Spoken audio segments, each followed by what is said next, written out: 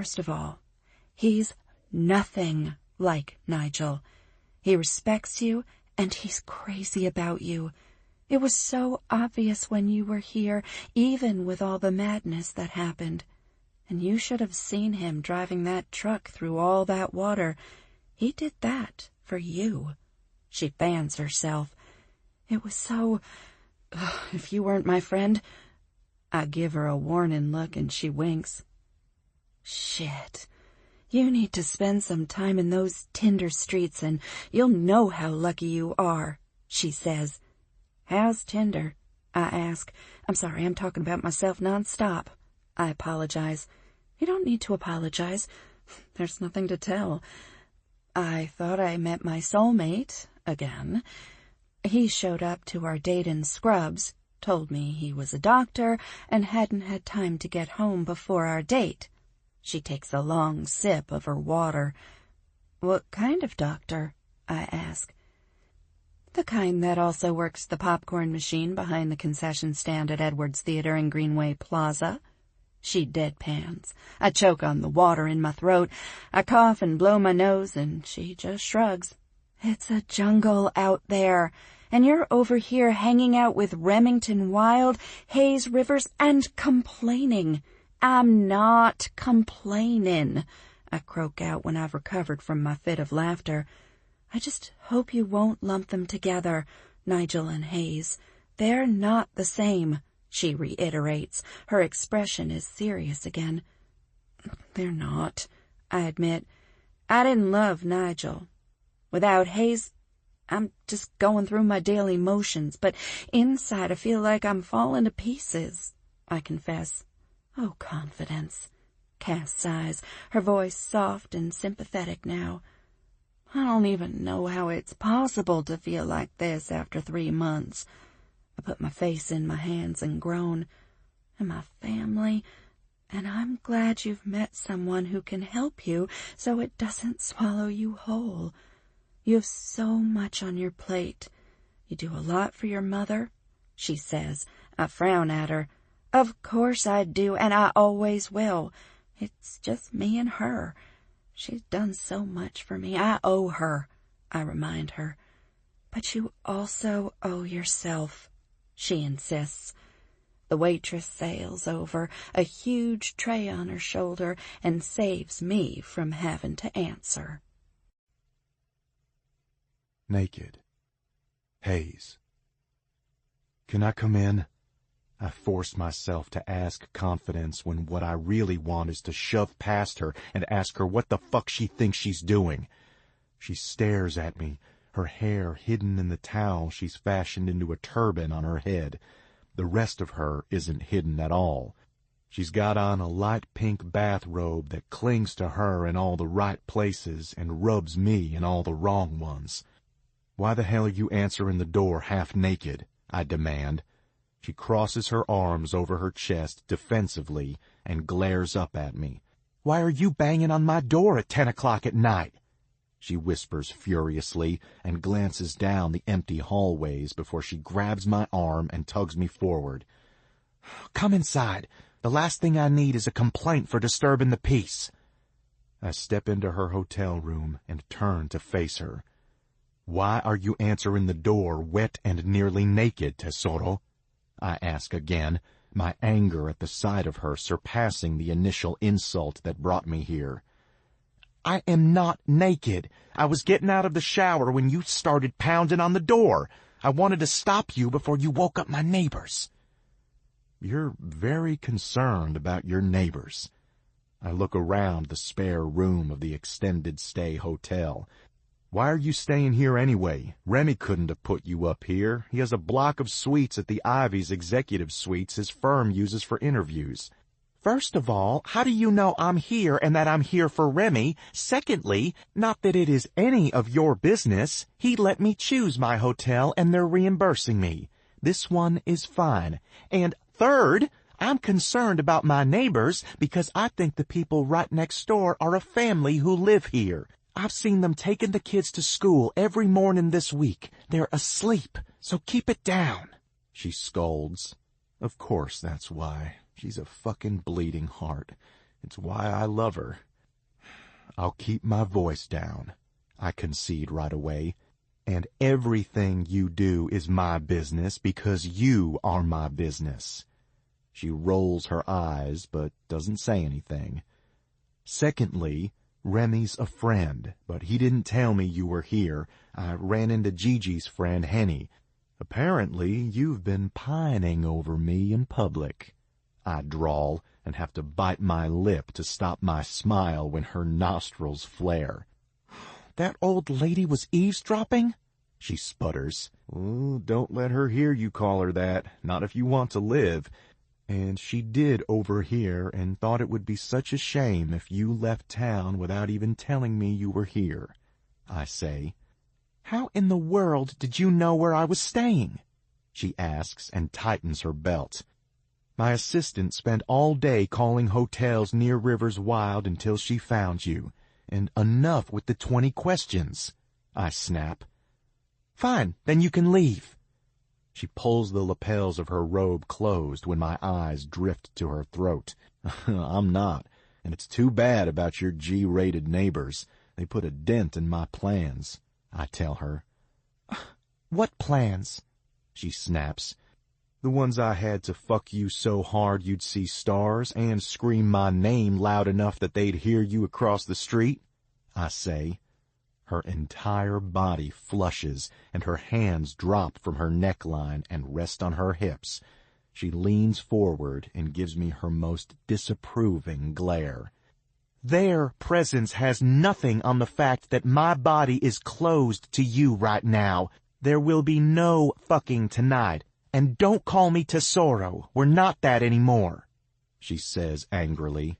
My anger spikes, too, but it's accompanied by a sting of pain at the way the words flow off her tongue. I know she's pissed, but it makes me feel like I've got a thorn stuck in my side when I hear her say we're not that anymore. I stalk toward her. Then what are we? I ask, and rake my eyes over her body. Her robe is damp, and I can see the shadows of her nipples.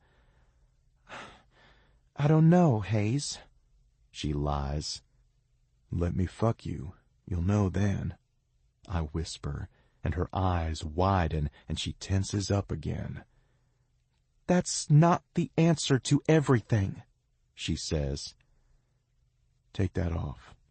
I nod at her robe. No, she says, and tosses her head in defiance. Her towel unravels and falls half off her head, exposing some of her hair. She reaches up to stop its slide, and I take a step toward her.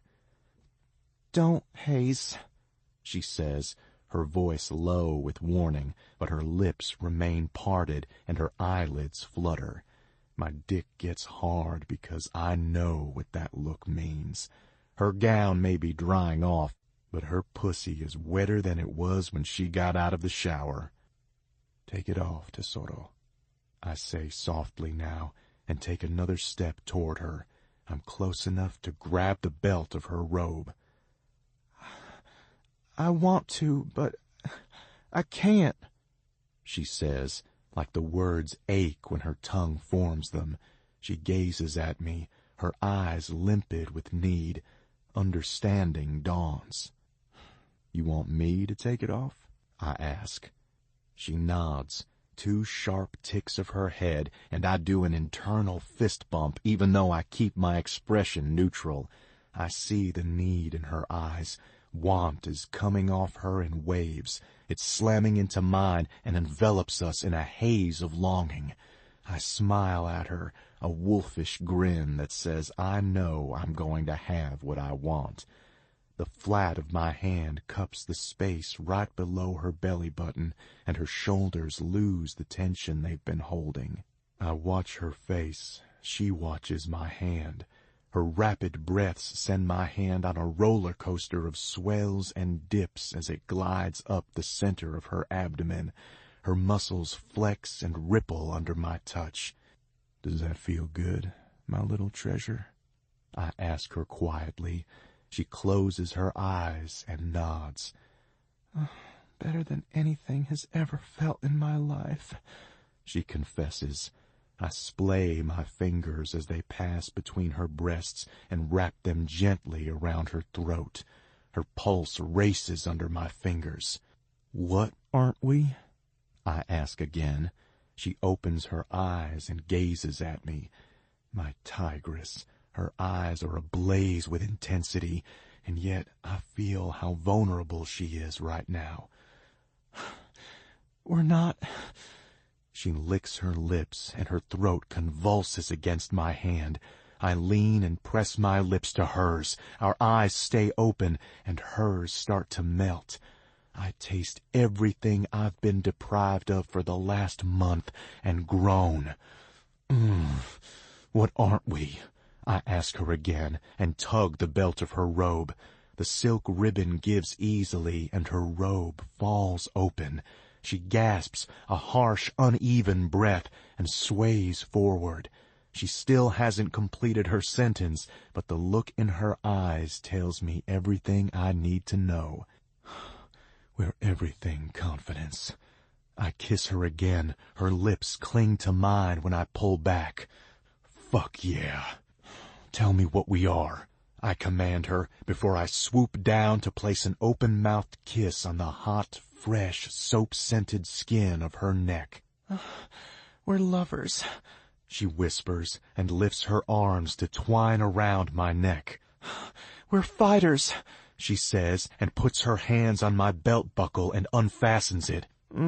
We're hunters. She breathes into my mouth as she unzips my fly, and my pants fall.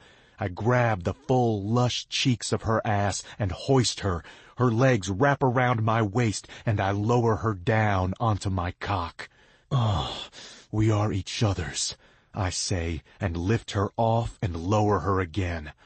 Oh, my God, she gasps. I walk us back to the huge window and press her back against it. Yes, your God, your king, your man, yours, I say, driving each point home with an upward thrust into her delicious pussy. Say it. She shakes her head. You haven't earned it, she pants. I grin into the hollow at the base of her neck and fuck her harder. You feel that? I ask and press as deep as I can. Yes, she cries, and her fingers cling into my back, seeking purchase as she starts to come unglued. I nod. That's how deep I've buried myself in your heart. You love me. You can't turn that off, and I won't let you pretend you have. I spin her around and lay her down on the bed. I pull out and kneel next to her. Suck me, I say, and fist my hands in her hair. When she wraps a hand around the base of my cock, I hold her head in place and feed her slowly. She swirls her tongue around the tip and hollows her cheeks and sucks me off. My fingers loosen their grip and sift into her hair. Oh, you give the best fucking head, Confidence. I fuck her face, and she takes it like it's hers. She holds my gaze and starts to finger herself until her eyes flutter closed. I glance down her body and watch while her finger slips between the bare, fat lips of her pussy. She moans around my cock, and the back of her throat vibrates against my head. Oh, I'm gonna come, I groan. She sits up and grabs my ass, sucking harder. Her blonde hair brushes the front of my thighs. The sight of her holding on, determined to take what I'm about to give her, sends me over the edge. She takes everything I shoot out, swallows and sucks me until my knees buckle, and it takes the concerted effort of every muscle in my body not to fall over. Oh, fuck. I groan when she finally lets me slip from her mouth. I reach for her, but she rolls out from under me and runs to the bathroom, slamming the door behind her. Hey! I sit up and walk over to the door.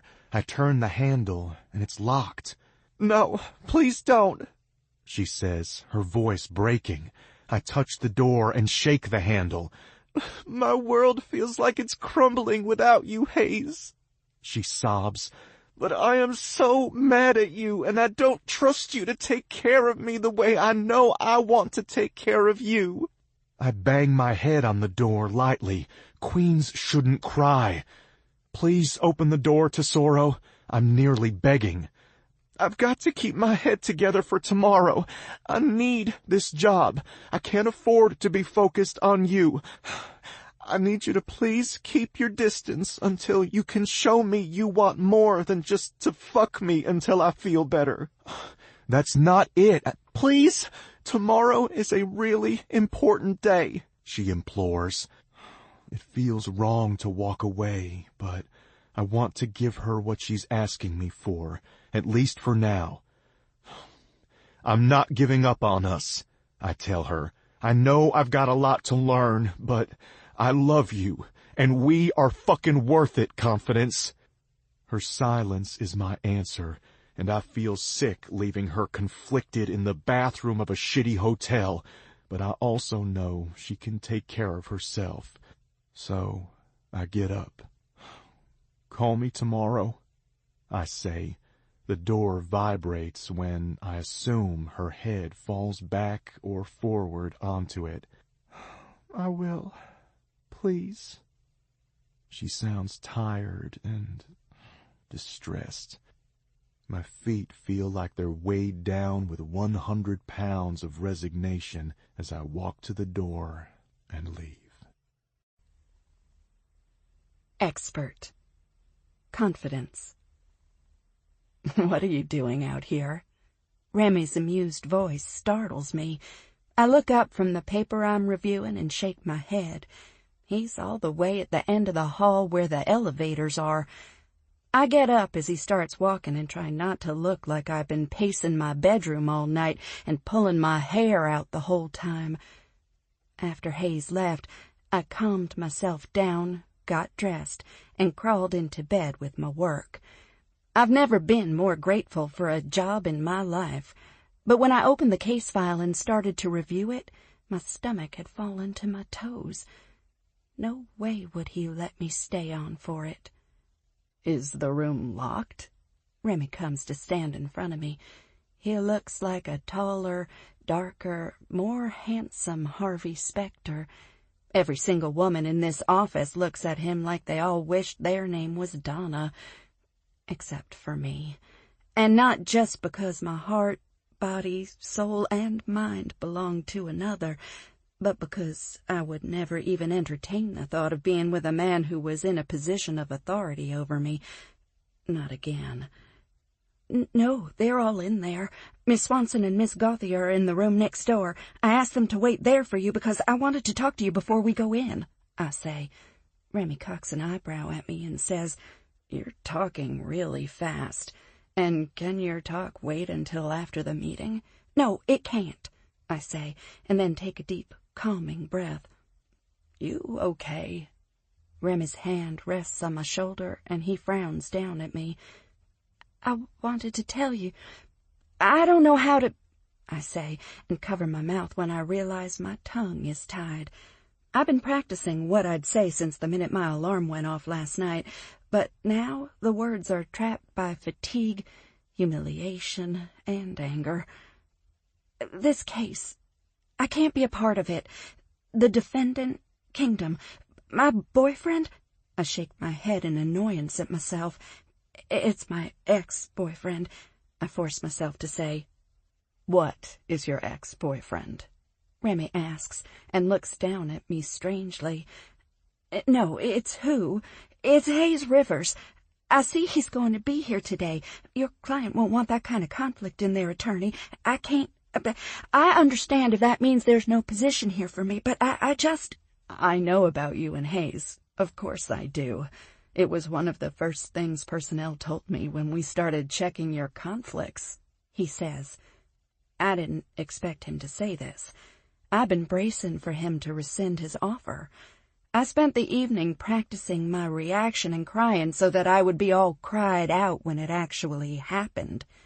The rush of relief makes me slightly nauseous. I swallow down and make sure I understand. So, you want me on that case. Hayes and I don't care about you and Hayes. He cuts me off sharply, like he really doesn't want to hear another word.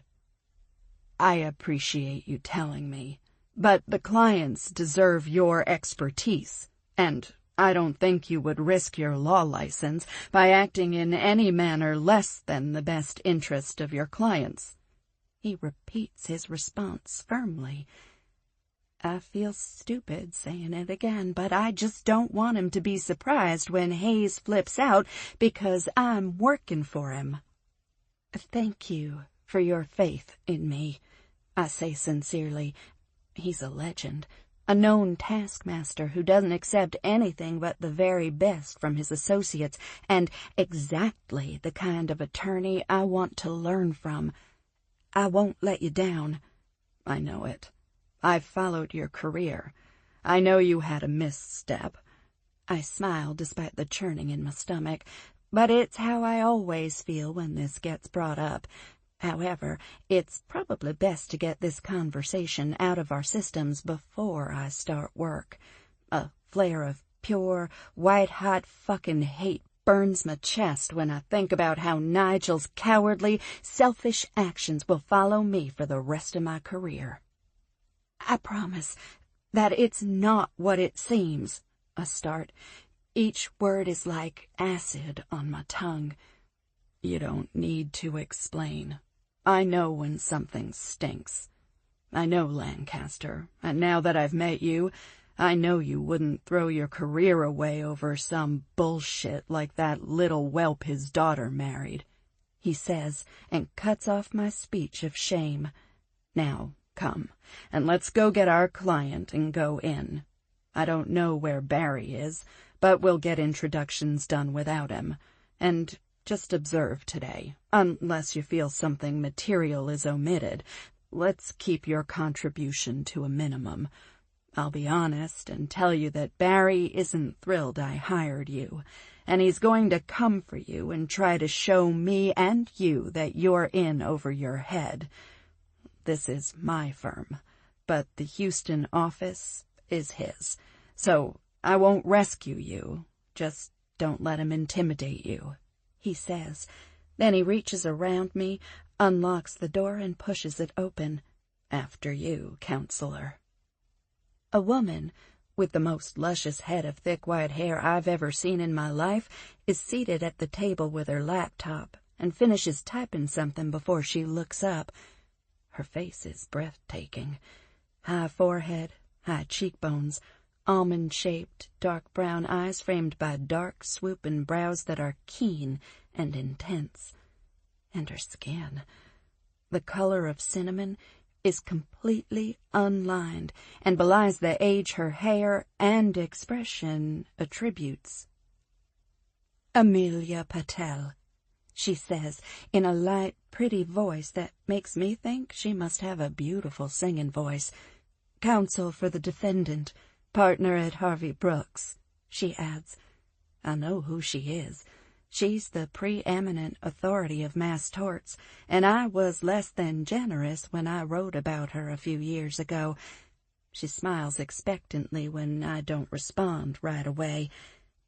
She has no idea who I am, but the minute I say my name, she will.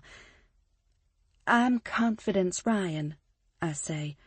Her smile disappears, and she drops my hand as if she's realized she's petting a snake, and turns to face Remy without saying another word.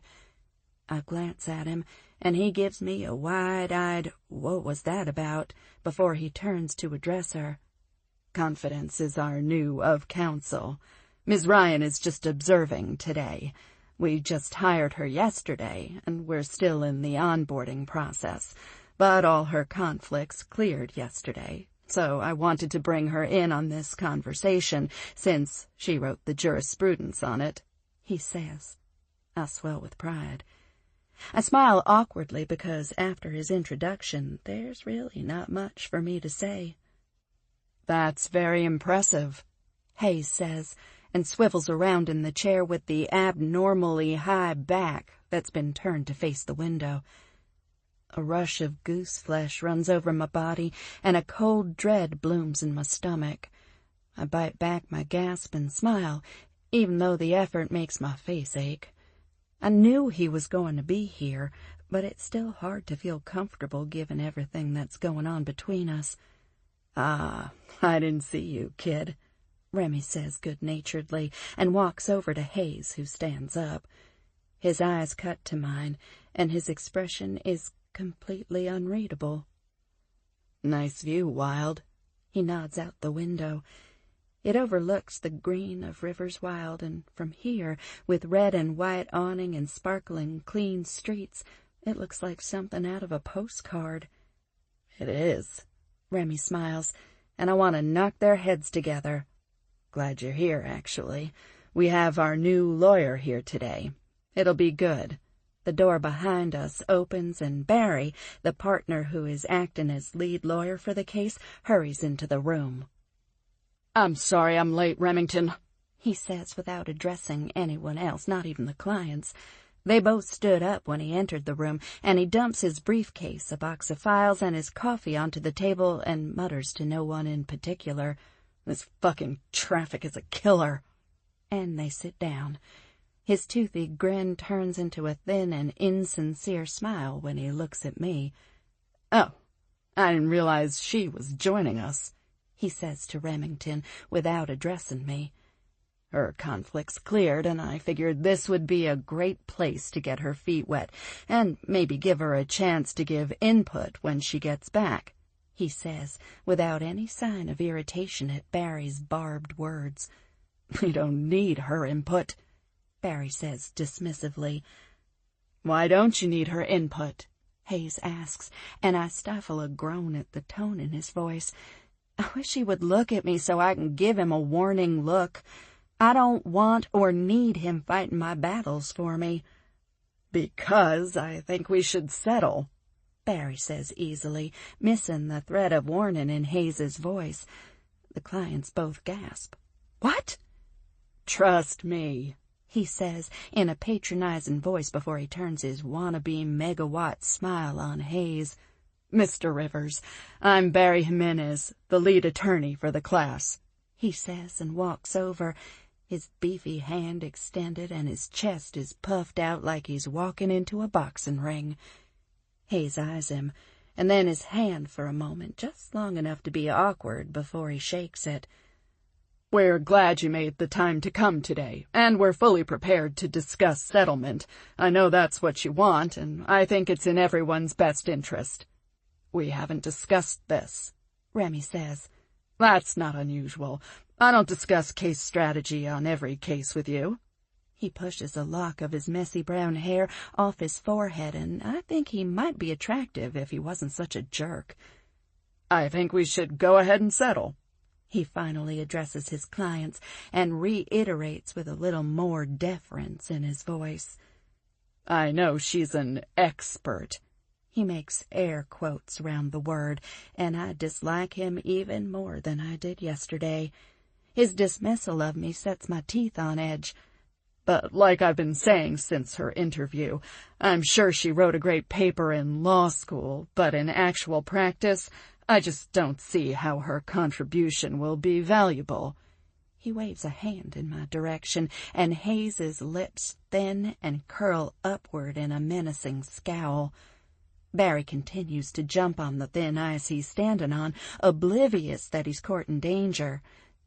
Watching Hayes get offended on my behalf pisses me off, because no one has offended me more than he has, and, unlike loving him, the world of big law is a jungle I feel perfectly capable of navigating and defending myself.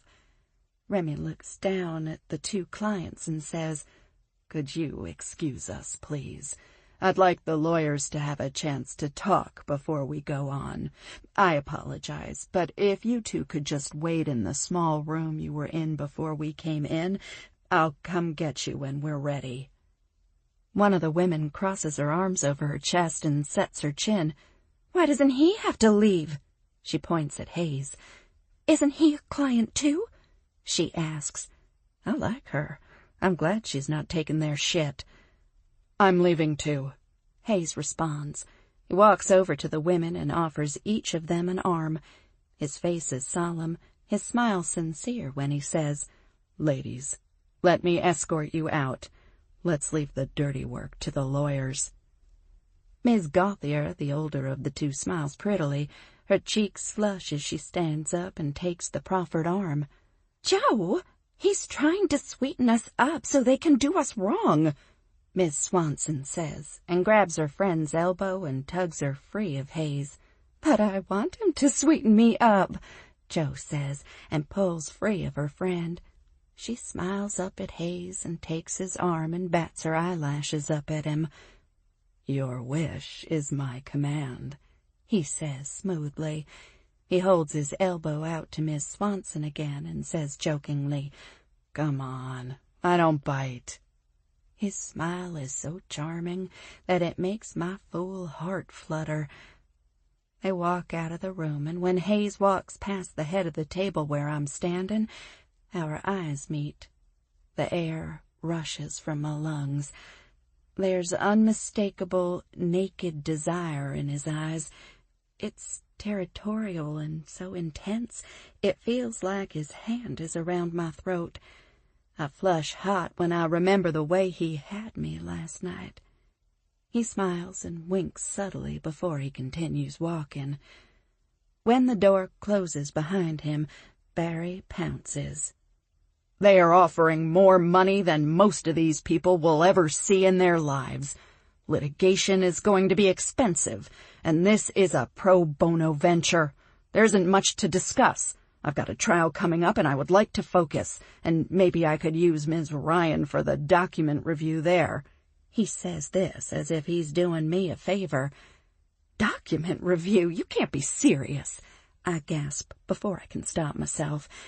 Everyone's eyes fly to me, and I feel an immediate pang of regret and close my eyes briefly. But then I open them and look him in his eyes, because, truth be told, he's not wrong. I don't think I'm the smartest person in this room. About this topic, I know I am. "I'm dead serious. I know Remy hired you, but I made no secret of my opposition.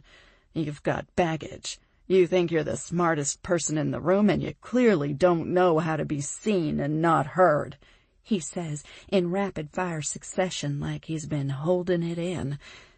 I glance at Remy, and he raises an eyebrow like he's asking, "You gonna let him get away with that?"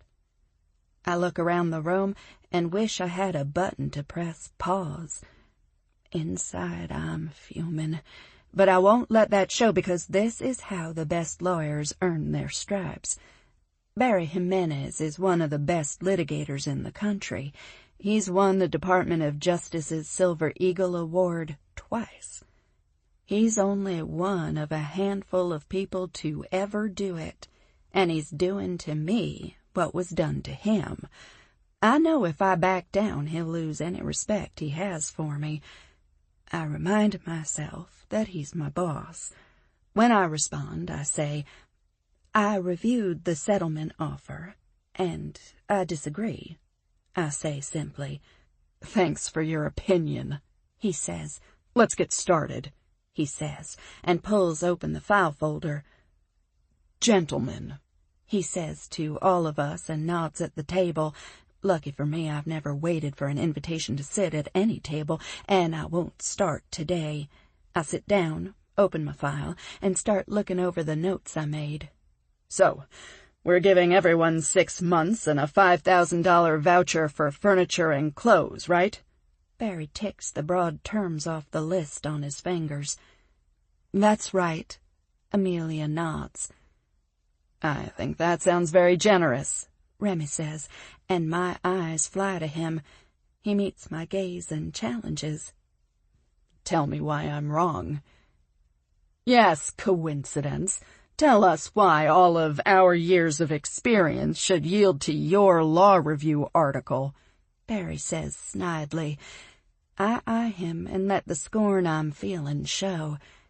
He's my boss, and I respect his career, and I don't give a shit about him making fun of my name. If anything, it shows how unoriginal he is. But damn if I'm going to sit here and be quiet while he screws our clients. My experience may be 10% of yours when it comes to sitting at tables like this one, But when it comes to the way the law treats uninsured, non-property-owning survivors of natural disasters, you're not even a speck in my rearview mirror. I'm not going to sit here while you sell the people who entrusted their entire futures to you and this firm down the proverbial river, I say. Excuse the pun. Tell us how giving them more money than they'll ever see is selling them short. You think years of litigation while they sit in limbo is helping them? I think giving them what they deserve, something that makes them whole instead of something that's essentially a basket of fish with no way to catch more.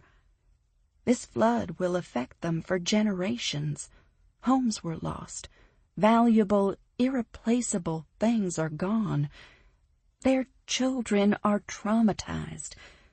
They need some sort of therapy or something to help them work through some of the trauma.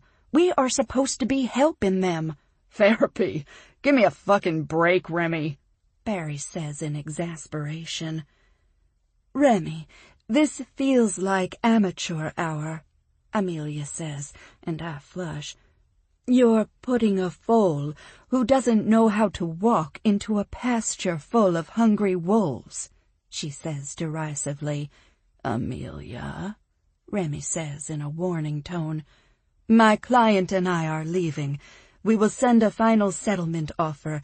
You tell us what you think. We want to make people whole, but we're not paying for more than that, she says. She gathers her dark leather Gucci briefcase and strolls out. Conscience. We're not talking about my children. Their children are conditioned in a way mine are not, he says, and this time I decide his intentional flubbing of my name is actually a Freudian slip. I'll happily be their conscience, and the champion of the people who aren't here to make their voices heard. How, exactly? They live in neighborhoods where crisis abounds, he says. Have you been to their neighborhood? I ask the question of everyone at the table. Both of them, Remy included, shake their head no. Disappointment settles heavily around my shoulders. Why not? I ask. We've seen pictures. That's sufficient, Barry says. That's not sufficient, I snap. My voice is sharp, but I find it reprehensible that no one has even been there. Sorry. Who the fuck are you, even? Why are you doing more than getting me coffee at this point? Barry says suddenly. His temper is apparently broken free of whatever was caging it. Coffee? Who are you talking to? I ask him, suddenly incensed. Propriety is forgotten. You! He points at me, his teeth bared. Remy stands up and comes between us. Listen, I'm not here to be referee. Barry, this isn't a dictatorship, but confidence. I think we should at least entertain an offer. Let's see what they come back with, Remy says, and the stony glare on his face doesn't leave room for any pushback. The conference room door opens and hits the wall behind it so hard it bounces off. You're fired, Miss Swanson says when she bursts into the room. Barry glares daggers. Look what she's done, he hisses and points at me accusingly. No, I'm talking to you, Miss Swanson says to Barry. You are fired. We want her. You don't care about us. We've been talking and we don't want to settle. We want someone who will do what's right and not what's easy. And if we can't get her, then we'll go somewhere else and try to convince them to hire her over there. But either way, you're fired. Then she turns and storms out of the room, slamming the door behind her. You know what? Good luck, Barry snaps. And Remy, just a heads up since you're clearly too blind to see it, but Hayes Rivers is fucking her, or at least he wants to. His eyes rake over me with a lascivious, angry light in his dark eyes. And maybe you do too, because I don't know why the fuck you hired her.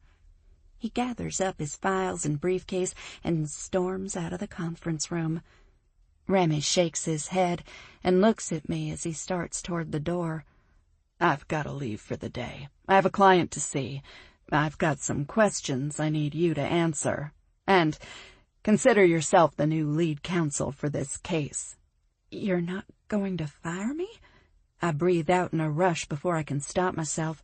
No, I'm not, he says like he can't believe it himself.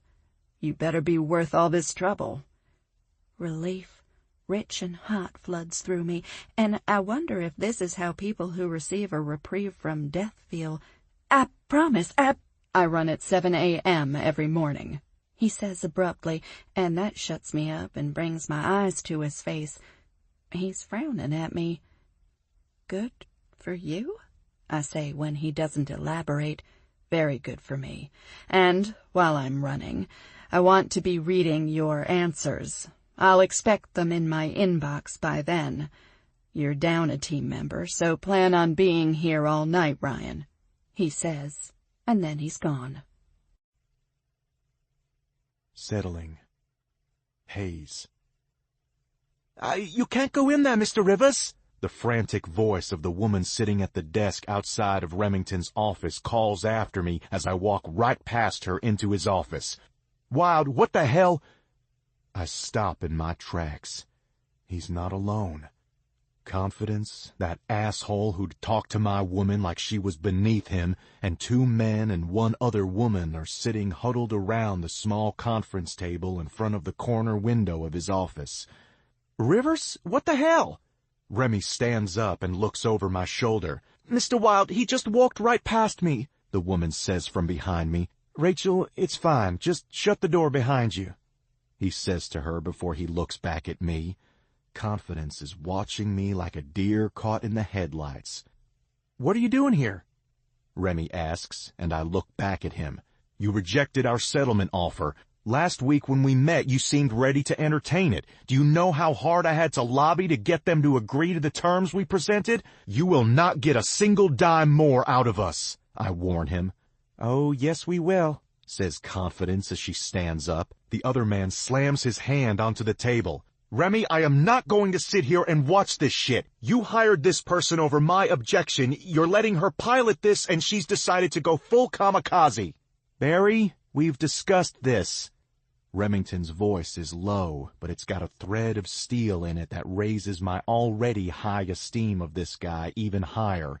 It says more than the 4 words he spoke, but Barry's rage has blinded him to the danger. No, she wants to stick it to her ex, so she's using this lawsuit as a weapon, he spits out. I'm not her fucking ex, I say. Okay, fine, her former fuck buddy, whatever, he spits. I turn to him and look at him more closely. Who the fuck is this guy? What the fuck? Barry, you're about to cross a line, Remy says and shoots me a warning glance. You've already crossed one, Remy. I know this is your firm, but I'm a partner too, and I won't sit here and watch all of you be hypnotized by a nice ass and a smile, he says. You better shut the fuck up, I growl, and Confidence stands up, her shock apparently worn enough to loosen her tongue. Hayes, I don't need you to fight my battles. Remy, this is highly inappropriate. You shouldn't have hired her in the first place, but to assign her to this case, it presents a clear conflict of interest. He cuts her off and rakes his eyes over her body in a way that nobody but me is allowed to look at her. I walk over to him and get in his face. You've got one more time to interrupt her, insult her, or look at her, I growl.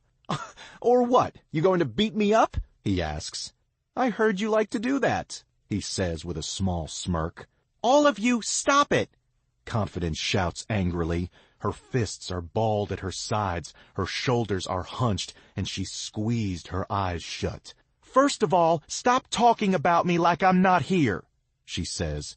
You're arguing about who gets to have their way, who gets to decide, and while you're doing that, people are living in limbo at best. At worst, they're sheltered in homes with walls breeding mildew. They are terrified that their children are breathing mold spores when they put them to sleep in the only home they can manage to find for them. She slaps her hands down on the table and leans forward.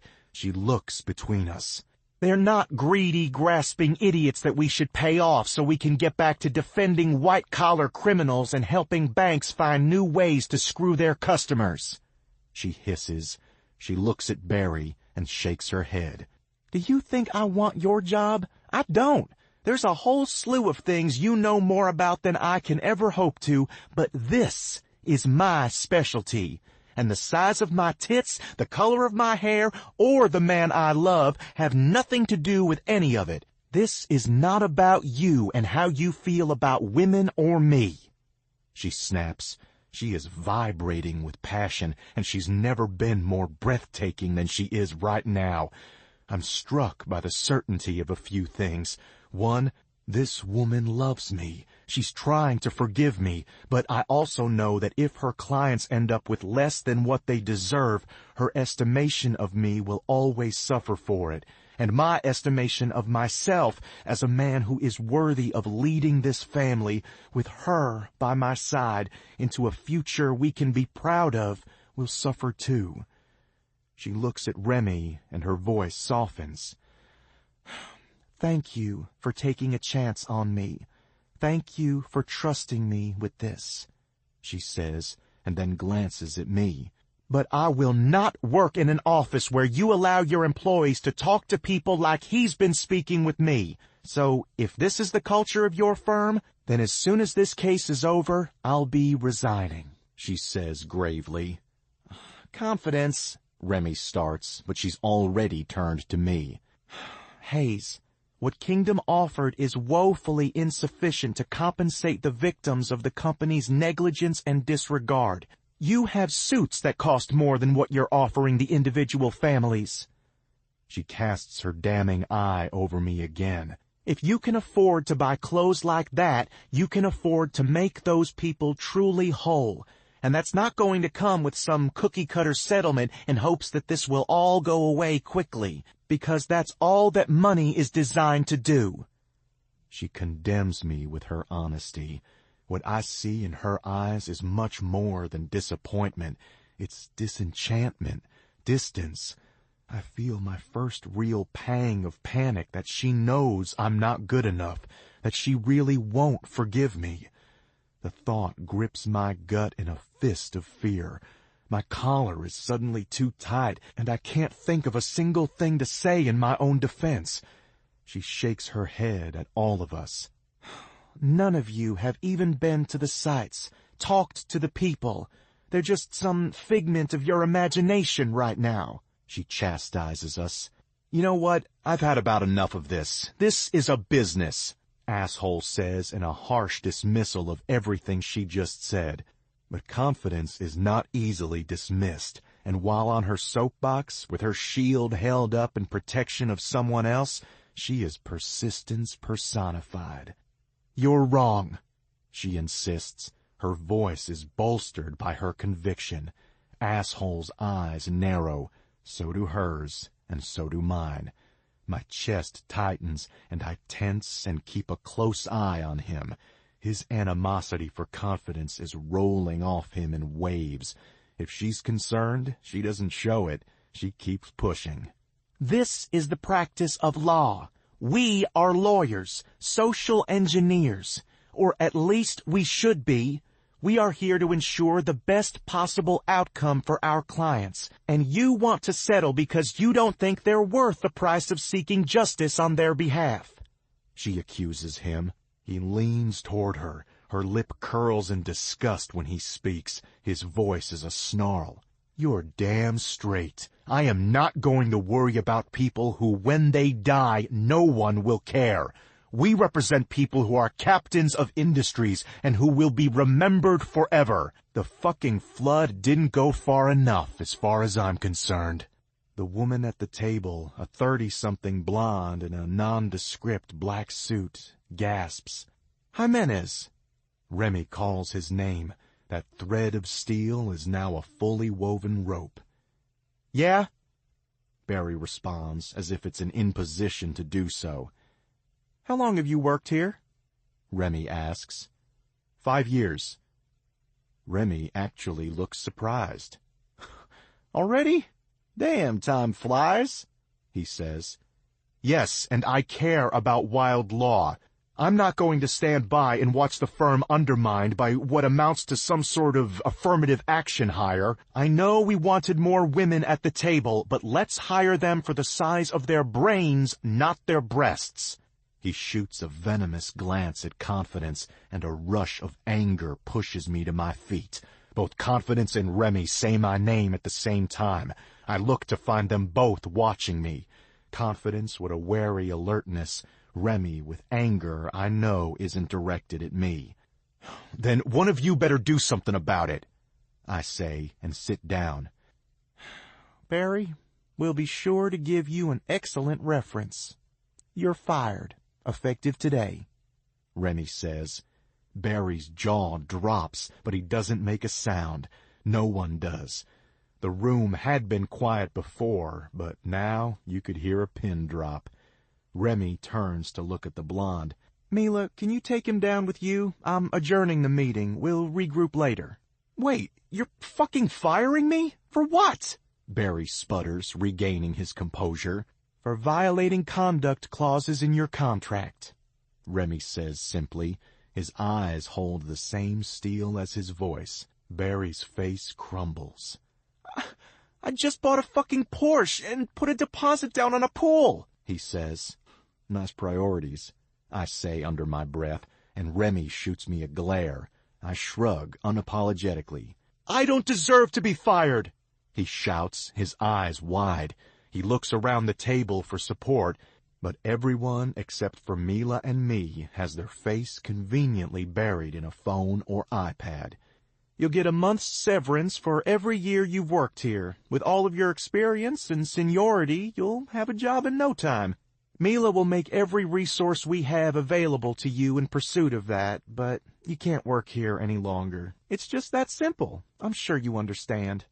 He lifts his head slowly and looks between the two of us wordlessly, his expression completely blank. Barry, are you okay? Confidence asks.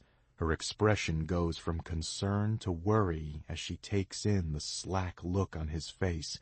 Her voice triggers something in him because all of a sudden his jaw tightens and his eyes focus their burning anger on her.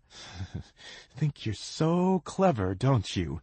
Think you're going to win a fucking prize or something for your stupid case? I can't wait to see you fall flat on your face, he says with a voice so cold and vicious that Confidence flinches and takes a step back. It takes every ounce of restraint I possess not to walk over and throw him out of the window. Barry, please stop making threats, Mila says, sounding mildly bored. I'd hate for you to leave with a police escort instead of on your own, but you better believe I've got my finger on security's number. She stands, folds her hands over her chest, and watches him impassively. Oh, I'm leaving. I wouldn't give you two feminazis the satisfaction of seeing me really lose my cool, he sneers. And you keep your shitty severance. I'm calling a lawyer. I'm gonna take you to the cleaners, Remy. He spits as he starts walking. When he slams the door behind him, the windows of the conference room rattle from the force. Ugh, what an idiot, Mila says, and walks over to where Confidence slumps over in her chair. I start toward her. She looks at me and shakes her head no. Her blue eyes are glassy but unwavering. Are you okay? Mila asks, peering down at her in concern. I'm fine, Confidence says, and swallows hard. Violent men and I don't mix, she says with a nervous laugh.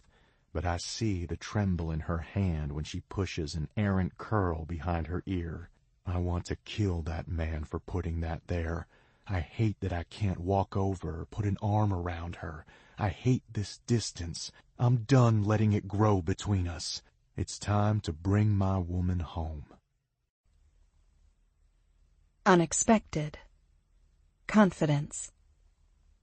That line outside is incredible, I say, wide-eyed to Remy as we stack the clothes that have been folded and sorted by gender and size into the bins lined along the 500-yard-long convention center room. The volunteers are all busy at work setting up their stations for the doors to open at 8 o'clock. They did a great job getting the word out, and there are shuttles all day for people who need it, I tell him. Yeah, the Rivers kid is putting his money where his mouth is, that's for sure, he says, and reaches for another box of clothes the organizers just dropped off. Why do you call him kid? I ask a question that's been burning at the tip of my tongue. Because when I met him, that's what he was. And now, because it annoys him, he says with a laugh. I laugh along. You knew him when y'all were kids? I ask, my curiosity about how his family's community is named after another family. No, our families have been neighbors for 30 years now. When they bought the land from the Riverses in the oil bust in the 80s, the name of the development was one of the terms of the contract, and they hated having to sell part of their empire to a bunch of fresh-off-the-boat immigrants who made their money selling plantains in the hood, he says. Plantains in the hood? I chortle. He chuckles. Yeah, we lived in one of the parts of the city that was like a food desert. No good grocery stores, just corner stores. Popeyes, Church's Chicken, Shipley's Donut Shop if you were lucky.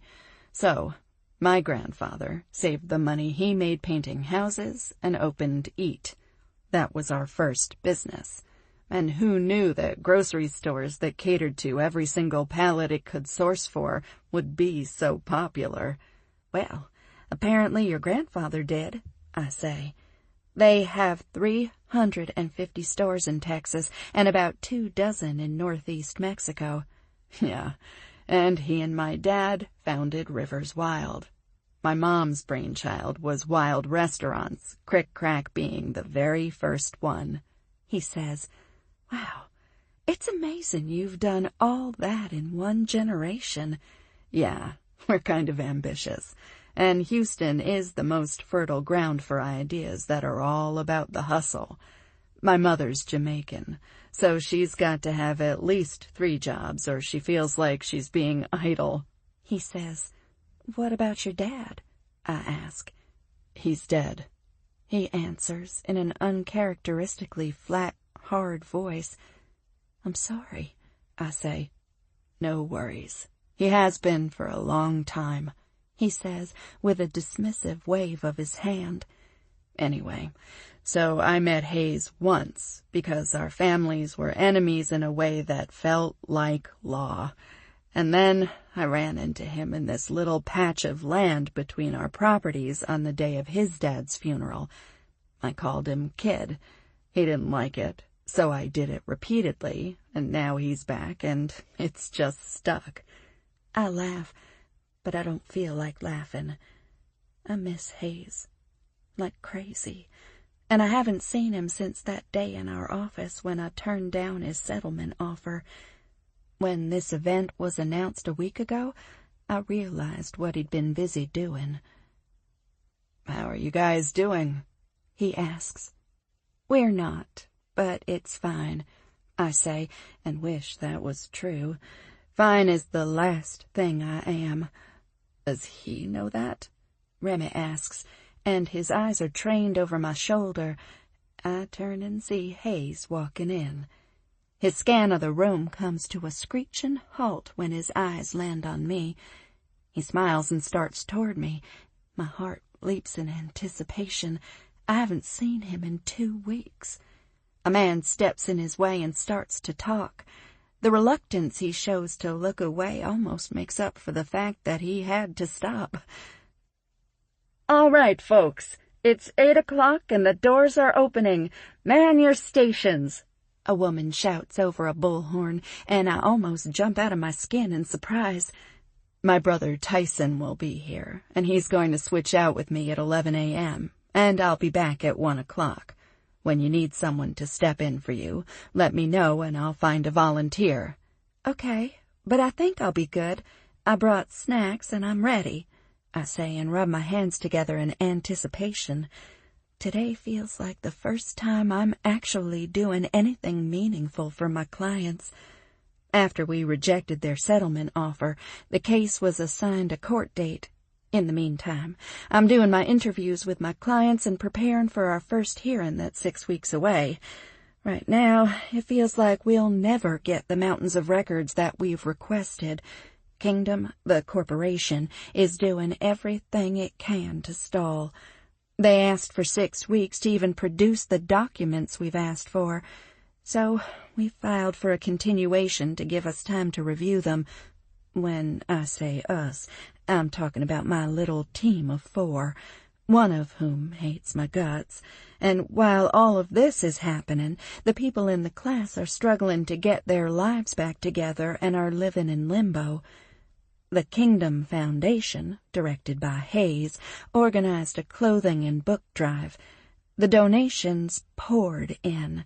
Today is shopping day for the families. I got here at 6:30 to help set up, and the line had already started forming. I catch a glimpse of Hayes disappearing in the direction of the picture section, but before I can call after him, the doors open and the people file in. We're in the boys section, size 12 months to 4 years in the store, and before we have the chance to speak to each other again, our first customers stand at our table. Instantly, I recognize the boy from Hayes's house the night of the flood. "Hey there," I say. "Hi." He smiles brightly. "Do you remember me?" I ask. "Yeah, of course, and thank you for volunteering today," he says, like he's reciting something memorized and just remembered he needed to say it. "You're welcome. What nice manners," I respond. "Well, this was all my idea." He beams. "Was it?" I ask, and look over his shoulder to make sure no one's waiting to actually be served. "You must be very proud of how it's all turned out then," I say jokingly. He nods. "Yeah. The first time Mr. Hayes came to visit, he asked me what I thought folks needed, and I told him clothes for school," he says, and my heart actually jumps. "Mr. Hayes came to see you?" I ask, saying each word slowly so that I can make sure he doesn't misunderstand me. "Yeah, well, more than once.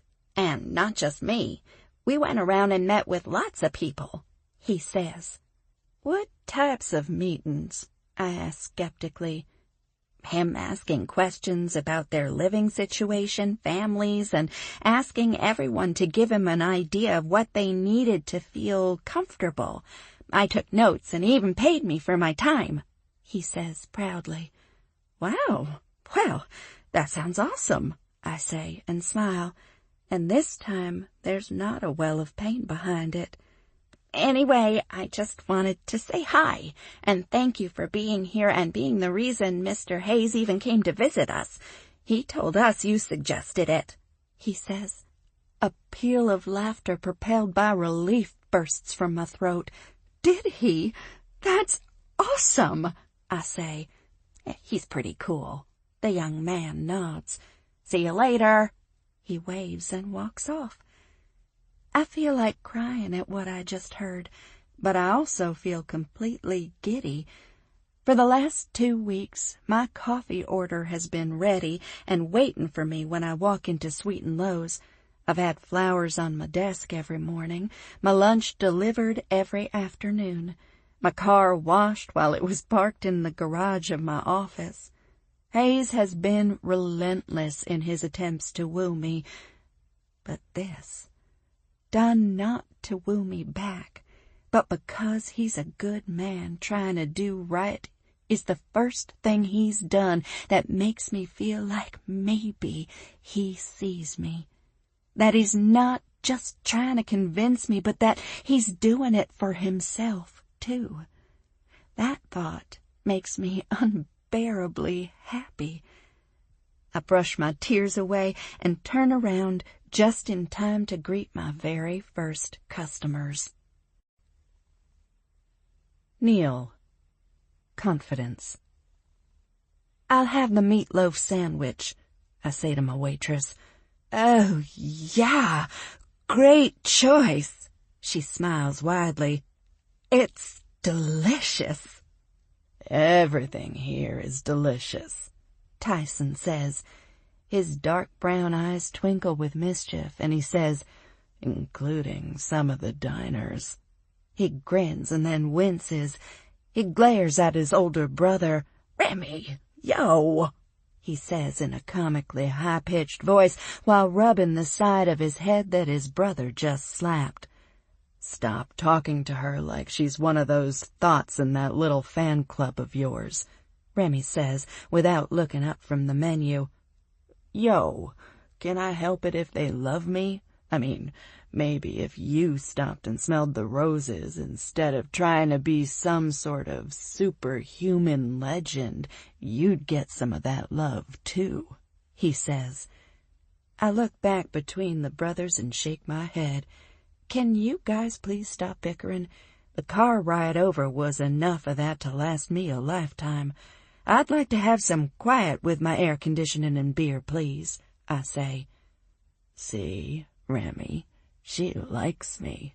He winks at me. "Can you stop getting in between us?" He drags his chair close to mine. "Excuse me, miss, but you've got some dust on your arm," he says, and brushes the remnants of our afternoon off my arm. "You're such a flirt, Ty," I say with mock disapproval. "Only with the prettiest girls," he says and winks. His gaze drifts over my shoulder. I don't think anything of it until I see a gleam of mischief. He slings an arm over my shoulder, and I jump in surprise and then relax. This is how he talks to everyone. All day, his contribution was keeping the people waiting in the incredibly long lines in a good mood, and he's good at it. Charming, funny, and very nice to look at. It made me feel better. Now that we've rejected the settlement offer, things with Kingdom are moving at a snail's pace. But this week there was a break in the clouds for our clients whose homes were beyond simple repairs.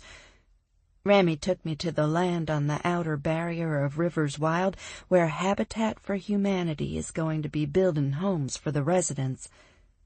A shiver passes over me, and the hairs on the back of my neck stand up, and I feel Hayes before I see him. Before I can turn around, I hear him. "Remy," Hayes says in greeting, and his voice ricochets through me like a cannon's boom. My heart leaps into my throat. His proximity is frying my circuits, and I can't even remember what I was talking about or doing 2 minutes earlier. "Ty." His voice is less friendly when he addresses Tyson. Remy slides over and says, "Join us, Rivers." He does, and sits down right next to me. "Confidence," he says quietly, and I shoot him a sidelong glance. I wish I hadn't. The annoyed expression in his eyes is tinged with longing, and it hits me in the center of my chest.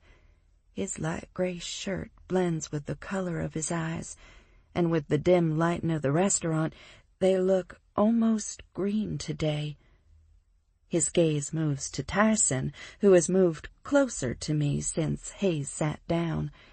He lifts his eyebrows in his classic, "What the fuck do you think you're doing?" look.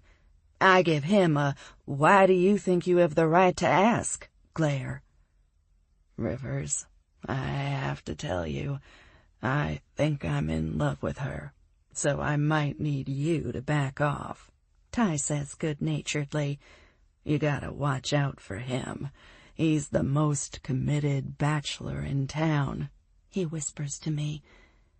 "Tyson, please remove your arm from my woman's shoulder," Hayes says in a deceptively calm voice. I bristle at that. "I'm not his woman," I say. His body tenses and he growls, "Like hell." "Well, one of you is clearly very confused," Remy laughs. "It's not me," I say. The next second, Hayes's hand wraps around my bicep, and he's pulling me out of the booth. "What in the world are you doing?" I yelp. "You too, don't break anything," Remington calls after us. I turn around and give him a look of complete bewilderment. Why is he laughing? Why isn't he calling the police? "Hayes, let me go." I slap at his hand. He doesn't even look at me. He pulls me down a long corridor, pushes open a door, and switches on the bathroom light. "What the fuck was that?" he asks. "What the fuck was what? I'm not the one who just dragged me through a restaurant." He crosses the small room in 2 strides and pushes me up against the sink. Not to intimidate or scare me. He's never been able to do either, not since the night we met. "You're not my woman? Are you fucking serious, Confidence?" he asks angrily. "Hayes, what do you think? That was a rhetorical question," he growls and cuts me off and leans toward me. "Not for me." I lean forward, too. He shakes his head at me like he can't believe what he's hearing and takes a step back. He shoves his fingers through his hair. "At least you're consistent," he mutters under his breath, but the bathroom has great acoustics, and it bounces off the wall and hangs between us. "What does that mean?" "It means you know how to hold a grudge, and I've given you space to do it," he says. "You've given me space." I gape at him. "Yes," he snarls and steps closer to me. "But there are fucking limits, and you clearly don't understand them." "Oh, I understand just fine," I seethe.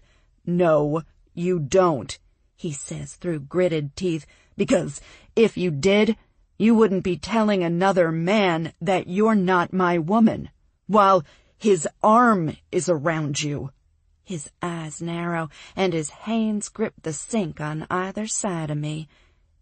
"Hayes, you must have completely forgotten who I am."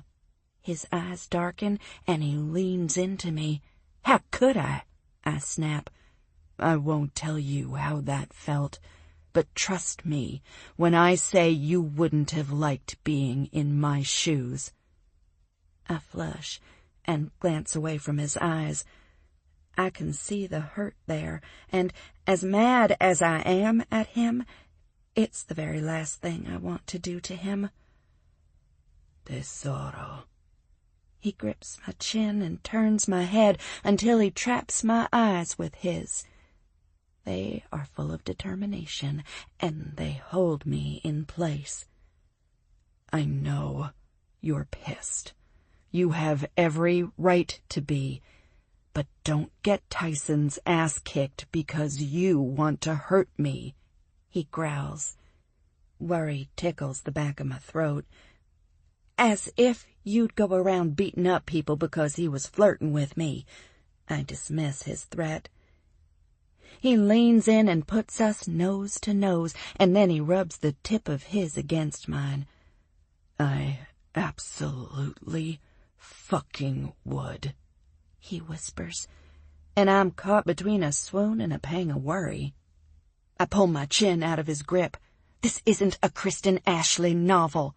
You're not Dax Lon, I'm not Cersei," I snap. He blinks and shakes his head in confusion. "I have no idea what that means."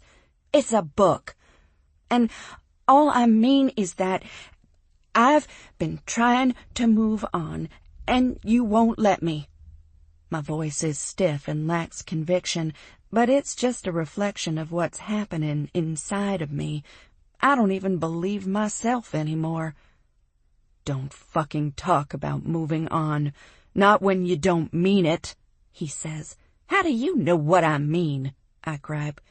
"You knew when you took this job that I was going to be here. You came anyway.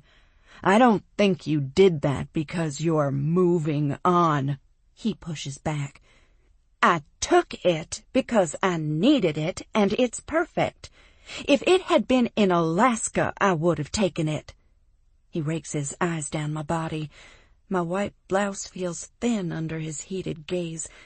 I shift in my shoes when he lingers on my hips. "You've missed me," he says. "I haven't," I lie. "If I touched your pussy, what would I feel?" he asks. "That's one question you won't be answering tonight." "I want to touch you." He dips his head and kisses my cheek. His hand grips my hip. "You'll feel better when I've made you come," he whispers against my cheek. He moves so fast that my ass is up on the edge of the sink before I can protest. "Do you want me to stop?" he asks. His finger trails up my leg and stops at my knee. Blood rushes in my ears. Heat pools between my thighs. "Of course not," I breathe. His fingers slip under the hem of my shorts and I grab his fingers. "But I'm going to ask you to anyway."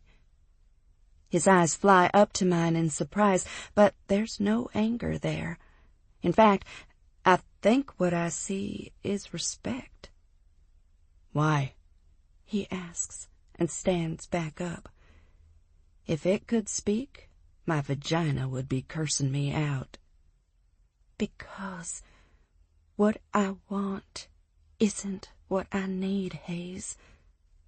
"Why are they mutually exclusive?"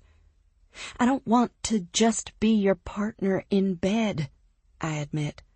"Oh, tesoro." He sighs and drags his nose across my temple before he moves us back to facing each other. He cups my face in his hands and presses a soft kiss to my lips before he pulls back. "There's not a pussy in this world I'd fall on my knees for. Not even yours," he says, the fierce love and tenderness in his eyes stealing my breath. His eyes never leaving mine, he continues. "But for this, tesoro." His palms cover the space between my breasts, and my heart kicks against the wall of my chest, desperate to find its way into the hand of the man it loves. For the love of the most brilliant woman I've ever met. He kisses me again. I would spend the rest of my life on my fucking knees. And then, my big, strong, beautiful man brings my entire world to a halt. He drops to his knees in front of me, on the floor of the public restroom. "Hayes, get up!" I tug his arm. "Please!" He grips my hips and presses his face in between my legs and inhales. "God damn!" His groan vibrates against me and moisture blooms beneath his mouth and nose. "I love the way your pussy smells. I fucking miss the way it tastes. I'm dying to feel it gripping my cock." He rubs his nose against my clit, and pleasure skitters like the kiss of butterfly wings all over my body. I thread my fingers into his thick, silky hair just as he leans away and stares up at me with that same fierceness. But now it's laced with need. He has the look of a predator, and I wish he would hurry up and catch me. I want to plant my flag there so that everyone knows it's mine. But it's not even in the top 5 of my favorite things about you, Confidence. And it's certainly not the only thing I want.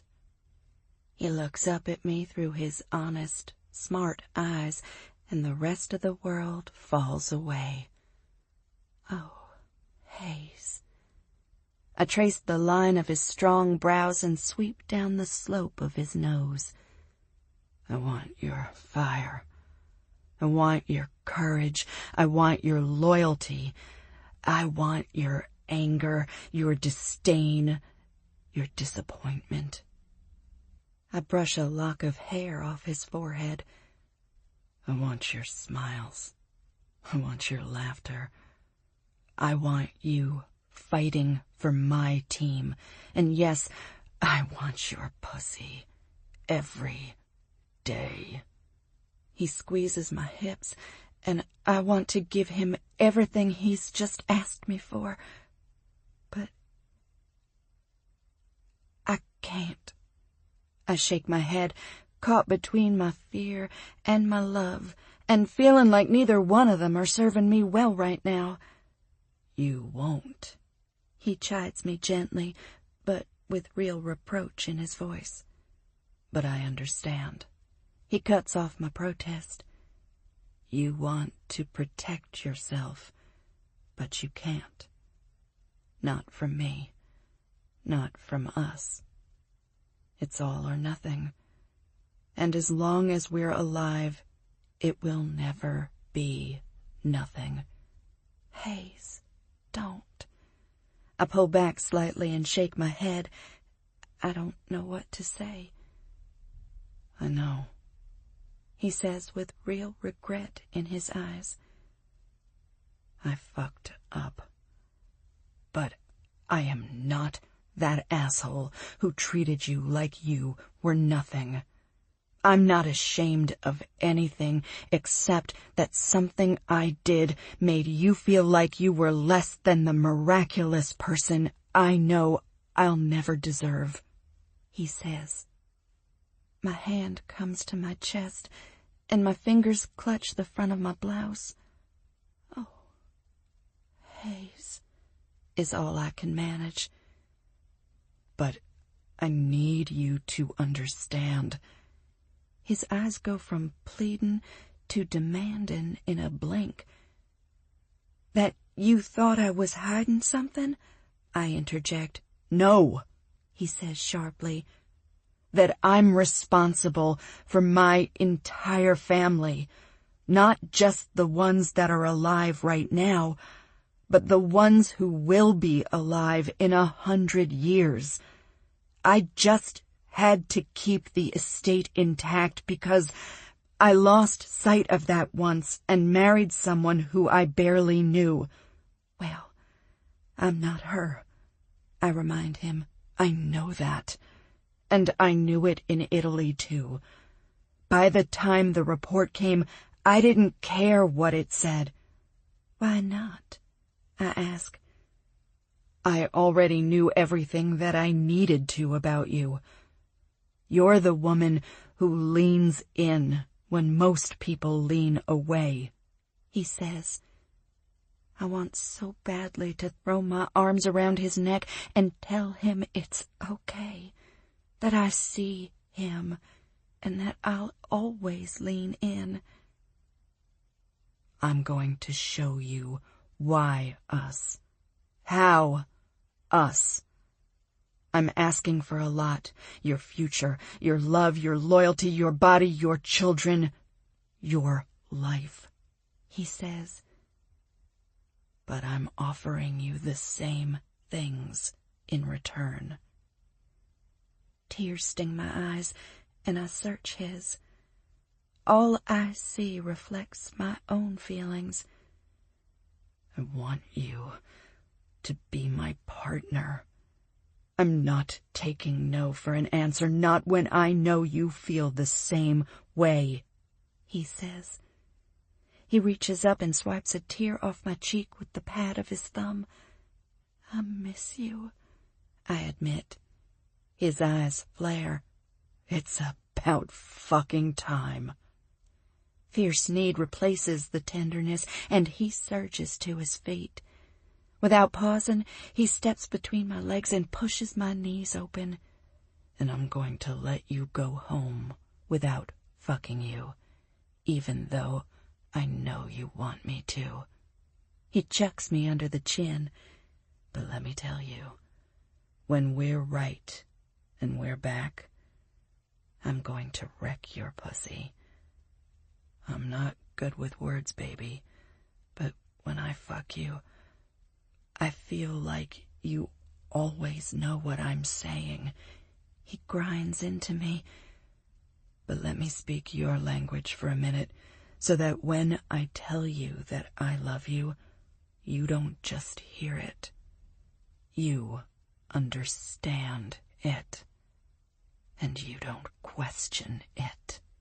He says, I know you love me. I do. Then let me show you just how much. He takes my hand in his and puts it to his lips. Let me show you what you've shown me. He says softly, What's that?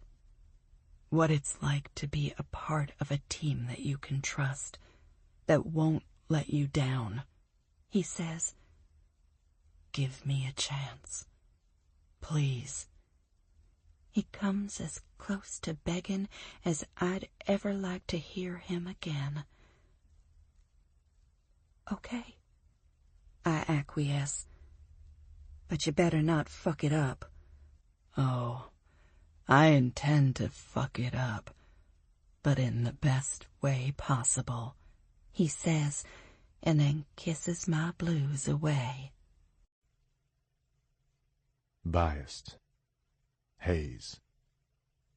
You're early. Confidence groans, one eye open but squinting. Her hair is tousled all over her head, and her face is creased with the indentation from her pillow. She looks like every single fantasy I ever had as a boy, and everything I thought I'd never have as a man. I hold up the white wax bag full of pastries and wave them in front of her face. Breakfast, I say, and drop a kiss on her warm, sleep-plumped lips, and step inside of her apartment. The place looks like nobody lives here, I say as I look around at the blandly and sparsely decorated space. Oh, where did you get this couch? I ask as I drop onto the gray love seat. Besides the glass coffee table, it's the only furniture in the entire place. Well, except her bedroom. Not that she would let me in there. But the door is open, and I can see her sea of white comforters and pillows strewn all over the queen-sized bed in the center of the room. IKEA, she grumbles. Sleep well? I ask, and start unpacking the bag. Not really, she says, and with a resigned sigh she sits down next to me. She draws her knees to her chest and hugs them. Her pink tank top pulls tight across her back, and I watch her shoulder muscles flex when she rolls her neck as if trying to loosen it up. I slide my fingers under the drape of her hair and caress her nape until I find the knot of tension. I start to rub it, and she closes her eyes and moans. Oh, that feels so good, she whispers. I don't respond. I just watch her. The skin under her eyes is dark. Little lines bracket her frowning mouth. She looks tired and stressed. Why aren't you sleeping well? I ask. Her eyes open, and she looks at me wearily. Because I'm afraid I've given my clients bad advice, she says, and then jerks her head to the side. What am I doing? She says in a harsh whisper to herself. I can't be talking to you of all people about this. She sighs. I'm losing my mind. I'm so tired. And Barry getting fired has turned into a nightmare. Word has gotten around, thanks to Barry spreading it, that I asked Remy to choose between him or me, and that's earned me a flock of... She trails off, searching for the right word. Enemies? I offer, and press deeper against the muscle in her neck. She lets her head loll backward, and her hair spills around my hand. It's warm and soft, and my fingers immediately start to close into a fist to capture it. I want to yank her head back and kiss her like I should have when I walked in, but I relax my hand when she closes her eyes and groans.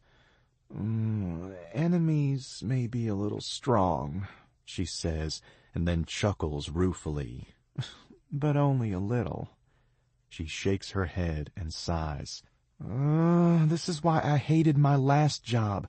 No one cares about anything but their careers, their egos, kissing the ass of the person they think can help them.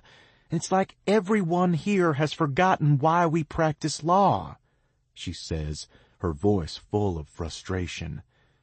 You're being awfully judgmental. They're practicing law, too.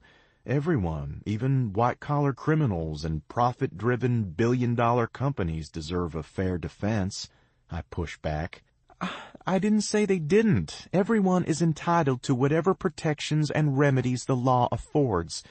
But working in areas of law where there's no money to be made is so disheartening, she says. Why? I thought you were doing some good. Well, we would be if law firms like Wilde did it for more than the tax write-off. Our clients are too poor to even keep a roof over their head, much less pay for our very expensive, very well-researched advice. But that's what we promised them. I wouldn't want them to be worse off than they would have been if we hadn't brought the suit at all, she says, and worries the inside of her lower lip. How's that possible? They've got you, I say. I'm not enough. Wilde is committing minimal resources to their pro bono cases, but this one is different. The implications of its outcomes are huge, precedent-setting potential, and it's barely staffed. So I'm doing the work of 4 people because I can't leave legal research that is going to determine what our brief argues to second-year law students. This is too important, and no one else seems to think so. She snaps bitterly, and I feel the same guilt I felt when she challenged us the day Barry was fired. It got me thinking about what I came home to do, what I wanted the legacy of my leadership for my family to be. Did I want to reaffirm our roles as society leaders, or did I want to do some good for the city that had made us rich? Did I want my name on a stadium, or did I want to build schools, affordable quality housing, fill food deserts with grocery stores? I've decided, and I wanted to show her instead of tell her what my plans were.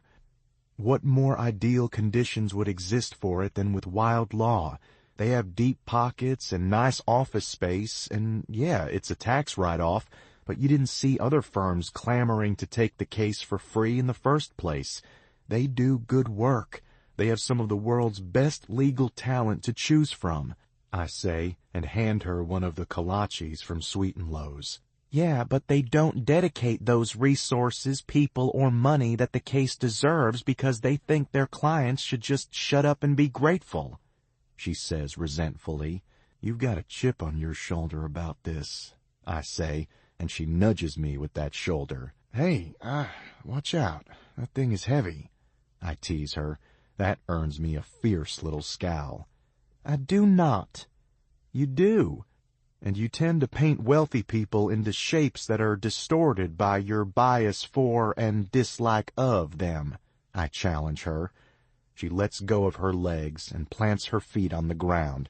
Her mouth opens in an affront, her eyes wide with offense at my word. I am not biased, she says in a high-pitched, loud voice. I laugh. Chill, it's okay.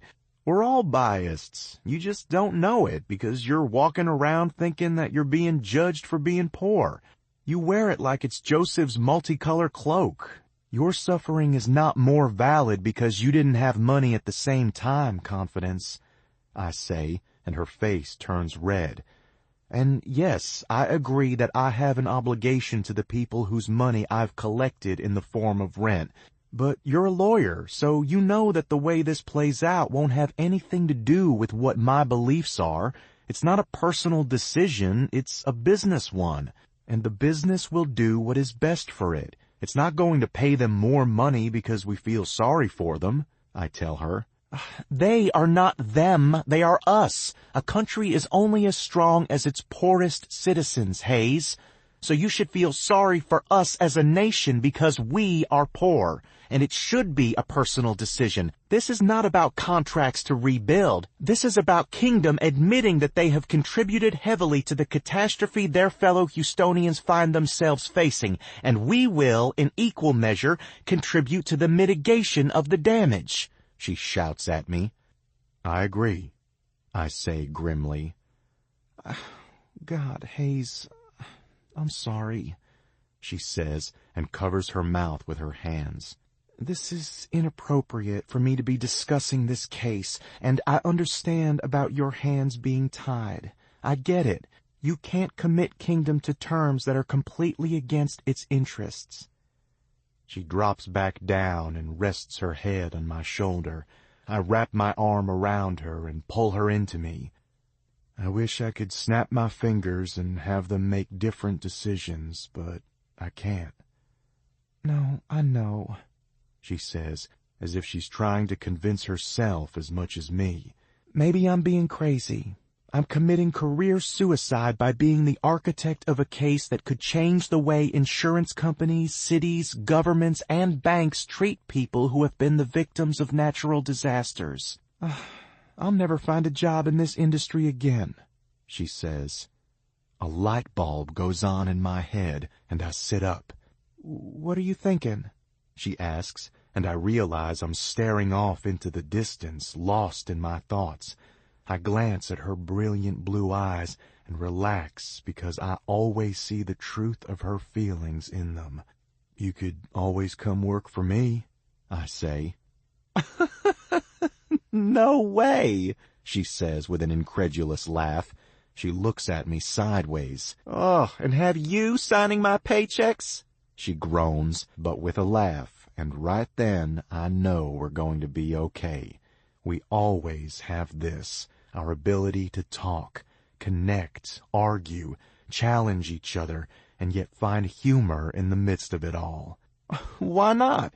Think about it. The foundation could create a legal defense fund that you could run," I say. She starts to cough. I hop up to get her some water. I pull open her fridge, and it's completely empty. "Where's all the fucking food?" "I don't have any," she croaks defensively. "Not even a bottle of water?" I ask, incredulous. She shakes her head, and her coughing subsides. "Who doesn't have water?" I ask, and walk back to the couch. "Me. I haven't had time, and I'm barely here, and when I am, it's just to sleep," she confesses. I want to tell her that she should be sleeping in my bed, that she was supposed to be living with me, but I'm not going to ask her again. I want her to be the one to say it. She yawns and eyes the pastries I've spread out. "Thanks for the croissant, but can we go out for coffee? I want to get a latte from Sweet and Low's. They're delicious, Hayes," she says brightly. I'm glad for the subject change because it was getting too heavy. "Croissant?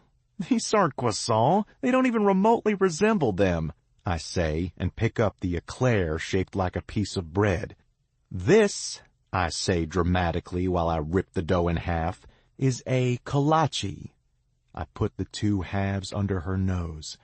"Low style," I add, and her eyes light up and she sniffs the fragrant steam wafting under her nose. Who would give such a magical-smelling miracle such a terrible name? What the heck is a kolache?" You're mispronouncing it, and it was brought here by the Czech immigrants who settled in Texas.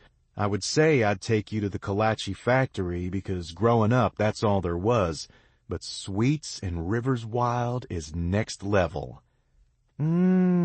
She moans and licks her lips. "Gimme!" She snatches half from mine. "Oh, what is this magic?" she drawls excitedly. "It's grilled chicken, eggs, and potatoes wrapped in this dough and baked," I tell her, and she takes a huge bite and swallows greedily. "Is this a Houston thing?" she asks. "More like Southeast Texas. No one else anywhere I've lived has ever heard of them," I tell her. "Oh my God, that chicken. Does it have curry or something on it?" She smacks her lips together, and I frown at her in mild disgust. "What's all the smacking for?" I ask. She smirks and smacks louder. "I'm country, Hayes. We smack our lips when something tastes this good. This is Czech food?" "Well, the concept is, but sweets pastries are all made with a flavor of her home country, Senegal, that's in West Africa. And Lo, his real name is Lotana, is her husband. He's from Nigeria, and he's the reason that Sweet doesn't give away everything she bakes and makes," I tell her. "I love their coffee. Oh, can't wait to actually eat there. Let me get dressed and we can head out," she says, and stands and hurries to her room. And instead of following her like I want, I pull out my phone and call Gigi. Sweet and Low. Confidence. I step through the glass-paned French doors of Sweet and Low's that Hayes is holding open. Below the yellow cursive writing of their logo it says, "We bake the world." The cafe's abundance of windows on both the front street-facing side and the left wall that opens onto a small garden where people are seated reading and talking give it a warm, airy feel. It's packed with people, and the only thing louder than the concentrated murmur of conversation is the whirring of the coffee grinders, the hissing of steaming espresso makers, and the background music that's too low to make out clearly, but loud enough that you know it's there. I eye the huge chalkboard behind the small hostess stand ahead of us. The menu is written in neat cursive and lists everything from pastries and sandwiches to omelets and salads and specialty breads. I crane my neck so I can see above the heads of the people clustered and waiting to be seated in the smaller-than-comfortable waiting area. Given the menu, I'm not shocked there's a wait, I observe. Could we just take it to go like I do my coffee? "Nope," he says, without stopping to even look back at me. "Why not?" I grumble. "My aunt is meeting us. She's here already, seated." Hayes drops that bomb on me and keeps walking toward the young woman smiling prettily at us as we approach. I, on the other hand, stop dead in my tracks. The person behind me slams into my back, and the sharp edge of his shoulders poke my back, and the toe of his rubber-soled shoes scrape against the backs of my heels. I spin around just in time to see a very old, frail-looking woman falling backward. I cry out, my hands over my mouth in horror. She sits right where she fell, flat on her ass, her spindly, green, floral-painted, legging-covered legs sprawled in front of her like a newborn foal. I reach down to help her up and glare at Hayes, who's just made it back to my side. He looks between us with an expression of complete bewilderment on his face. "I'm so sorry," I say, and reach down to cup her elbows. She swats my hand away and says, "I can get myself up. I look old, but I bet you I could beat you in a race around the block." Her voice, thin and frail, says otherwise, but she hops up in one quick acrobatic movement. "See, right as rain," she says proudly. "I'm Sally Turner." She says her name like it's a compliment. She's got to be 80 years old. Her face is covered in a spray of freckles that even kiss her eyelids and lips. Her eyes, a sparkling dark brown, are full of mischief, and her smile is disarmingly youthful. "Are you okay, Sally?" Hayes asks, as if he's been saying her name his whole life, as he puts a hand at the small of both of our backs and ushers us out of the way of the customers trying to get to the booth. "Oh, I'm fine. I was just distracted by the specimen of man-meat ahead of me." She nods at Hayes and winks. "You're Hayes Rivers. Nice that you finally came down from your tower to visit us," she says. Hayes, as unflappable as ever, doesn't correct her and say that he's actually been spending a lot of time in town. Instead, he smiles roguishly. I heard this was the place to come if I wanted to find a pretty girl to talk to. Of course, I came to see. She throws her head back and laughs delightedly. Oh, how wonderful! And you're charming, too. Those Wilde boys pretty things up nicely. I'd say you're about to add something better than pretty, she says, and laughs again. I'll leave the prettying to the Wildes and my woman. He slips a hand around my waist. Her eyes roam Hayes's body like someone contemplating what part of their steak they'd like to eat first. Either way, we can always use another fine piece. I'm so sorry I stopped like that. I'm glad you're okay. I interrupt her before she says any more. Oh, if I'd been looking where I was going, I would have seen you, she says. This your fella? She asks. I glance at Hayes. He's grinning from ear to ear. My heart flutters. He's a goddamn dangerous combination of overbearing and sweet. I'm addicted to him. I miss being his woman and everything that meant. I get near him and I lose my mind. I'm close to giving him whatever he asks for. Close, but I smile serenely and say, not quite, to Sally. His hand tightens around my middle. Well, if you're not sure, she gives Hayes a suggestive sidelong glance and wink. I laugh. She looks back at me with an indignant glare. Honey, if I was just 20 years younger, you wouldn't be able to fight me for him. They don't make men like this anymore. I suggest you get sure real quick. She winks and strides off into the restaurant. Yeah, get sure quick, tesoro. Hayes's lips brush my ear, and his breath makes the hairs on the back of my neck stand up and my insides quiver. His hand slides along my waist and comes to rest on my abdomen. It takes up almost the entire space, and when he pulls me back into him, I feel like I'm melting. I miss you touching me, baby. I let my head fall back and rest on his shoulder.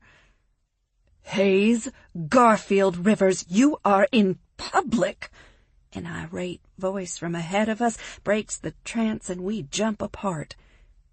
Gee, Hayes says, and steps around me toward the dark-haired, hazel-eyed beauty who, but for the fact that he called her his aunt, I would never believe was old enough to be.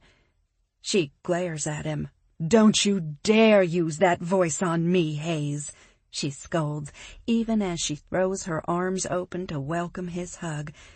I watch as she embraces him, smacks his shoulders, and then wraps her arms around him. He lifts her off her feet. Her eyes, closed from the instant they touch, pop open, and they're assessing and shrewd as they run over me from head to toe. She's dressed in a navy skirt, topped with a white tailored shirt with a patent leather nude-colored belt cinched around her Audrey Hepburn-esque waist. Suddenly, my cut-off shorts are both too casual and too short. My white camisole too revealing and my flip-flops completely inappropriate. When our eyes meet, I smile my best smile, and thank God I tied my unruly hair back so that at least I don't look completely unkempt. My shoulders sag with relief when a smile, warm and real, blooms across her face. She disengages herself from Hayes and comes toward me, arms outstretched. Well, Hayes, look what you did. She's as pretty as a picture, she says to him as she wraps me in a hug that smells and feels like comfort and love. It makes me long for my mother. I wish she could see this place. "I'm Gigi, Confidence," she says warmly. "I think we're going to be great friends." She hooks an arm through mine. Hayes doesn't let go of my hand when I try to tug it free of his. He draws it into his lap and holds it there with the other one on top of it. I look at him to demand it back, but my words die on my lips. He's laughing at something his aunt just said. His head is thrown back, his teeth gleaming, his eyes closed, and I can envision my future. What life could feel like if I spent it with him.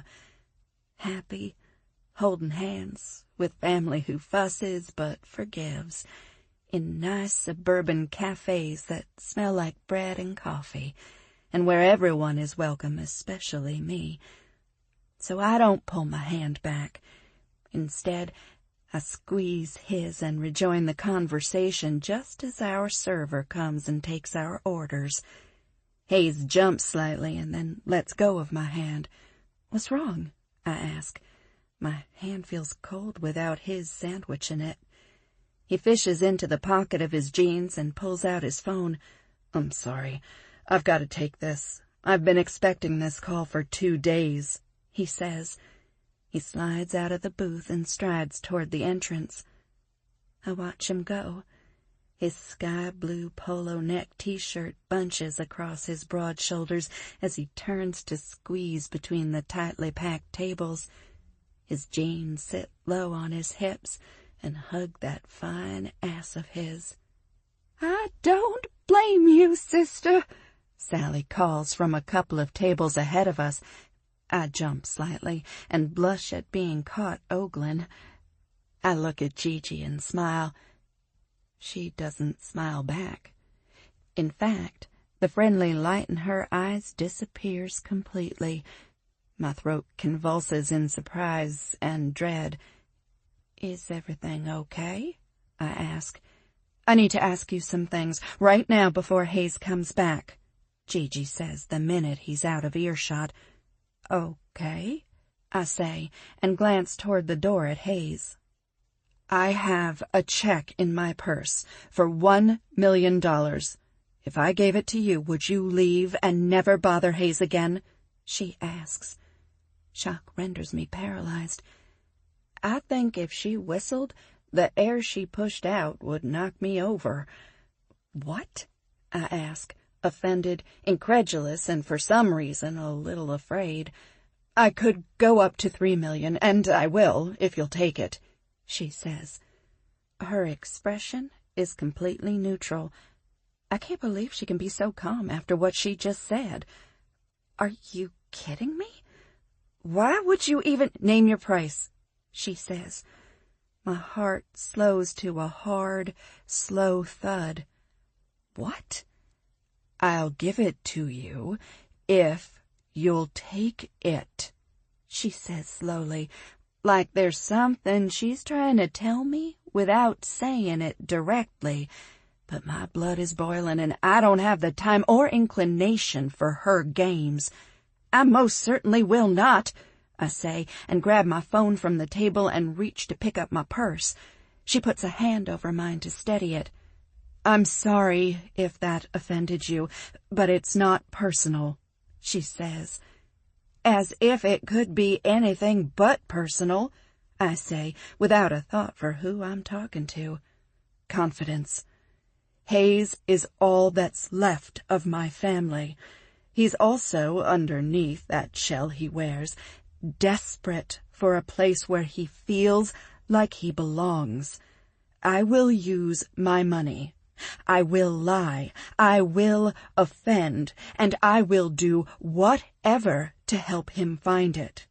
After what he's gone through with that ex-wife," she says unapologetically. I lose my cool. "I bet you never offered her money to leave him alone, did you?" "Why? Because she wasn't a nobody from nowhere, right?" I say angrily. I throw my napkin onto the table and lean in so that I can lower my voice. I am not going to let her bullshit ruin this lunch for Hayes. I glance over my shoulder and see him pacing in front of the restaurant, deep in conversation. I turn back to his aunt. That woman is criminally idiotic. I can assure you that I am not. Money is nice, but I don't want more of it than I need, I tell her. Yeah, right, she says dismissively. I know it's hard to imagine people not worshiping the same money god as you do, I say. How dare you?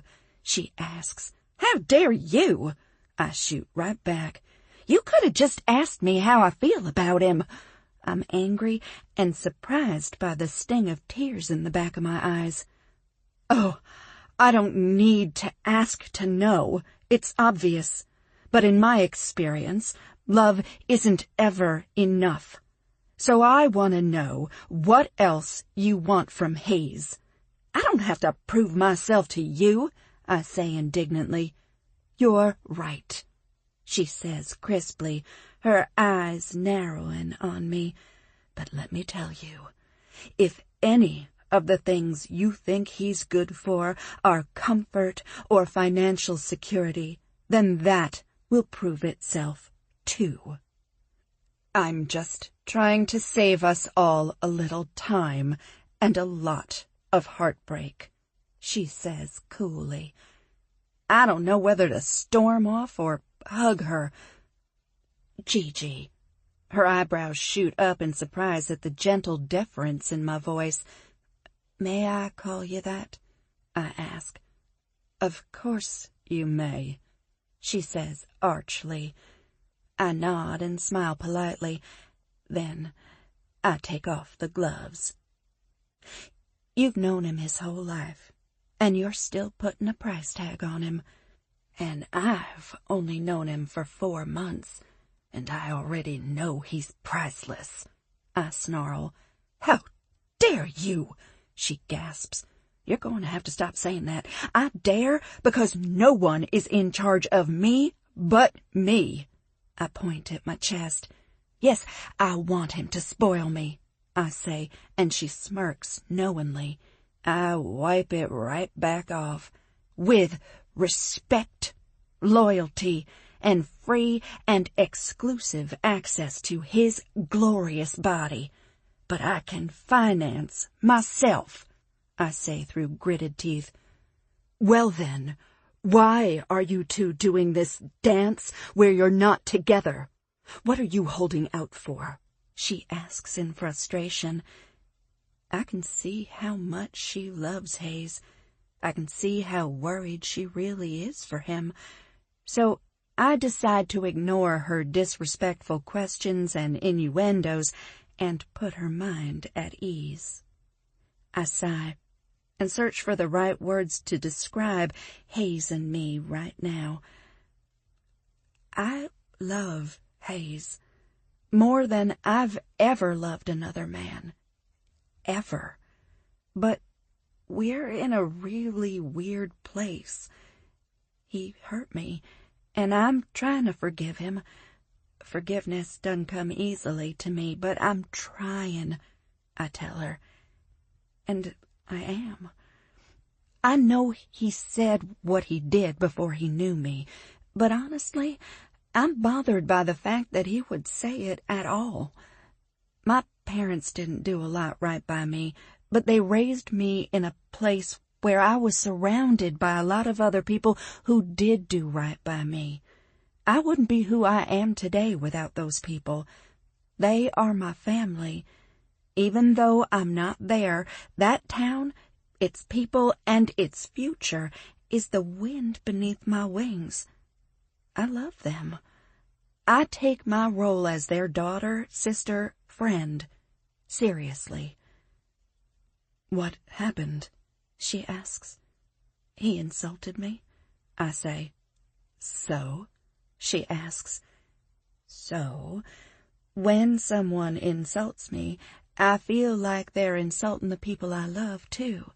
And I won't let anyone do that, not even the man I want to spend the rest of my life with, I say to her. The rest of your life, she gasps. Are you? Her throat bobs. No, not yet, I say. But he loves me. I will forgive him because I can't live without him, I confess, and my heart flutters as I say it out loud for the first time.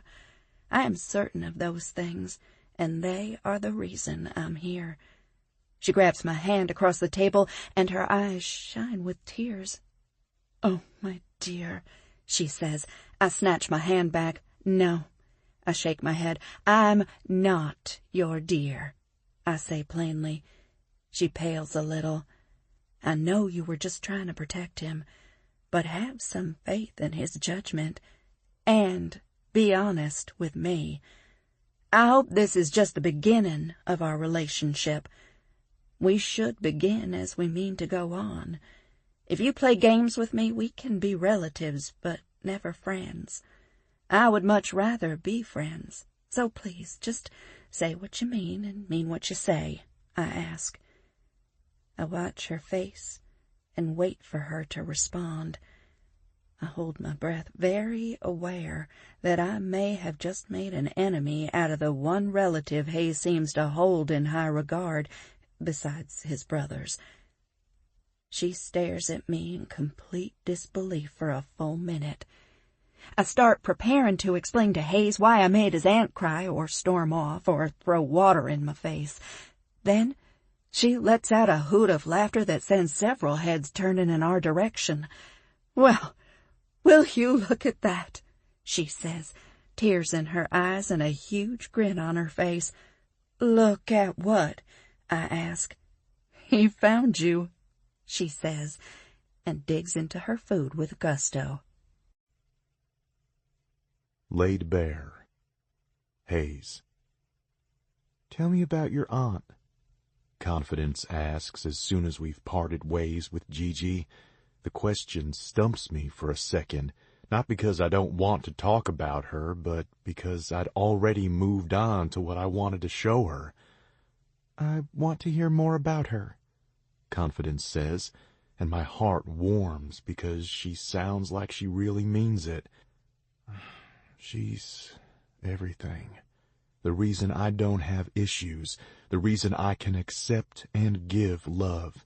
She took me in when no one else wanted me, and she put up with my shit and hasn't held it against me, I say, and smile as I think about the way Gigi and I knocked heads when we first met. You love her? She says it like it's a question. Of course I do, I say, and pull her down one alley off Rivers Wilde's main street. Come on, I want to show you something. What are we doing here? She asks as we step out on the other side and onto a footpath that leads to the Oaks.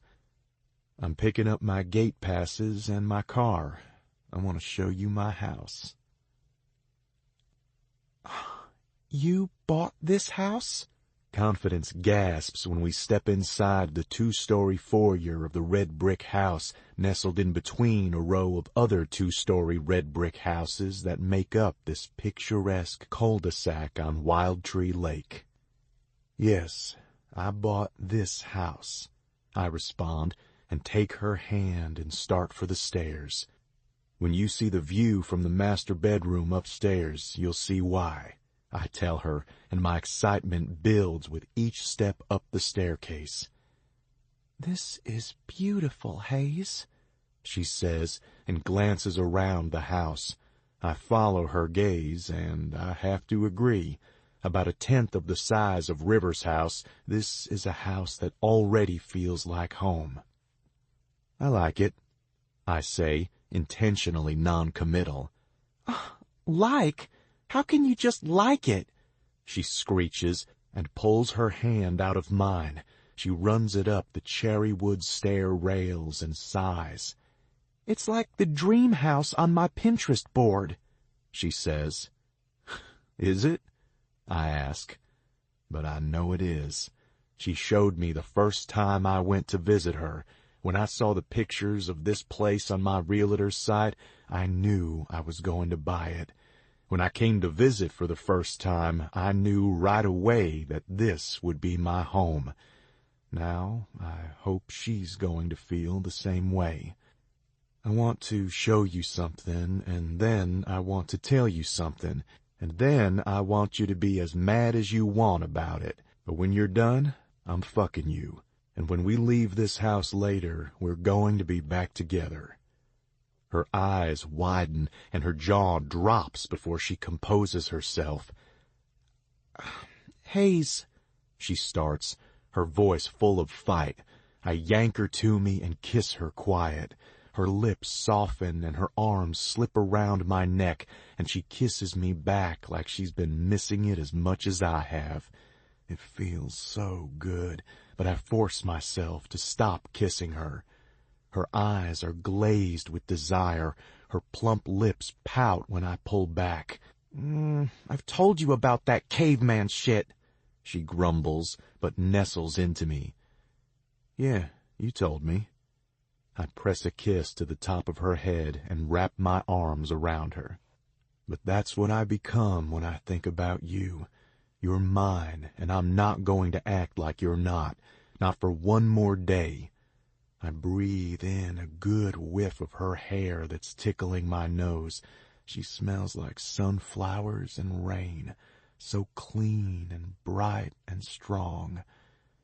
Come on. I put an arm around her waist and lead her to the bedroom.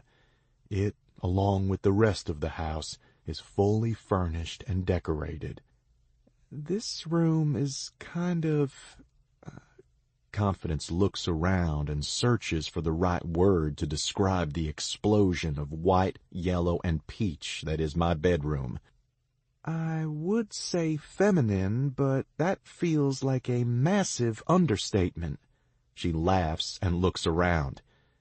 Do you really sleep in that bed? She points at the white four-poster bed with yellow drapes flowing from the top of it. Gigi took my do whatever you want too literally, I explain. But don't worry, baby. I plan on getting rid of it before you move in, I say. Hayes, give you an inch, she says. Oh, tesoro. By the time we leave this house tonight, I look at my watch and note that it says 11 a.m. I would have taken 10 miles and put in a request for another 100. You can say no, but I want you to look me in the eye and tell me you don't love me, because that is the only way I'll let you go, I tell her. She dips her head and hides her face, but I know my girl. She always puts a lock of hair between her lips and presses them together when she's happy but doesn't want to show it.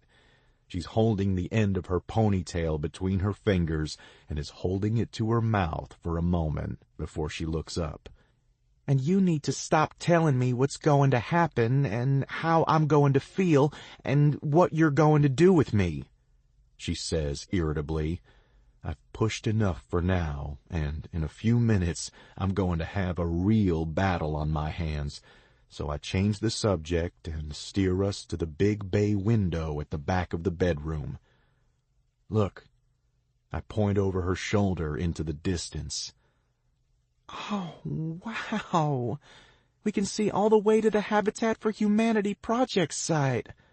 She puts her hand on her throat. Have you been out there yet? I ask. Yeah, once, just this week. I think it's awesome that Wilde World has given up that parcel of land for its development, she says, and I smile. That's not Wilde World's land, I say as nonchalantly as I can.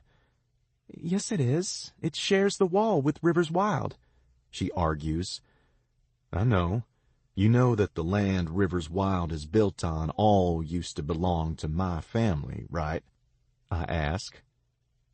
All of it? She asks. Yes, all of it. That land beyond the wall, I say, and point to the short stone wall that was built to divide the land. All of that still belongs to us, I inform her. What? She turns around to face me. You own all of that? Habitat for Humanity is building on your land? She asks. No, they're building on their land. I donated it to them. Nearly 50% of what's left. 1,000 acres for their project, I say. You gave it to them? She squeaks. Her head swings wildly back and forth between the expanse of green pasture land that's one of the most unique things about Houston. Urban and rural blend within feet of each other. And it's self-contained, but with easy ingress and egress to streets that are the major traffic arteries of the city and make the location ideal for commuters going to all of the major commercial centers in Houston. The Galleria, downtown, Greenway, Katy, Sugarland, the medical center. She stares at me for a few minutes, her face tight with concentration, as if she's looking at a puzzle that makes no sense. What? I ask. She frowns. It's just that there's a dissonance between your actions and words, Hayes. Last time we talked about this, you were shocked that we wouldn't accept a settlement. Now you've committed your family's resources to doing exactly what you refused to do last week. Well, it was actually almost 2 weeks ago, and then I hadn't been to see any of the properties. I hadn't met Matt and Jasmine and their 10-month-old who couldn't go anywhere without the machine they used to treat his asthma, I say. I heard about your visits, she says. Your little note-taker was very proud of himself. He's a good kid. And after those visits, I decided to make that donation. Some of those units should have been condemned before the flood. I shake my head as I remember the rubble and debris that still lay strewn in the parking lots of these units. It's a disgrace, and I couldn't sit by while they suffered. Does Remy know that? Why wouldn't he tell me that? She asks. Because I asked him not to. I wanted to tell you myself, and I didn't want you to know until I thought you were ready to hear it, I tell her. Her eyes narrow slightly. Why do you get to decide what I'm ready for? She asks. Because I'm the decider, I say, mimicking George W. Bush's infamous words. Oh, really? She asks, and crosses her arms over her chest. Yes. That's what I do. I make decisions that I think are best for myself and my family. Sometimes they mean I will have to hurt the people I love, not be candid with them, move them around like pawns, I say. How do you feel about that?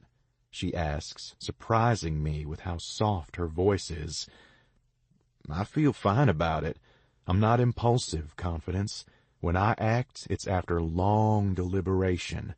There have been moments in my life where I didn't think, where I just acted, and I hurt people without any really good reason. The ends didn't justify the means. You should hear yourself, Hayes. You're a stage 5 control freak, she says, but her voice is completely devoid of recrimination. In fact, I hear shades of pity, and I don't fucking like it. I have to be, I say tightly. She holds her hand out to me, and I step forward and take it. She brings it to her lips and brushes the back of them in a sweeping motion. She looks up at me through her lashes, and I'm struck by how every time she looks at me, her eyes nearly lay me flat. You can't control people, Hayes, she whispers, and a knot tightens in my chest at the distress in her voice. I'm not trying to control anyone. I just take opportunities when I see them, I say, and before she can cut me off, I tell her what I've been dreading. Like when I realized that Kingdom wasn't going to do anything they weren't forced to when it came to the tenants, I knew Remy would need the best lawyer on his team. What do you mean? She asks, and then her eyes widen and her mouth falls open. She drops my hand. "You didn't," she says quietly. I'm shocked she hasn't guessed already. She jumps to her feet. "If you say that you asked Remy to hire me, I'm going to walk out of this room, and if you try to stop me, I will scream at the top of my lungs until someone calls the police," she yells. Fuck. "I didn't ask Remy to hire you," I hedge. "But," she bites out between her clenched jaw, "but I did bring you to his attention," I say. She growls and balls her fists. "Why, Hayes?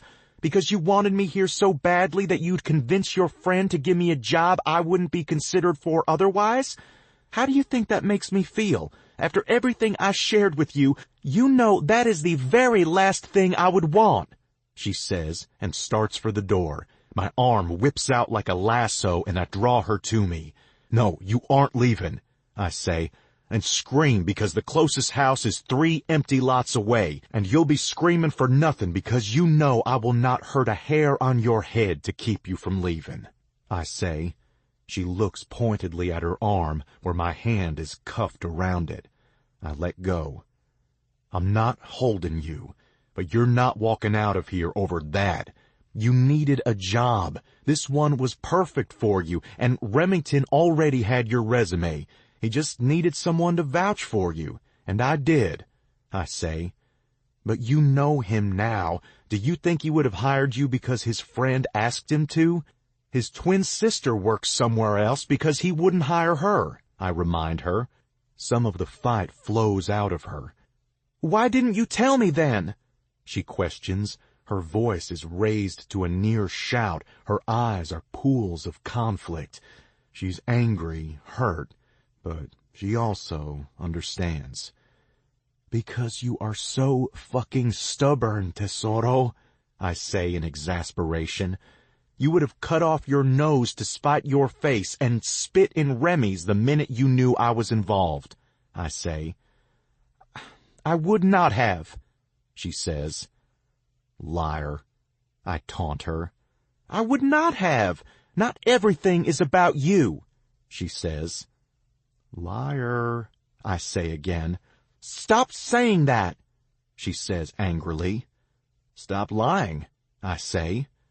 "You are not a mind reader," she yells now. She's practically vibrating, but with something much more potent, vibrant, and transformative than anger. It is relief and acquiescence. She's relenting. I press my advantage. "You and I are cut from the same cloth, molded from the same earth, sky, water, and fire.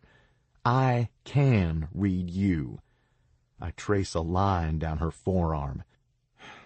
"Did you do this because you wanted me to take you back?" she asks and points out at the development. "Partly, yes, but not just because I want you on my arm and in my bed, but because I need you by my side," I say. "You do?" she asks, and I laugh at the surprise in her voice.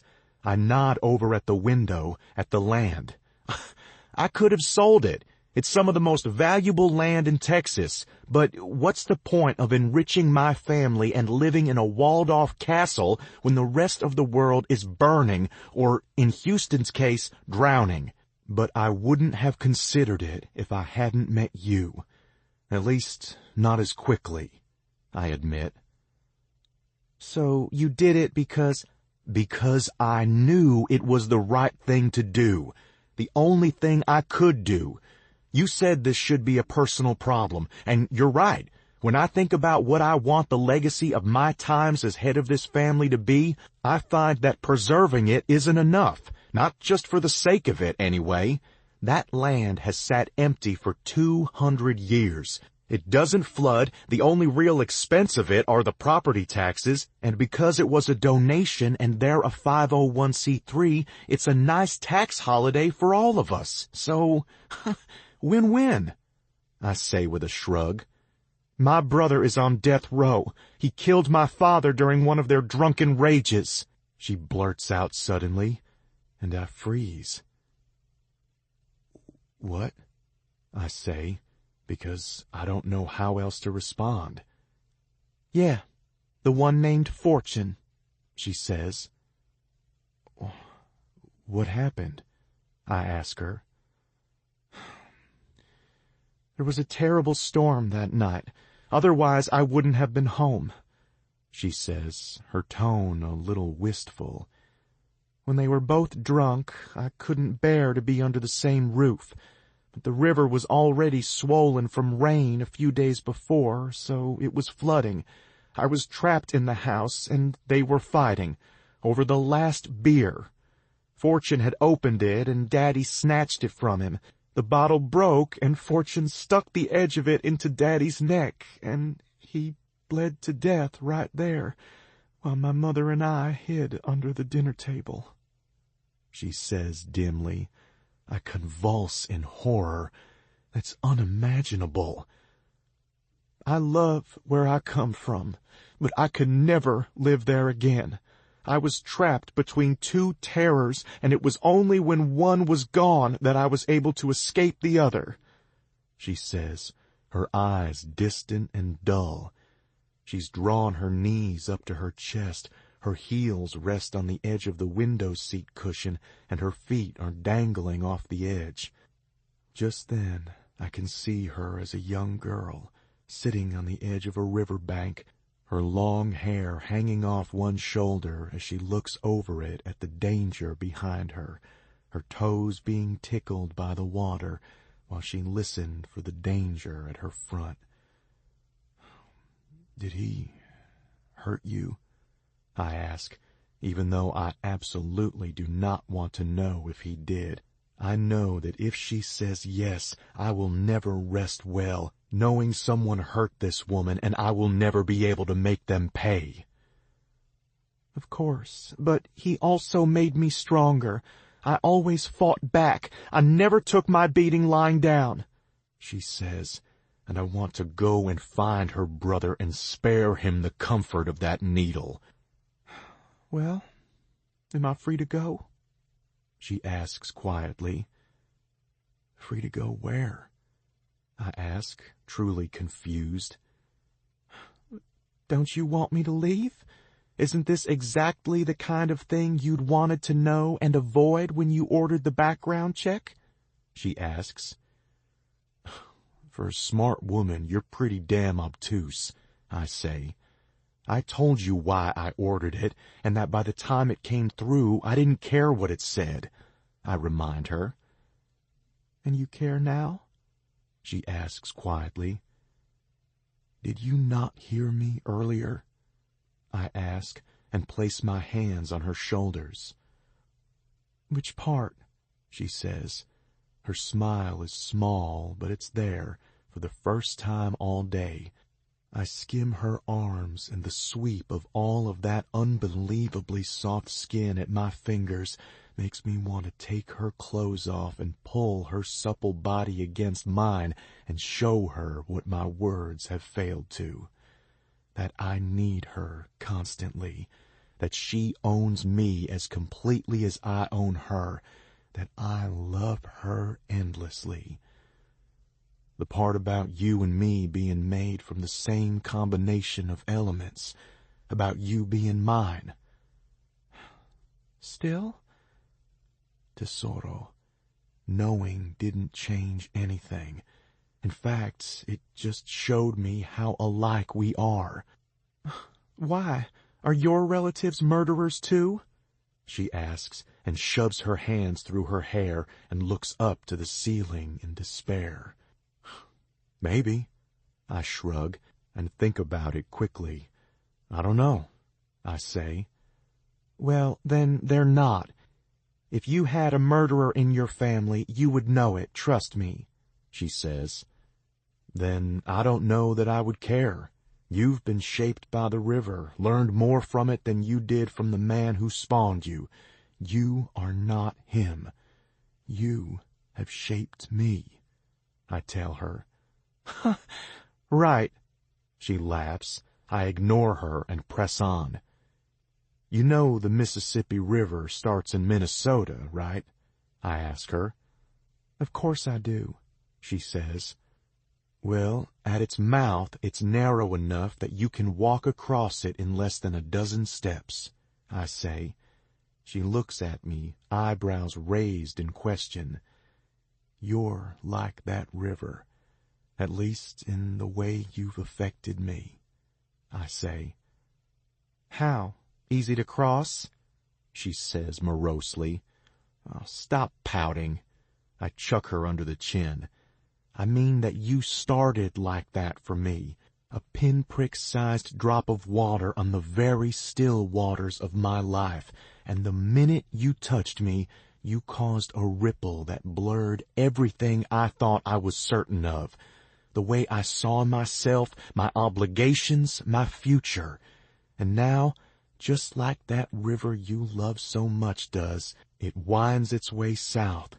You rush through me, and I'm drowning in you. I kiss her quickly. I'm all for you loving me, but it's not worth your life. She uses the very same joke I made that night in the hot tub, and I laugh. Actually, I can breathe deeply for the first time in a long time. I know we're from totally different worlds, but I feel like we're also from the very same one. We love our family, not just the ones who were born of our blood. My brothers, Stone and Bo, aren't biologically related to me at all, I tell her. You're not the daughter of a sadistic drunk and the sister of a killer. I'm not the scion of a line of philanthropic but short-sighted men and faithless women. Our legacies, what we choose to leave of ourselves in this world, is up to us. She sighs. Why didn't you tell me sooner? I ask her. She purses her lips, and then she blows out a breath. I don't talk about it. No one in Amarel does. It's our collective secret. We all like to pretend that Merle, that's my dad, never existed, and that Fortune is already dead, she says quietly. And I'm ashamed of what they did and how I deny them. But to acknowledge them is to remind everyone not just that my brother killed my father, but about the blood that runs in my veins.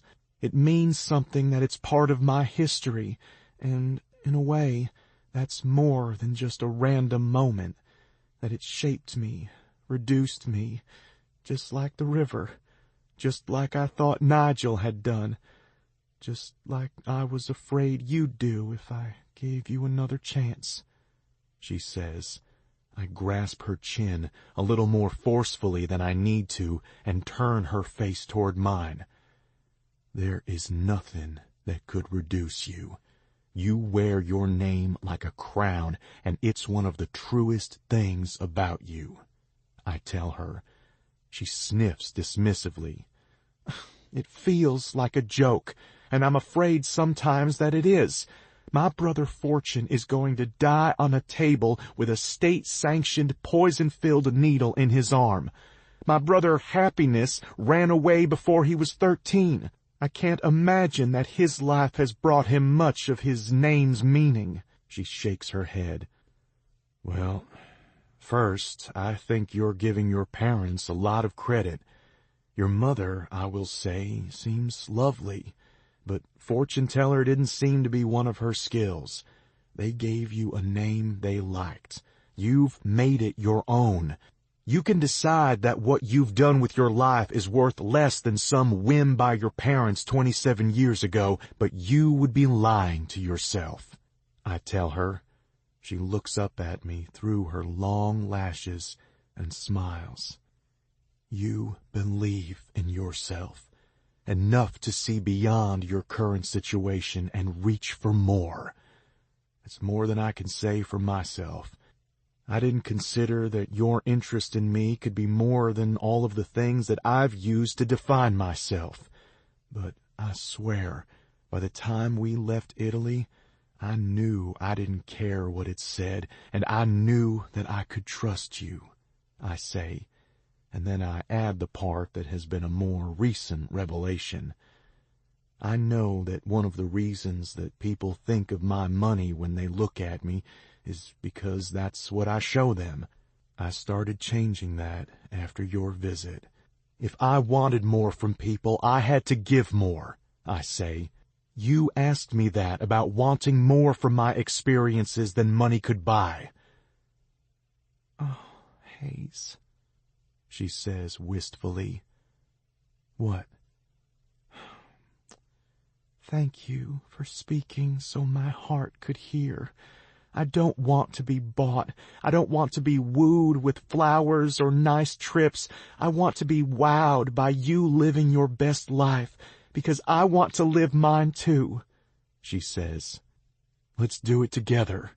I pull her off the window seat and carry her toward the bed. What are you doing? She cries. I'm still talking. Well, when you're done, you're going to put your pussy on my dick and make it dance, I say. I just want to get you in position. Aren't you mad that I didn't tell you sooner?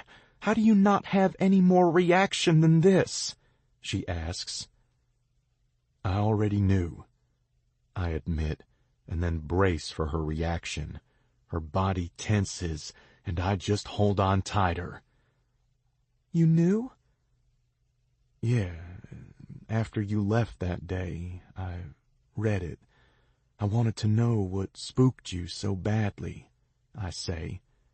She glares at me. I smile at her. Her glare falls apart, and her mouth trembles before she covers it with her hands. You have the heart, spirit, and courage of a queen. I'm proud to know you. Proud that you love me. You've taken something and made it into nothing, I say. She rolls her eyes. You've got it backward, she says exasperatedly. No, I don't. I'm telling you that you have taken something that should have reduced you, changed you, trapped you, maybe even erased you, and you have made it something so insignificant that you can leave it out of your life story and no one will know it's missing. I explain. The light in her eyes changes. It softens, becomes more luminous, and she relaxes in my hold. You really don't care? She asks. Of course I care, but not in the way you think. I'm sorry you lived through that. I care that you think it's something you should be ashamed of. I worry sometimes that it's in my blood, she whispers, and clouds roll into her eyes, so I sit down on the bed with her still in my arms. What is? That violence, not because I feel inclined to it, but because I always know when it's coming. Will I pass it on? Will it suddenly rear its head? She sounds dejected. I squeeze her a little. My grandfather was a cruel man. Everyone acts like he walked on water because he donated money for a hospital and because his name was Rivers. But I know what he was. My father, for all of his failings, raised me to believe I am my own man. He sent me to Gigi to make sure Thomas wouldn't ruin that. And as much as I resented it then, I'm very grateful for it now as an adult, because I can see that left to Thomas, I'd probably be just like him, forgetting that my name is more than an access card for us. It can also be one for others. There is no such thing as a generational curse. There's intent and action. Then why do you feel responsible for what Kingdom has done? Why are you spending this money and time on the flood victims? Because I can. Because it's a chance to correct the course, and I'm taking it. I'm not trying to raise people from the dead, Tesoro, just trying to fix things going forward. What if I make the same mistakes they did? She asks. I hate to break it to you, Tesoro, but you have your own flaws to worry about. You're stubborn, impulsive, and for all your instincts about violence, you seem to walk into danger all the time, like falling off cliffs that you go walking down at night. I tapped the tip of her nose with my finger. Don't touch my nose, it'll make me sneeze, and thanks for the praise. She shoves my shoulder lightly. Tell me mine, I ask. Your flaws? I know, you probably have to think really hard about it, I joke. You're possessive, cynical, and suspicious, she says without missing a beat. I let out a bark of surprised laughter, and then I kiss her softly. And you're perfect and mine, she adds. A cloud breaks over us. Sun streams in, and it feels like the return from a long march, and I'm so glad to be home. When I break the kiss, she cups my face and sighs my name. Yeah, that's better. Next time you say my name, though, I want you to scream it, I say, then stand up and throw her onto the bed. Thunder. Confidence. I land on Hayes's mattress with a small bounce and a little shriek. My heart is thudding as I push my hair out of my eyes and see him looking at me like I'm the very last meal he'll ever eat. His nostrils flared, his eyes hot with desire, and his lips are flushed. Mine tingle, sending signals to him that they want to feel him, all of him. I've missed him more than I can say. Sex was one of the ways we communicated. We would say, I love you, I hate you, I'm scared, I'm angry when we fuck. And now, I'm hungry to know everything he's kept from me in the time we haven't touched each other. Tesoro, he says huskily and pulls his shirt off. I can't believe all of that is mine. He pulls his jeans off, too, and the most beautiful cock in the world peeks out of the top of his boxers. Come here. I crook my finger, and he lies down next to me. He slides one of his strong, warm hands up my thigh and cups my pussy. Fuck. You can never, ever keep this from me again, he says, and pinches my clit. I gasp loudly, sharply, and I rock into his hand as heat and wetness fill my panties, and I press against the warmth of his palm. He dips his head and takes my lips with his, and I sob at how perfectly right it feels to have my lips in the sacred embrace of his. I love you so much, he whispers into my mouth. I never want to be away from you, Tesoro. Never. He grabs the front of my blouse and yanks until the straps give. The fabric sliding down my body sends a rush of anticipation across my skin like a river of electric shocks. I love you too, I say urgently, desperate to get these words out of the way so that I fall into his kiss and drown in the river of emotion he swept me away on. He gives me what we both need. He cups the back of my neck and rolls us until he's lying on top of me, and then he slams his mouth onto mine and pushes past my lips and sweeps my mouth with his tongue. He kisses me like that, and I can't breathe. I don't wanna. I want to die with him stealing the breath from my lungs. I want to drown in him. When he drags his lips off my mouth, he takes my lower lip with him and holds onto it with his teeth.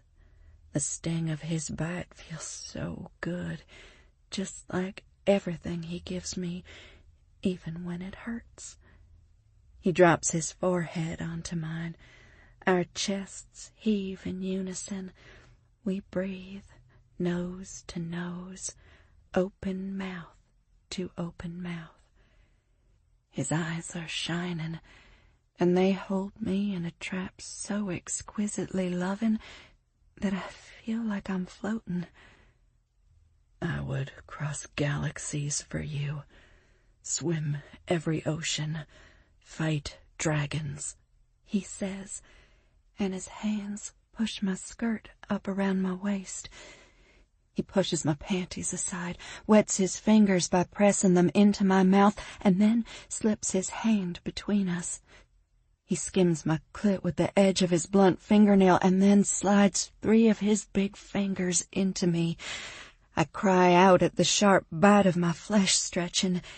He pushes them in, pulls them back out, and bends his head to my breast. I love seeing you like this. Your pussy is so goddamn tight, tesoro. He captures my nipple through the lace of my bra. He bites it and flicks the sensitive flat of it with the firm tip of his tongue.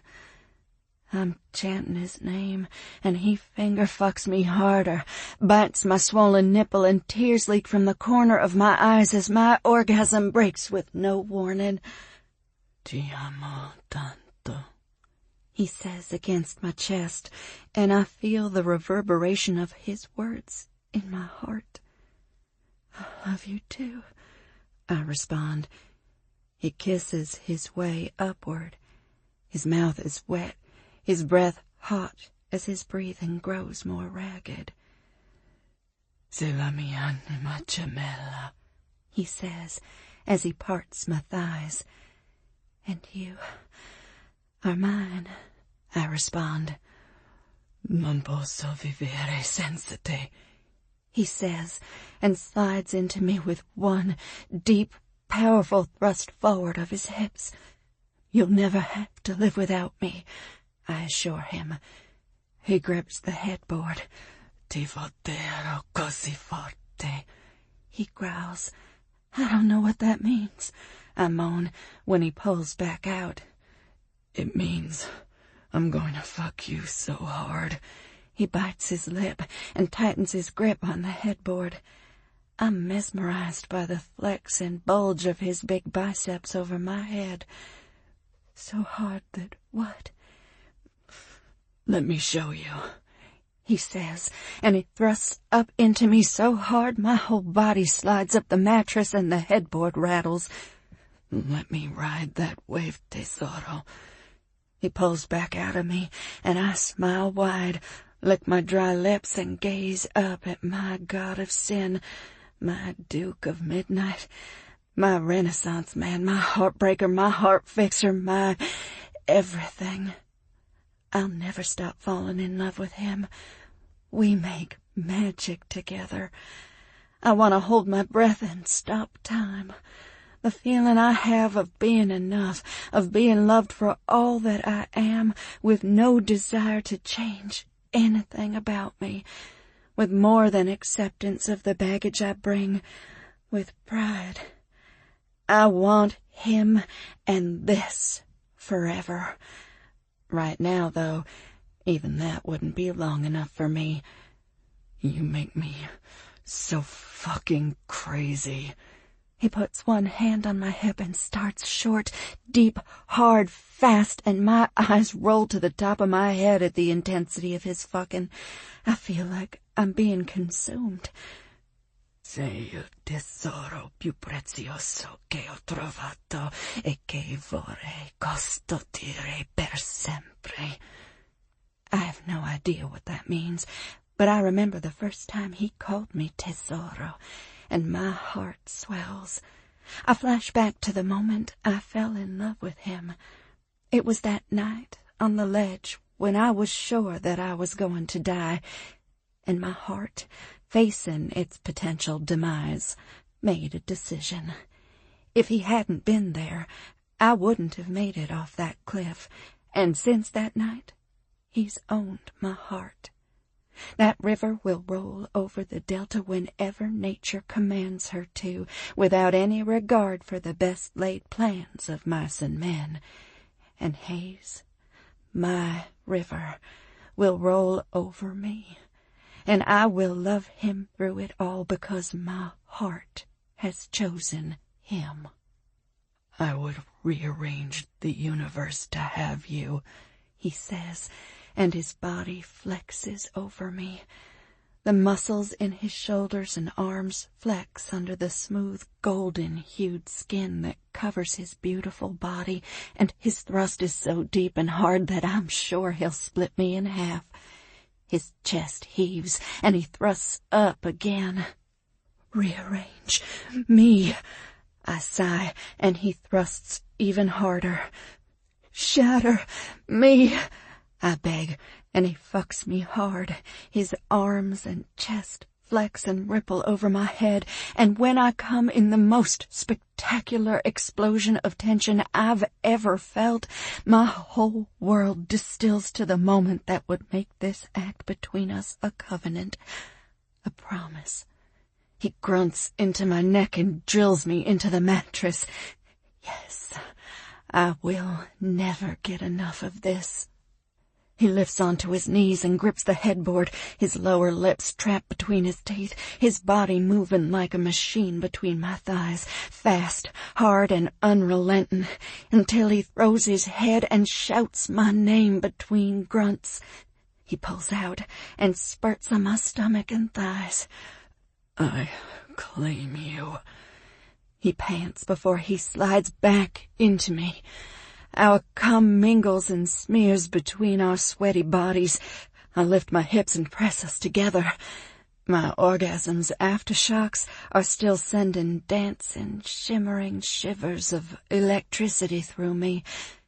Then Hayes drops his big body onto the bed next to me, and a huge cracking sound is our only warning before the entire bed collapses beneath us. We lay on the sunken mattress and stare at each other before we burst out into laughter. Then, as if in response to our mirth, the splatter of rain starts to beat on the window. "It was raining during our first time in Italy," I remind him. "Because thunder only happens when it's raining." He croons the hook to the Fleetwood Mac classic in my ear. "And I promise you, this is the only place where we'll make this kind of noise. In our home, there will always be peace. You'll always be safe," he whispers, and pulls me into his arms. And then he rolls me over, slides back into me, and we make a storm of our own. Surprise. Confidence. 2 weeks later. "Hey, I'm heading to Sweet and Lowe's after my appointment at Blush. Want to meet me for coffee?" I whisper in Hayes's ear. His eyes are closed, but he's been awake for at least 5 minutes. I heard the change in his breathing when I stepped out of my bathroom. I let him pretend, though, so he could watch me. I got dressed right in front of him. His broad, sun-darkened, muscular shoulders twitched when I slipped my panties on, but otherwise he hasn't moved. I inhale the scent of his sleep and sweat and our sex, and I want to get back into bed with him. But I have an appointment at Blush where it's very hard to get an appointment. It's one of Houston's premier hair salons. The hair stylist, Tanaka, is one of the most sought-after stylists and colorists in the country, and she had a cancellation 4 weeks ago that bumped me up on the wait list, and no way am I missing it, not even for a morning ride on Hayes's gloriously thick dick. "Yeah, I'll meet you." His sleep-roughened voice is sexy, and the way his mouth moves as he forms his words is something I could sit and watch all day. "What time?" he asks sleepily into his pillow. I glance at my watch and do some quick math. Maybe around 11 a.m., I say. One of his eyes pops open, and he peers at the alarm clock by my bed and flips over wide-eyed to stare at me. "Are you having a quadruple bypass? Why does it take 4 hours to get your hair done?"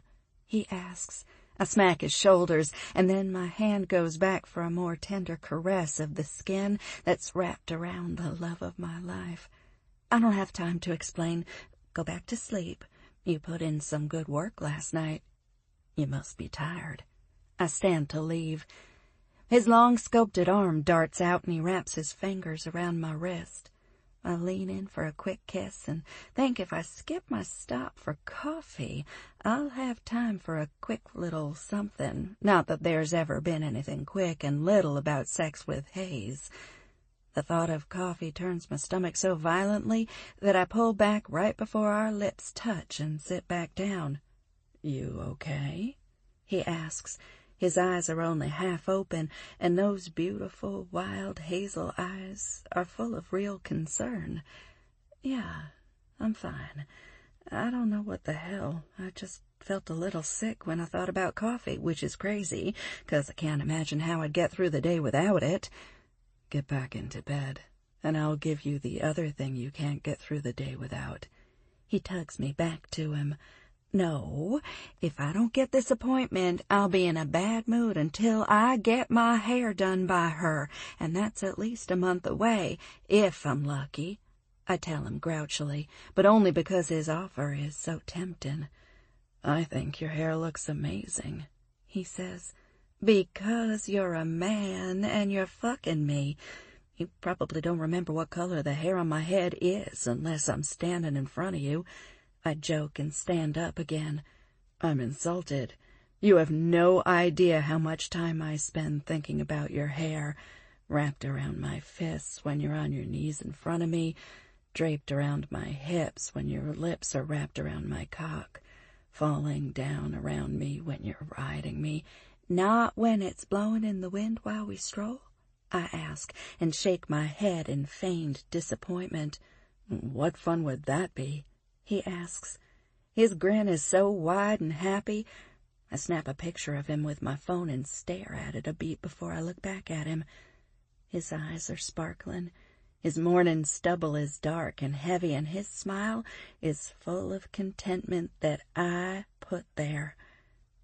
No fun at all, I agree before I turn to leave. "Come back to bed," he calls after. "No way am I going to be late for this. I'll see you soon. Bye." I check a peace sign at him and then walk happily out the door. "Well, well, well," the dark-haired, olive-skinned, handsome man behind the reception desk at Blush drawls in the most beautiful baritone I've ever heard. I stop and look over my shoulder to find who he could be talking to, because it can't be me. There's nothing interesting enough about me to warrant that intrigued look on his face. There's no one there. I turn back to face him and plaster a confused smile on my face. "Are you talking to me?" I ask.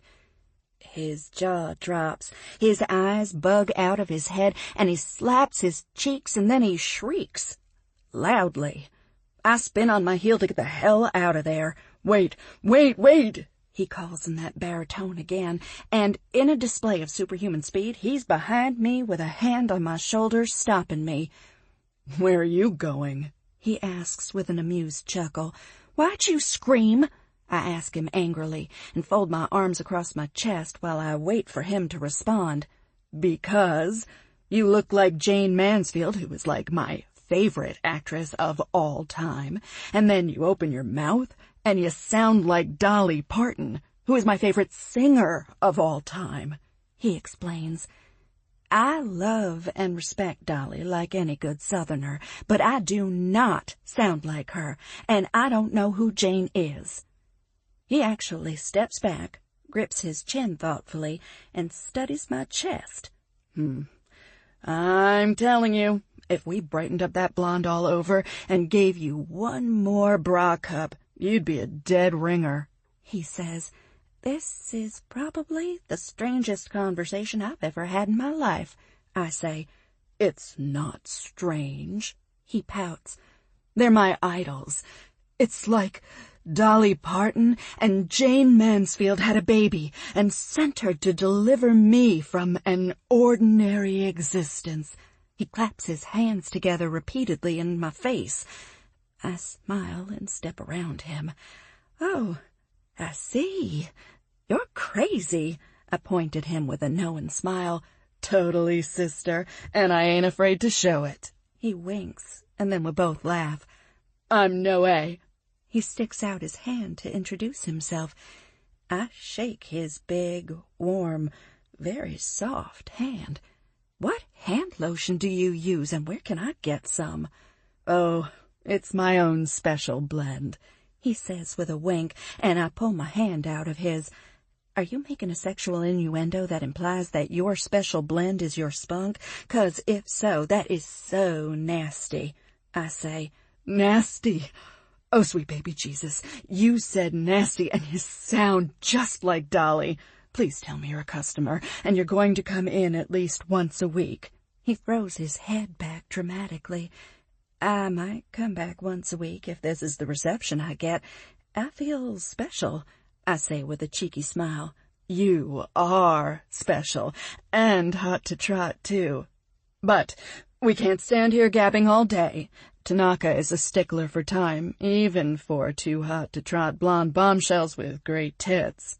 He gives me an exaggerated wink and grin, grabs me by the elbow, and leads me to the receptionist's desk. I'm totally charmed by him. People who can talk to anyone amaze me. "What time is your appointment?" he asks as he leads me back to the reception desk. "It's at 7:30. Color cut and a blowout," I say excitedly. "Okay, I'm going to need you to fill out all the paperwork again," he says, and hands me a clipboard. I look down at the stack of papers and recognize the first one. "I filled these out online when I made my appointment. Why did you have me do it if I was going to have to do it again?" I say, and look at him quizzically. This is one of my biggest pet peeves, so my good humor fizzles. He frowns sympathetically, either ignoring or missing my irritation. "I'm sorry, but your submission was all messed up. Your name was off, so we thought there might be other errors. I made the executive decision to delete it and have you do it again." He pats my hand in more misguided sympathy. "Since we're worried about the time, just fill out that top form, okay? You can do the rest while you're under the dryer with your foils." He winks. I purse my lips, but fill out the form quickly. "Filling out redundant forms will not get between me and the magician who's going to be like the miller's daughter in Rumpelstiltskin and turn this hay into gold," I say, and then cringe at the high-pitched fangirl tone in my voice. "Sorry," I mutter to Noé without looking up at him. "No problem, Dolly. She's a legend, and we get people in here acting like they're about to be baptized. You're tame, for now. Wait till you get done with your hair. You'll be like one of those television pastors. It's why our advertising budget is 0, he says proudly. I hand him the paper and he frowns. He blinks up at me and then looks back at the paper and says, "Your name is Confidence?" he asks. "Yes, I know it's unusual, weird, whatever, but it's mine," I say. "I erased your e-submission because I thought it was an error. What a fucking fabulous name," he says. "Thank you," I grin. "But I'm still calling you Dolly, 'cause that is how I'll always think of you," he says. Fair enough. There are a lot worse things than being named after an idol. I agree. "Okay, come on back. Let me get you settled in Tanaka's chair. We book our clients so everyone has 30 minutes where they have her exclusive attention. Since it's your first time, she'll have a lot of questions. I'll get you some champagne to sip while you're chatting," he says. "I was thinking more like coffee," I say, and then swallow down the saliva that floods my mouth at the word. "Or maybe something that's more suitable for morning consumption," I say. "I'll add orange juice to your mimosa," he says, and walks me back to the room where one chair sits facing a full-wall mirror. Next to it is a small stand cluttered with flat irons, brushes, and bottles of product. "Have a seat. Tanaka will be here in less than a minute." He pats my shoulder lightly and turns to leave. "I'll be back with your mimosa. I squeeze the juice fresh, so it will be a few." And then he disappears through a door in the back of the room. I stare at myself in the mirror. Do I really look like Dolly Parton?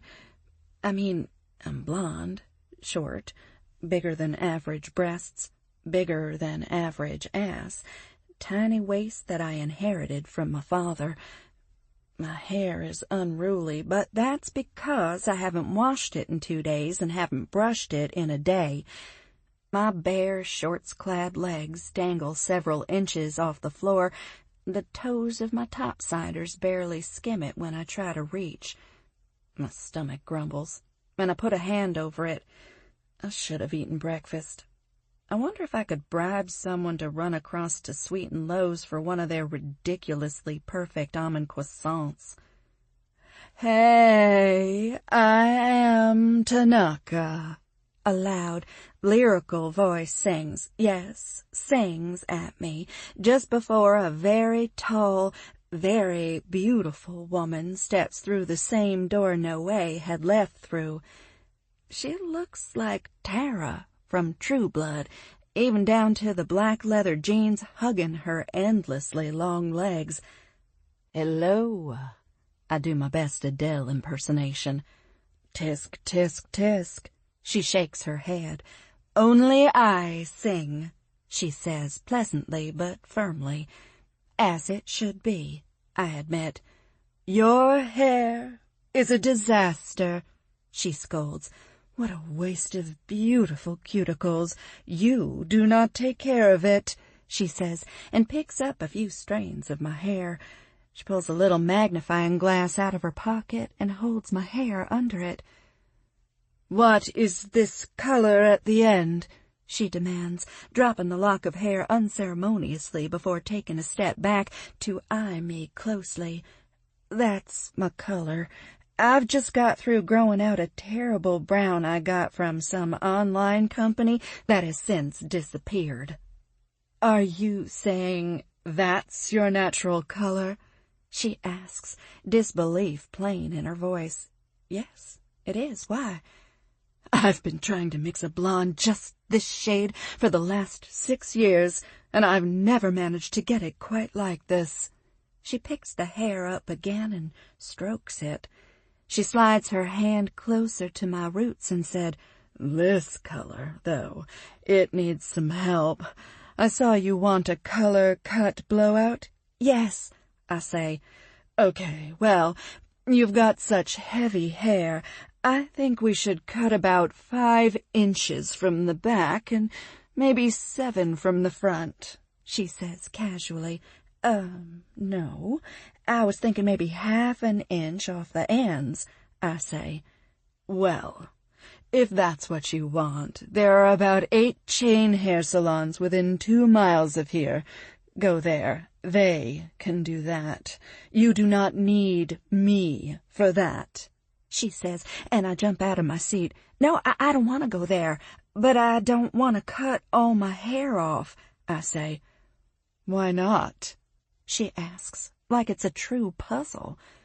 "Because that's not what I had in mind, and you can't expect me to just say okay when you're talking about cutting my hair up to my shoulders," I say. "Trust me, if you do not like it, I will do your hair for you every single week for a year and not charge you a single cent," she says. "Really?" I ask in surprise. "You will love it. But yes, in case you're truly an idiot, I will abide by my word and put up with having a person with bad taste in my chair every week for a year without getting paid a penny," she says. "Okay, although somehow that doesn't sound like it would be very much fun," I say. "Oh, it would be a lot of fun. I do not take orders. I style what I see. The heads of hair that lead you here are all my vision, not what those men and women walked in and demanded. So, if you want to keep this long towel of hair on your head, you can go find someone else to help you with that. But I will never give you another appointment, so think carefully before you leave, she says. God, you're ruthless, I say. I look in the mirror. I lift my hair off my neck and turn my head to look at my profile. It wouldn't be that short. Your neck isn't long enough to make that flattering, she says. Please, think nothing of my tender feelings. Pick me apart, I can take it, I say. Did you come for flattery, or because you want to walk out of here looking like the very best version of yourself? The latter. I'm ready. Do what you will. You'll be happy. My motto is, if you leave pretty, you'll come often, and I've only had 2 clients in 20 years leave here unhappy, and they were both insane. She says this with a straight face. I'm ready. Do what you will, I say in resignation. Excellent. She claps her bejeweled hands together. I look past her into the mirror and say a silent goodbye to my hair. Let me ask you some questions before we go ahead with the color, she says, and pulls a small piece of paper out of her pocket. D.O.B., April 25th, 1990. She glances up at me. You need to start using eye cream. You've got the beginnings of fine lines that no 28-year-old should have, she says, and then she glances back down. Yeah, just have at my ego. I wasn't going to use it today anyway, I say. That was just advice from woman to woman. I've got melanin on my side, but I've been using eye cream since I was 15. I'm 45 and look the same age as you, she says with a shrug. If you want to age terribly, feel free to ignore me, she says. I smile stiffly and make a mental note to visit Sephora before the weekend is out. When was your last period? She asks. You left that blank. She points at the paper when I don't answer. I didn't realize that was a required question. I frown. Well, there's all this hysteria about pregnancy and hair dye, so I always ask to make sure you're not possibly pregnant because there's a general consensus that you don't dye your hair until the 2nd trimester, she says. Well, I'm on the pill, so, I say. Okay, great. So when was your last period? Let me see. I keep track of it, so let me go see when I last wrote it in, I say, and I pull my phone out of my purse and look at my calendar. I start scrolling. I scroll back to September, scan the calendar, and realize there's no entry for the week my period usually shows up. Huh, I say, and go back to August and see the same. I look back at July and see the dates. July 28th, I say, and when she just stares at me, I throw my head back against the chair. No, I'm not, I say unequivocally. Why? Are you celibate? She asks. No, but I'm on birth control, I say, and it sounds more like a plea than a statement. Then that baby really wanted you to be its mama. She points at my very flat stomach and shrugs. How can you sound so cheery? I snap. 'Cause I'm not the one who's unexpectedly pregnant, she says. I'm not pregnant, I insist. Well, one way to find out. She turns around and yanks open a drawer on her little stand of tools. She turns around and holds up a pregnancy test. Why in the world do you have pregnancy tests in your drawer? I ask, and stare at her wild-eyed. Ain't I a hairdresser? she asks impatiently. Do you know how many times a week I see that deer-in-the-headlights look that's on your face right now? I ask this 10 times a day. Just go back to the bathroom and get it done. No, I am not taking a pregnancy test just because I forgot to write down my period last month, I say and put my hands up to ward her off. How is it possible for my stomach to feel heavy and flutter at the same time? My heart is racing and my skin is tingling. I can't even think straight. Okay, but I can't color your hair today, she says. Of course you can, I cry in desperation. This can't be happening. She sighs. Let me be more deliberate with my word choice, she says slowly. I won't color your hair today. Not unless you pee on that stick and it's negative, she announces. Okay, fine. Don't color my hair. I'll get the cut and the blowout, I say, and watch her drop the test back in the drawer. I have a moment of regret where I think I should have just taken it, but I can't do it. Noé walks in with a mimosa on a small silver tray he's carrying like it's a tray of crown jewels. Good Lord, did you grow the oranges yourself? She asks. So sorry. I had to run out to Randall's to get the oranges. We were out, he says, and he drops the mimosa down in front of me. I pick it up and start to take a sip, and my stomach grumbles. And I know I'm not pregnant, but I put it down because if I am, it would be very irresponsible to drink it without having proof. The thought of a baby, Hayes's baby, inside of me makes me dizzy. But at the trailing tip of the whirlwind of disbelief, panic, worry, doubt, and surprise is a bolt of joy. Hayes. His baby. I close my eyes and see a bundle with silky chocolate curls and glittering topaz hazel eyes. Come, let's go back to the bowl, she says and starts to stand me up. I've changed my mind, I say before I can talk myself out of it. I want to take it, I say and stick my hand out. Okay, here you go, she says, and then points me in the direction of the bathroom. Distracted. Hayes. Hayes, good morning. Amelia's graver-than-normal voice makes me wish I had ignored her call. I finish tying the laces of my sneakers and sit down on the bed. Your voice makes me think there's nothing good about this particular Saturday morning, so let's just cut straight to the chase, I tell her. Your uncle and stepmother are mounting a petition to have you ousted as chairman of the board, she says.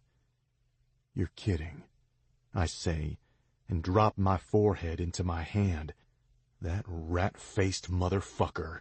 I've been treating him with kid gloves, but they're about to come off. Hayes? Amelia calls my name when I don't say anything more. Can they do it? I ask.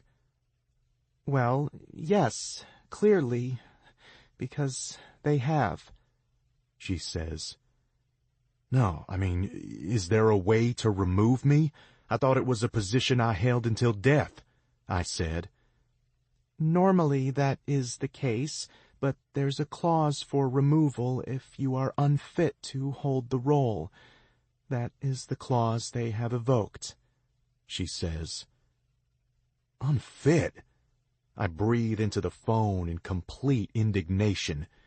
In what way? By what measure? I demand. By reason of illegitimacy, she says slowly, meaningfully. Illegitimacy? I ask. Yes, Hayes.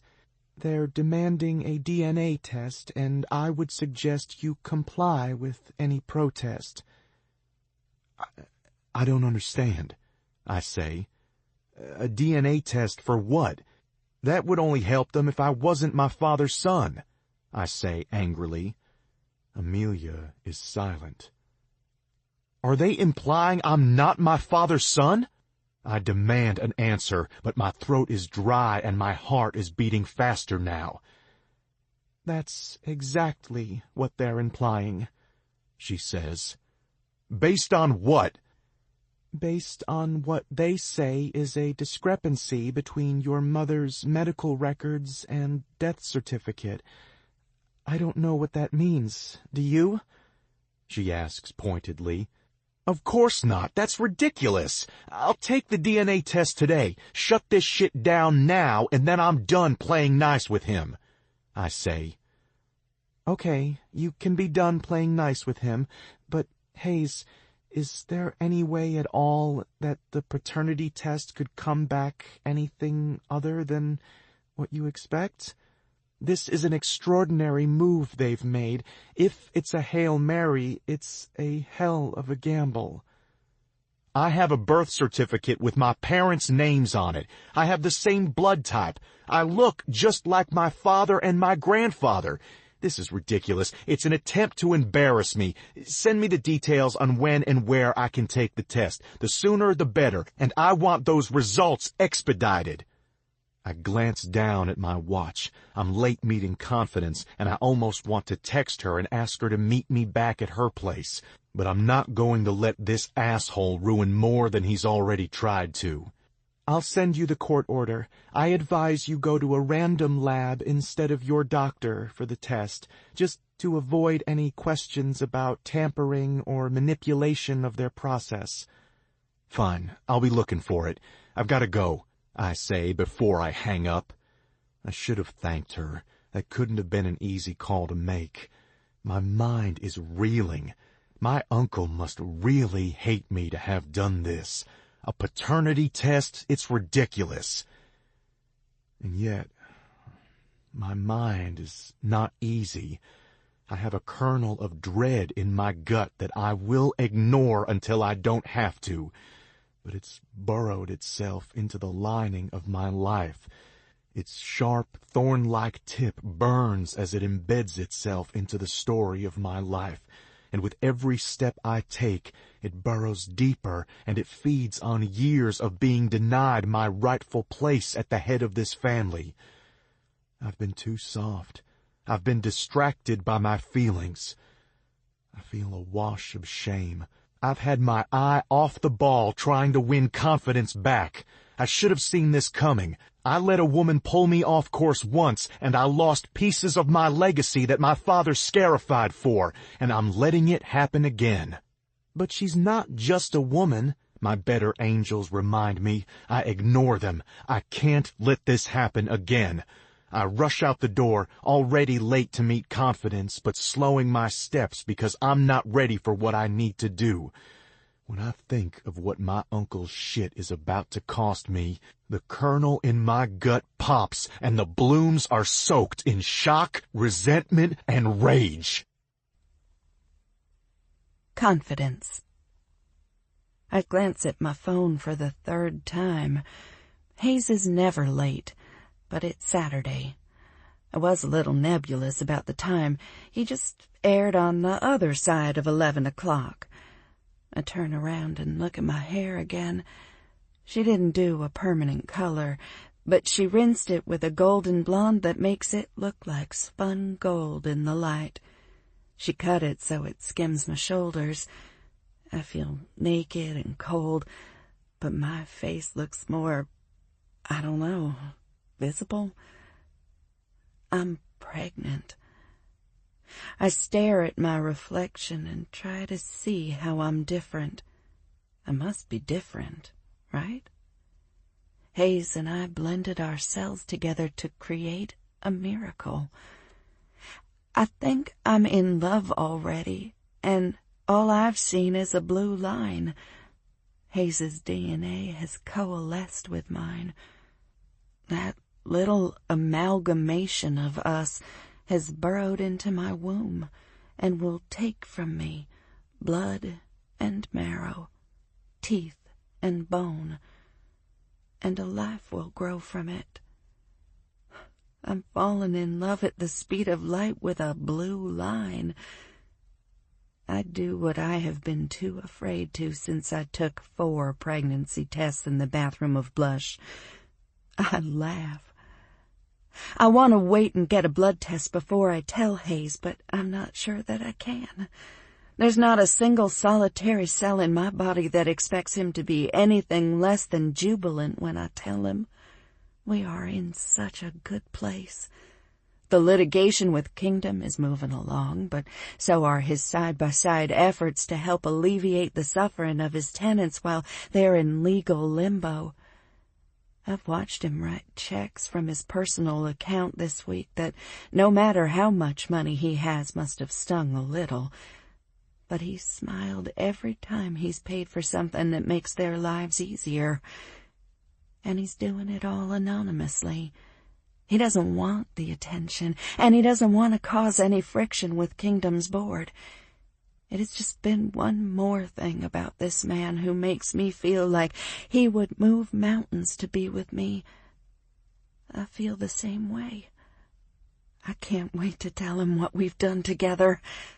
Well, look what we have here, a voice from beside me calls, and my blood freezes in my veins. I turn my head slowly and take in the tall, dark, blond, handsome man whose beautiful smile hides a black, devious heart. Barry, I say flatly, and curl my lip in disgust. Confidence, he drawls like he's making a joke. What are you doing here? I ask. It's a public place. Or did you have the entire town blacklist me? He glowers at me. I didn't have anyone do anything. You running around ranting about feminazis and conspiracies did that. That mouth of yours is only good for one thing, and talking isn't it, he says. I roll my eyes at him. Was that supposed to offend me? Make me cry? Make me care? I ask with contempt and malice and disgust. You're pathetic. I spit at him. His expression loses any pretense of charm, and he pushes himself off the window he was leaning on and walks over to me, clearly thinking he can intimidate me. You didn't think I was pathetic when you worked for me, he says. No, I didn't. But I was also clearly suffering from a clear case of extreme slumming. I'm all better now, and I see you for exactly what you are, I say with a smile.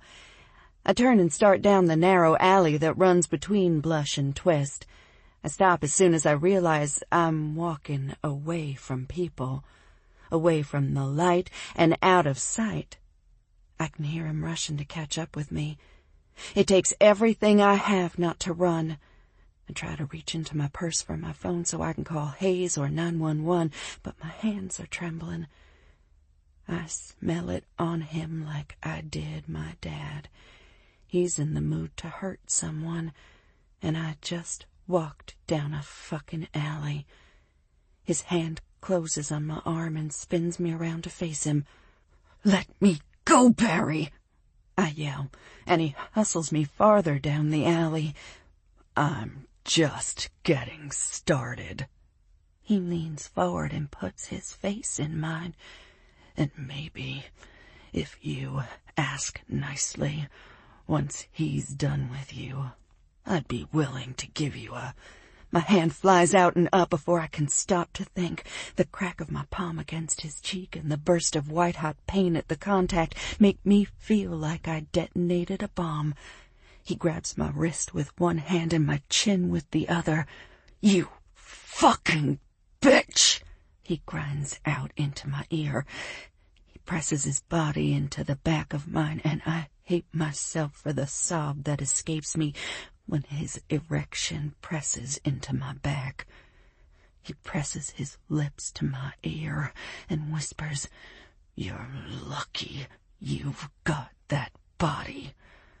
Why don't you show me what you showed Wilde and Rivers that's got them so hot and bothered over you?" He grinds into me, and I scream loudly enough that it bounces off the dark stone walls. He covers my mouth with his hand, but not before I can bare my teeth and bite down on his palm. I almost gag at the musty, salty taste of his skin in my mouth, but it does the trick. He lets go, and I break into a run. I only get 2 feet before he's got me back in his iron-tight grip. The skin on my arms burns as he struggles to hold on to me. I kick him and scream at the top of my lungs, "Hayes!" before his hand is back over my mouth and his hot breath all over my face. "You think he'll care what happens to you?" He throws me against the wall and steps between my legs. "I'm going to fuck that cockiness right out of you," he says, and starts unbuckling his pants. And I start fighting for my life. His hand is still pressed to my face, and now he's pressing so hard that I can't open my mouth to bite him or breathe. I kick, punch, fight, slap. I might as well be fighting an 8-foot wave. He completely overwhelms me. I close my eyes and wail in my throat and beg God to make it stop. I feel his penis, hard and heavy, pressing against the bare skin of my inner thigh, and I think about Hayes and my baby, and I want to die. I sob helplessly into his hand and hope he kills me when he's done. I left Arkansas to escape violent men, and he's managed to find me anyway. A loud roar comes out of nowhere and cuts through the ringing in my head, and then I'm falling. His body is yanked free of mine, and I land with a thud on my ass and look over to see Hayes on top of Barry. His fists are flying and making contact with sickening thuds and crunches of skin and bone.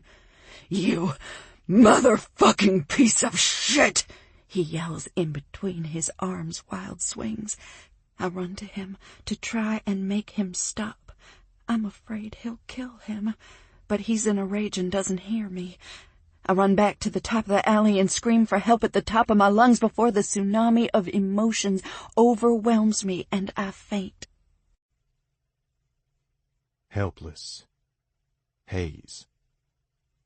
I wanted to talk to you before you went out there. Confidence is waiting. Amelia says. What is it? I ask and finish buttoning my shirt. I'm being released from the courthouse jail where I've spent most of the day. She sighs and leans back against the wall. Well, I have good news and bad news. What do you want first? She asks. The good, please, I say. Maybe the sun will explode as soon as you're done with the good news, killing us all in the process, and you'll never get a chance to tell me the bad news. Are you drunk? She asks after a beat of silence. I've been in jail. The only thing I've had to get drunk on is the clusterfuck juice of my life. Give me the good news first, I repeat. The DA isn't pressing charges against you. I wish he would, I snap. Hayes, that is your anger talking, she says like I'm being tedious. I want as many opportunities as possible to tell the world what a piece of shit Barry Jimenez is. And if standing trial for defending my woman would give me just one more chance to tell everyone, I'd do it. A trial would be a disaster for you right now. All of the rebuilding of the river's name will go down the drain, she reminds me. I don't care, I say. You should, she snaps. Here's the bad news. Your uncle has petitioned the board for your removal without regard for the DNA results, she says. The fuck he did! I shout and spin around to face her. What? How? Can they do that? I ask in alarm. Yes, they can. There was a clause added by your grandfather about 30 years ago that gives them the right to do this. What does it say, this clause? In the event that the actions of the chairman materially damage the social standing of the organization or cause a negative light to be cast on the family's reputation, their ability to lead the board could be questioned or challenged. Your uncle and stepmother are doing that. Is this about that asshole who attacked my girlfriend? I ask angrily. This is about you having to be pulled off him after breaking his ribs, his nose, and knocking out one of his teeth, she explains. Well, the DA hasn't pressed charges, I say. But Mr. Jimenez is suing you civilly, Hayes, for a lot of money, she says. I don't really give a shit about the money. You think I was going to stand there, watch him put his hands on my woman, try to rape her, and just kindly ask him to stop? You're out of your mind, and he's lucky I didn't fucking kill him. If I ever see his ass again, I might, I tell her. Don't say that out loud, because if he ends up dead, whether he had a heart attack or died in a plane crash, you won't be able to stop the rumor suggesting you had something to do with it. You have extraordinary power, access to an almost limitless amount of money. It wouldn't be far-fetched to think you'd dispose of an enemy and try to make it look like natural causes. So do not talk like that to anyone, she says. Oh, fuck that motherfucker, and the law that allows him to turn himself into the victim here, I spit out. Well, now he's cooperating with your uncle, and they are coming for you hard. I'm going to file for a temporary restraining order on the action to remove you. I don't expect it will be granted, but at the very least it will force them to present whatever evidence they have against you in their little coup d'etat. That is what this is. It is whole-out war. They want you gone, and they'll do it by any means necessary, she says. I think you're overreacting. They want money, not my life. I brush her off. Don't dismiss it.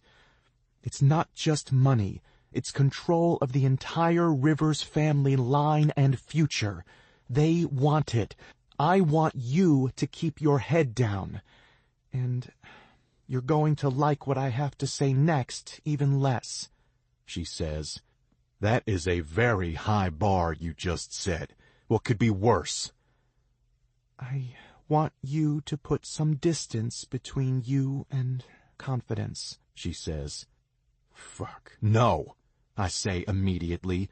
I feel a flush of guilt when I remember that I had even considered the same thing myself. I close my eyes to push down the rage that threatens to consume me when I remember the scene I walked in on. Her against the wall, him between her legs, hurting her. My stomach roils. No way. Are you kidding? You want me to stay away from my woman so that punk-ass uncle of mine can have what he wants? No fucking way, I say. No, I want you to stay away from her so he can't use her to get to you. He knows she matters to you, and that makes her a target. Make him think you've broken up, just until it goes away. The petition he filed has rules. I'm filing the TRO today. It'll be denied. We'll have 7 days to respond. Just think about it. She urges me in that intense whisper she does when she's trying to be persuasive, but I don't need persuading. I'm sick of this, and I'm ready for it to be over, I tell her. Good. We're going to need to spend all week getting our response together. Now, the DNA results will come back before then, and depending on their outcome... Why do I get the impression, Amelia, that you're worried about the results? I cut her off. She stares at the floor. Her silence is alarming. I press her. Tell me. Now, I say. What do you know? Nothing, Hayes. I don't know anything. But I'm worried because Swish told me something before he died. Right before he died. What? He said Hayes is his. And that was all. I don't know what his meant. I didn't even make anything of it because he was so close to the end, and he'd been in and out of consciousness for 2 days. I have always thought they were the words of his dying mind, until my uncle brought this up. Understanding dawns. Shit. You think somehow he raised me as his own, but I'm not? I ask her. Honestly, until today, I did think just that. I was sure that the test would come back proving you were not your father's son. But him filing this second motion to have you removed says he's not 100% sure of his position. Otherwise, he would just let the DNA test results take you out. That's why I want to try and buy you as much goodwill as possible.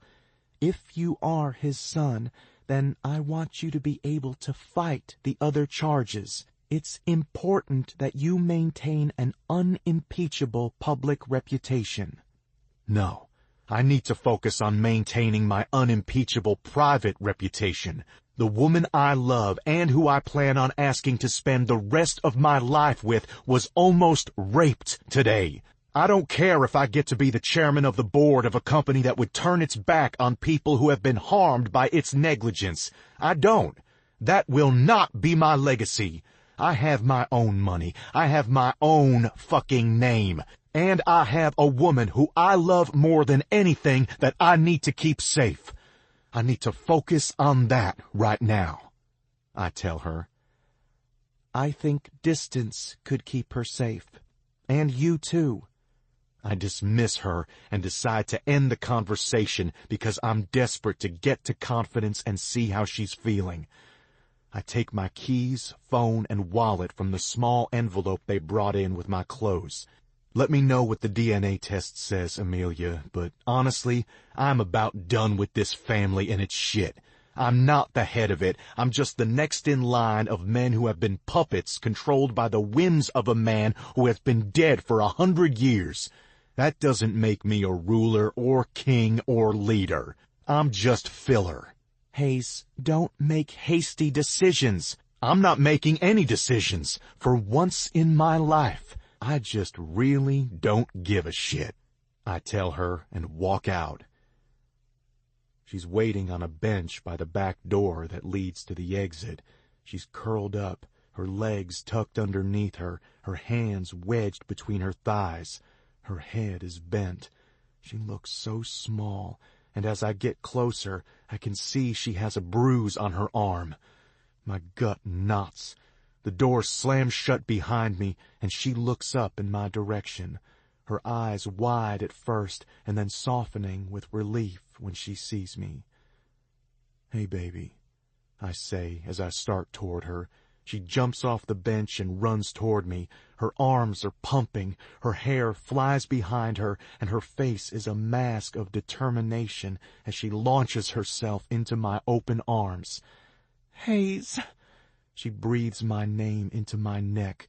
She's trembling and squeezing my neck so tightly that I almost can't breathe, but I would rather die than let her go. My heart is in my throat as I stand there with her in my arms. Her heart thuds against my chest, and she cries quietly. Her tears soak my t-shirt, and I feel frustrated at my powerlessness. I've been so scared, Hayes, she whispers against my neck. I'm so sorry, Tesoro. My ribs feel 2 sizes too small for my body. She's been alone all day. I hate that she felt a moment of fear. I hate that she had to worry about me on top of all that. I walk us out just like that to the SUV that Amelia ordered for me. It's nearly 2 a.m, and the few reporters who are still hanging around waiting for me to be released are snoozing when we step out. They all wake up when the door closes, but the driver has the door to my car open, and we're inside before more than a few camera flashes catch us. As soon as the door closes, I raise the privacy screen. I try to put her down on the seat next to me, but she won't let go. She's trembling. I cup her face and find her cheeks wet with tears. Cold dread fills me. I thought I'd gotten there in time. Baby, did he... I can't bring myself to finish the question. No. She shakes her head. In the dark of the car, I can't see her face, so I reach up to turn on the overhead lights. She puts a hand on mine and says, "Please, don't." Why? I bring my arm down and cup her cheek. She nestles her face, and her breath brushes my skin in warm puffs. "I'm just so happy to be with you, that you came for me. It was fucking awful. I haven't been that scared in a very long time," she whispers. Oh, baby. I feel so fucking useless. "So, thank you, Hayes. You've saved me twice now," she says, and then climbs down from my lap. She rests her head on my shoulder, and by the time we're pulling up to the valet at the Ivy, she's fast asleep. I carry her up to her apartment.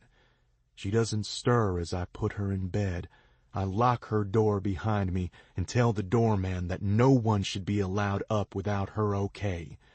Then I get into the back of my waiting car. In the dark of the car, I cry, like I haven't since I was a boy. Not a sobbing cry, but hitched breaths and watery, greedy gulps of air, while my chest heaves under the weight of everything that has happened in the last 24 hours. By the time I get home, I'm spent. Wounded.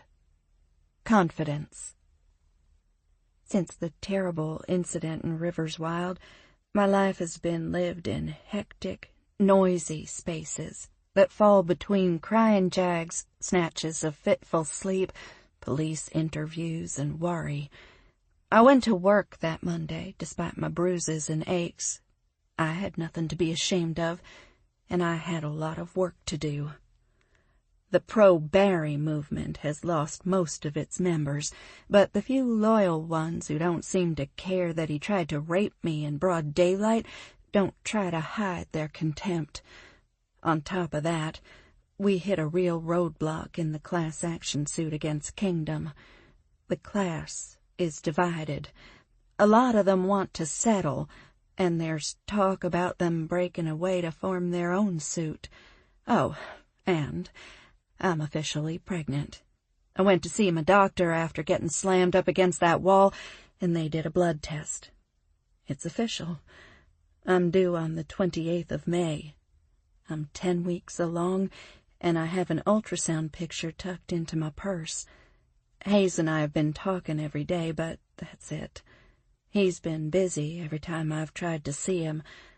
I thought he needed some space like I did, but now I'm worried that he's avoiding me. While he had been in custody after his arrest, Amelia had filled me in on what happened that morning and why he'd been late to meet me in the first place. Memory of that night, knowing that he's alone while dealing with what happened in the alley, as well as the prospect that he is not his father's son, has torn at me and kept me awake every night since I saw him. I was starting to feel frustrated, because I had been through an ordeal too, a big one, and I didn't have my best friend's shoulder to cry on. I was pregnant and hadn't told him because I hadn't had the chance to. He hasn't answered his phone all day. Amelia called me this evening to say she had the DNA results but couldn't reach Hayes. She said she was headed to his house, so I asked her to bring me with her, and here we are. "This isn't a good idea," Amelia says for the 4th time in the last 2 minutes. Maybe not, but if things go wrong, I'll handle it, I tell her. "You can't handle a man that size. What if he loses it again?" she asks. I reach up and punch on the overhead light in her car. If you make one more comment about Hayes that implies he's a danger to me or dangerous at all, I will make sure he fires you, I tell her. Her eyes narrow and she leans forward. I've served this family for years. Swish himself trained me. I'd like to see you try to get rid of me, she says coldly. No, you wouldn't, I tell her honestly. I don't hold back when it comes to him, and if you believe any of that shit his ex-wife spewed about him, you don't deserve to lick his boots, much less to be on his payroll, I growl at her. Her eyes widen and she leans back. I'm glad you've got so much backbone. You're going to need it. I don't know what's in that envelope, but if it's not good, things could get ugly, she says somberly. Her eyes are so grave and my heart sinks. I glance up at Hayes's house. There are no signs of life inside, but I know he's there, and I need to get to him.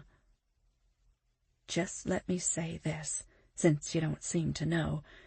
He would never touch me or anyone who couldn't defend themselves against him. He's not a bully or an abusive man. Sure, he's an asshole sometimes, but that's how he's managed to survive in this cesspool of humanity he was born into. I'm his second chance. He's mine. No matter what the results say, we'll be fine because that's what we do. I've been preparing myself. It'll be okay. You can leave. Okay, she says quickly, easily, and with a touch of relief. Okay, give me the envelope, and then get out of here.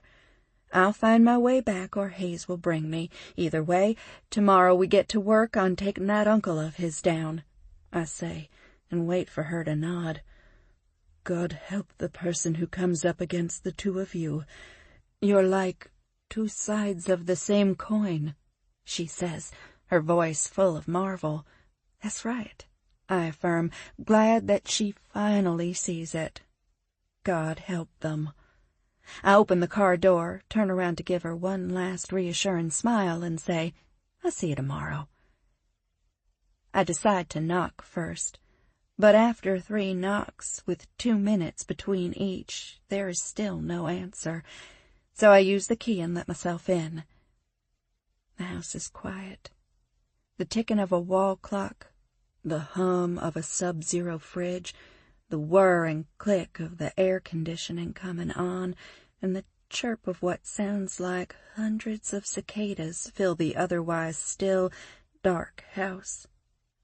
Hayes? I call. There's no resounding echo, none of the certainty that comes knowing that you're heard, even if you're not seen. I feel my first real prick of worry for him.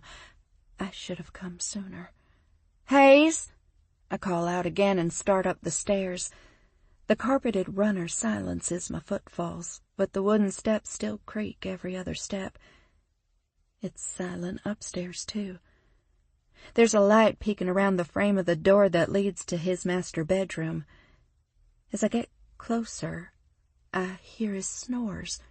I push the door open, and my anger spikes. Lined up along the foot of the bed are 4 empty bottles of Jack Daniels. I watch him. Even in his sleep, he's strong and powerful. His brows are relaxed. His stubble-covered jaw is still strong, but not so rigid. His lips are parted and soft. For the first time, I see the little boy who grew up without his mother in a house that was managed like a chessboard.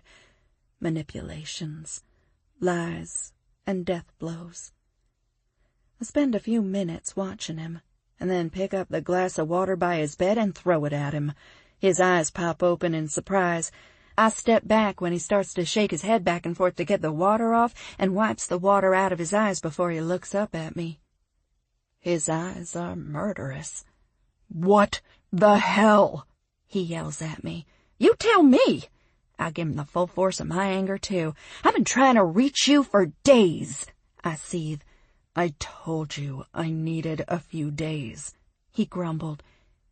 I knew you needed some time to think, and I walk in here to find you living like you're a frat boy on spring break?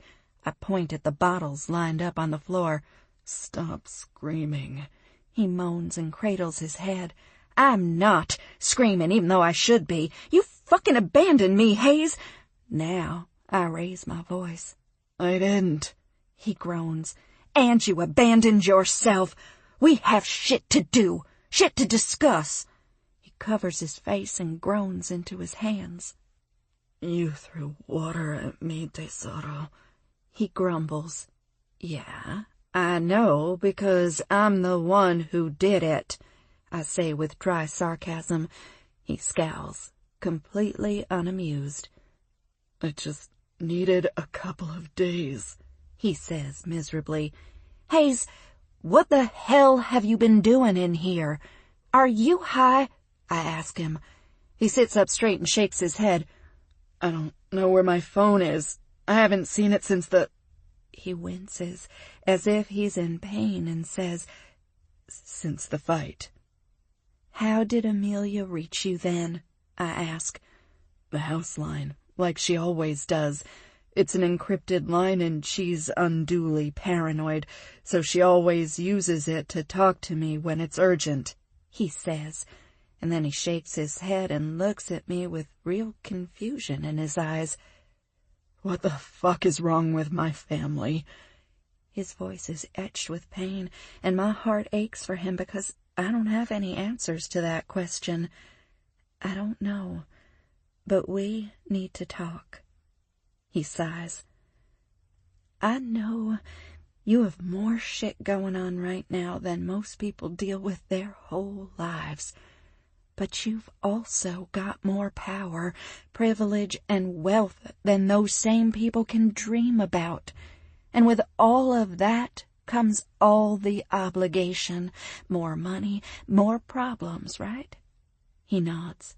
So, get off your ass and put on your streetwise hat because your uncle is playing dirty, I tell him. No kidding. He sighs and rubs his hands tiredly over his face. We have to think like desperate people who don't have safety nets or moral compasses, I tell him. You sound like Amelia, he grumbles. You should do whatever she tells you to do, I say. You've changed your tune. I thought she was a vulture, he says. The board meeting is in 2 days. No atheists in foxholes, I say. Do you mean my enemy's enemy is my friend? He asks. Whatever. We have a lot of work to do, I snap impatiently.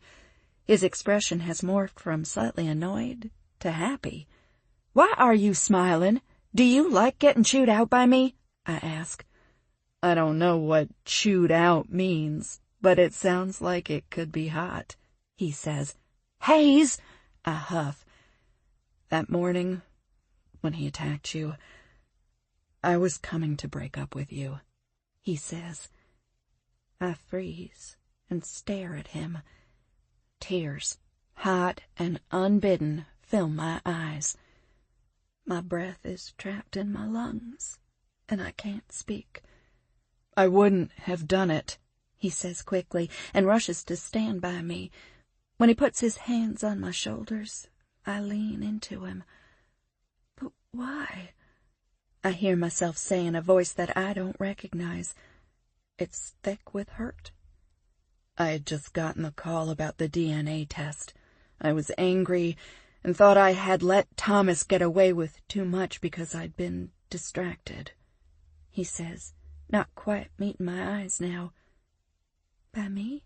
I ask. Yes, but by the time I got there, I knew there was no way I could give you up. The sun rises and sets in your eyes, Confidence, he says.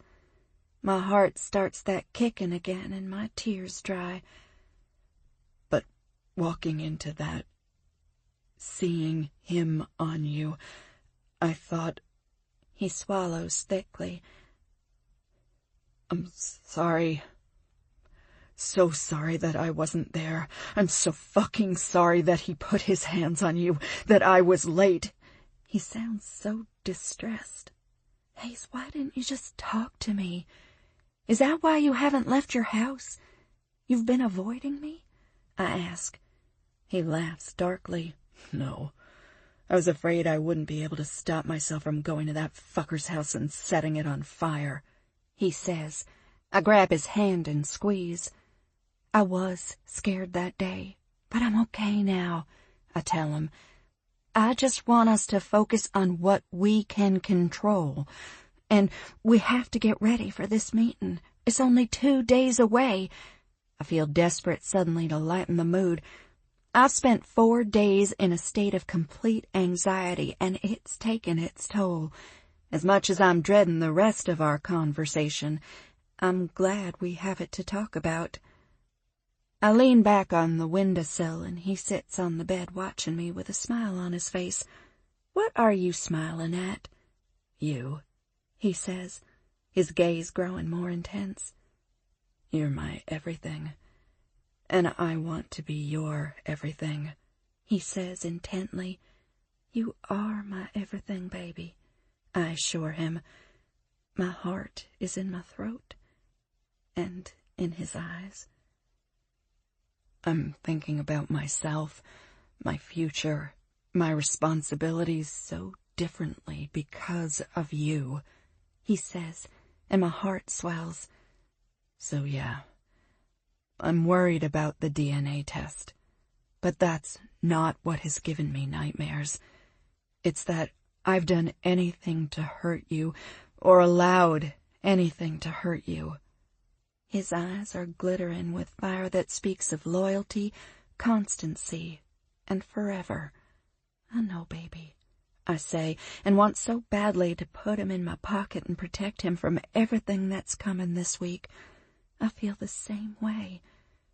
You are my priority, because you are my future.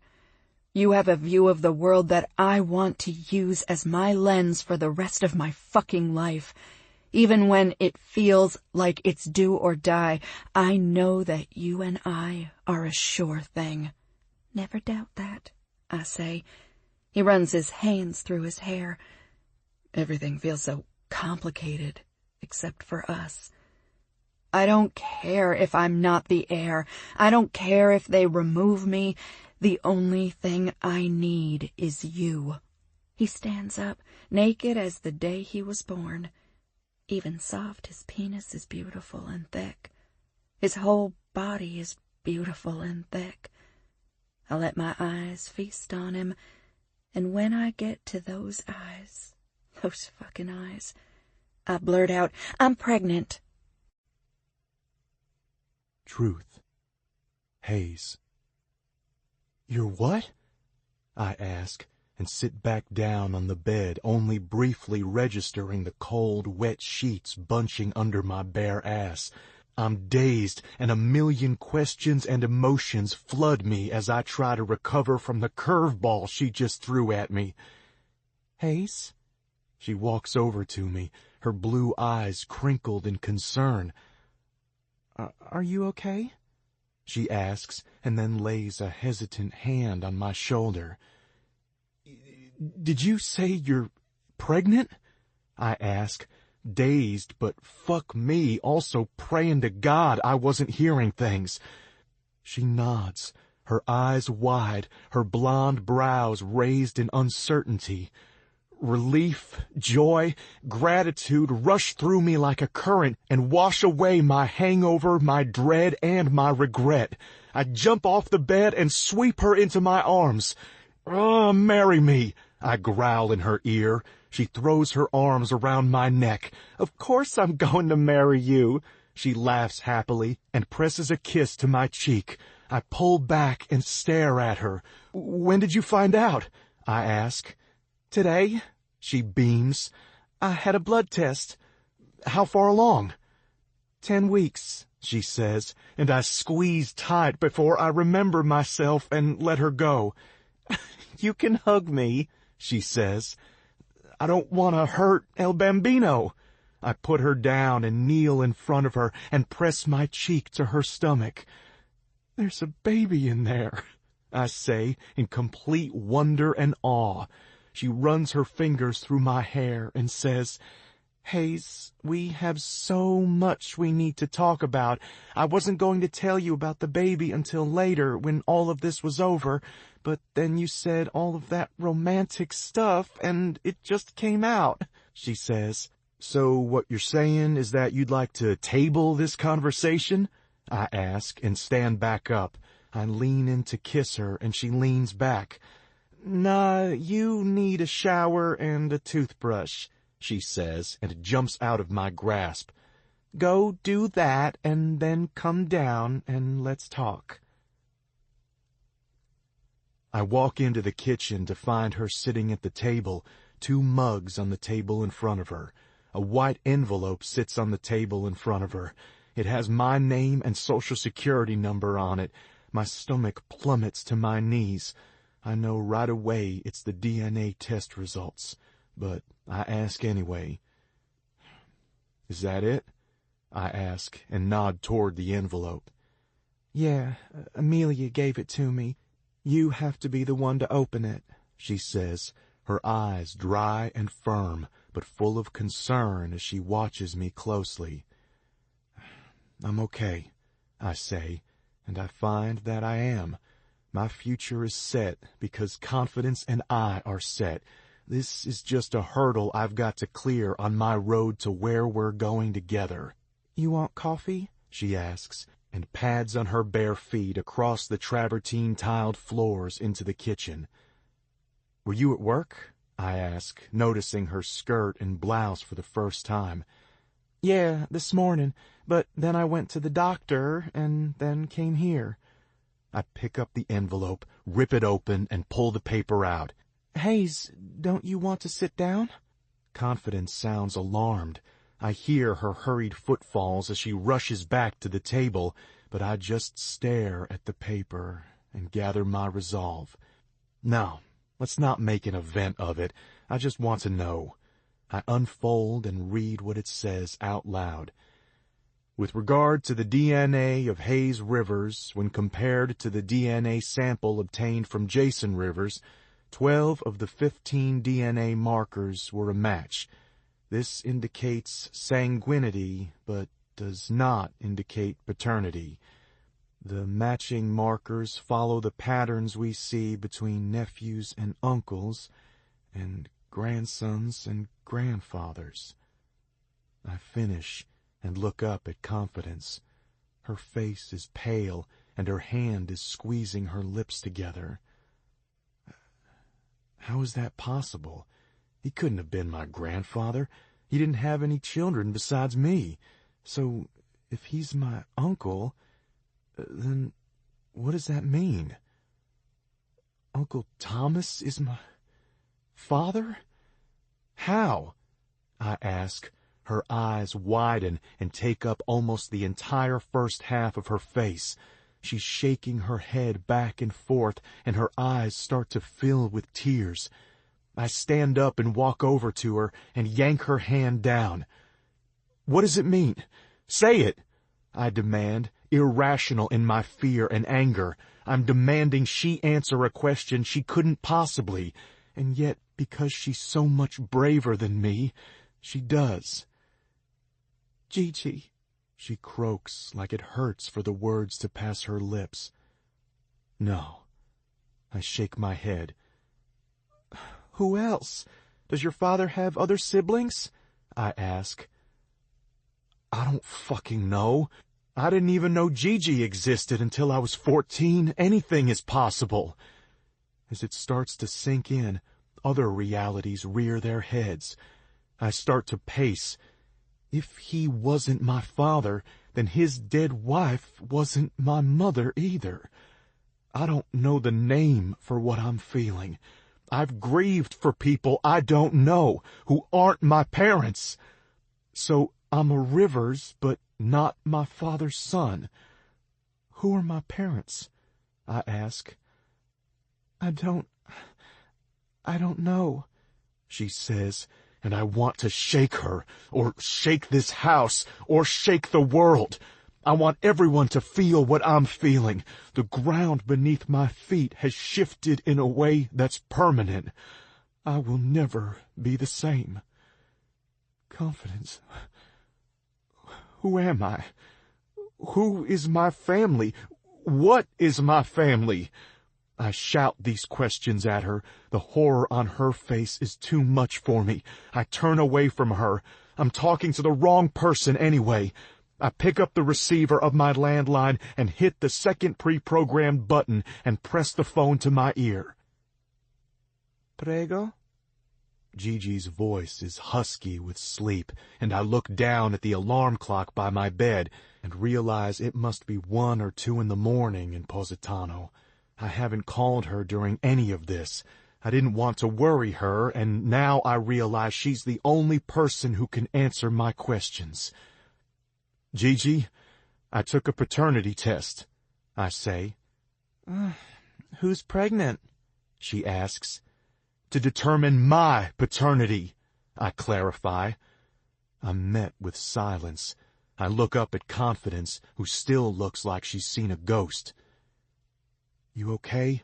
I mouth and walk to the fridge to get her a bottle of water. She's carrying my fucking kid. I crack it open and put it down in front of her and realize that Gigi hasn't made a sound. My heart sinks. You knew, I say, and Confidence's hand pauses in mid-air on its way to put her water to her lips. Hayes, You what? Whose son am I? I ask her slowly. My heart thuds wildly, my entire body is tingling, and my head is swimming. Hayes, it's not that simple, she starts. Yes, it is. My hand slams down on the table before I even realize it's in motion. Confidence jumps up and comes to stand beside me. She puts a hand on my shoulder, and I want to shake it off. I don't want comfort. I want answers. Gigi starts to cry softly. Whose child am I? I ask her again. Hayes. She's weeping loudly now. So is my queen. I watch her, want to go to her, but not until I have answers. Gigi, tell me. Now! I ask, and the words taste like ash in my mouth. Mine, she sobs, and I drop the phone. I don't remember sitting down, but I must have. Okay, Gigi, okay, I hear Confidence saying, and then I hear the phone clatter into its cradle into the counter. My life is a lie. All of it. I'm a lie. Bombs are exploding somewhere inside me. My memories are imploding. My father disappears from the memory of learning to ride a bike. He vanishes from the conversations we had about the birds and the bees. You are Hayes Rivers. You're a brother, a son, a friend, a lover, a father. She takes my hand and puts it over her stomach.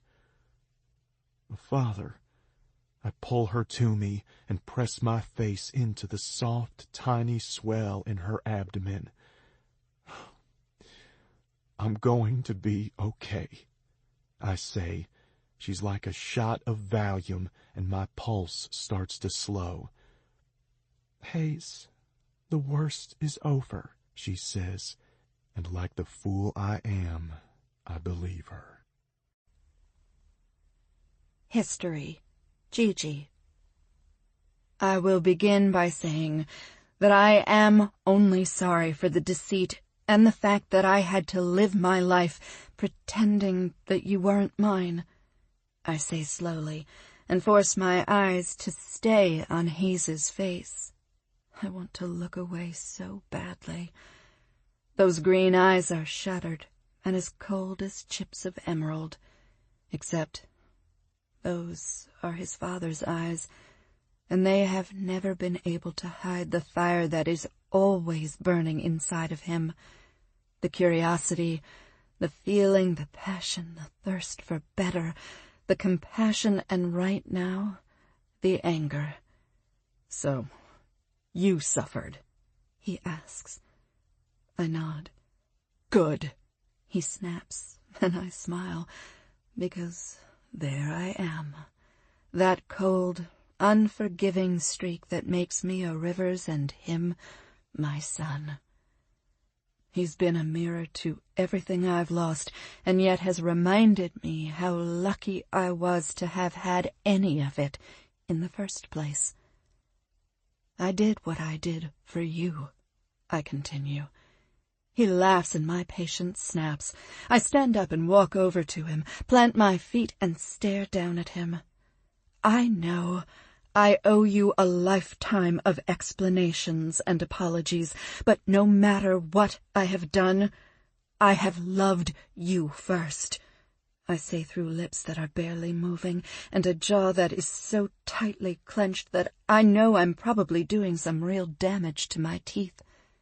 "Yes, so much that you let someone else raise me for the first half of my life, and then lived with me for the second half, but lied the entire time," he says sullenly. "Hayes, there are some things that are more important than our individual needs or wants.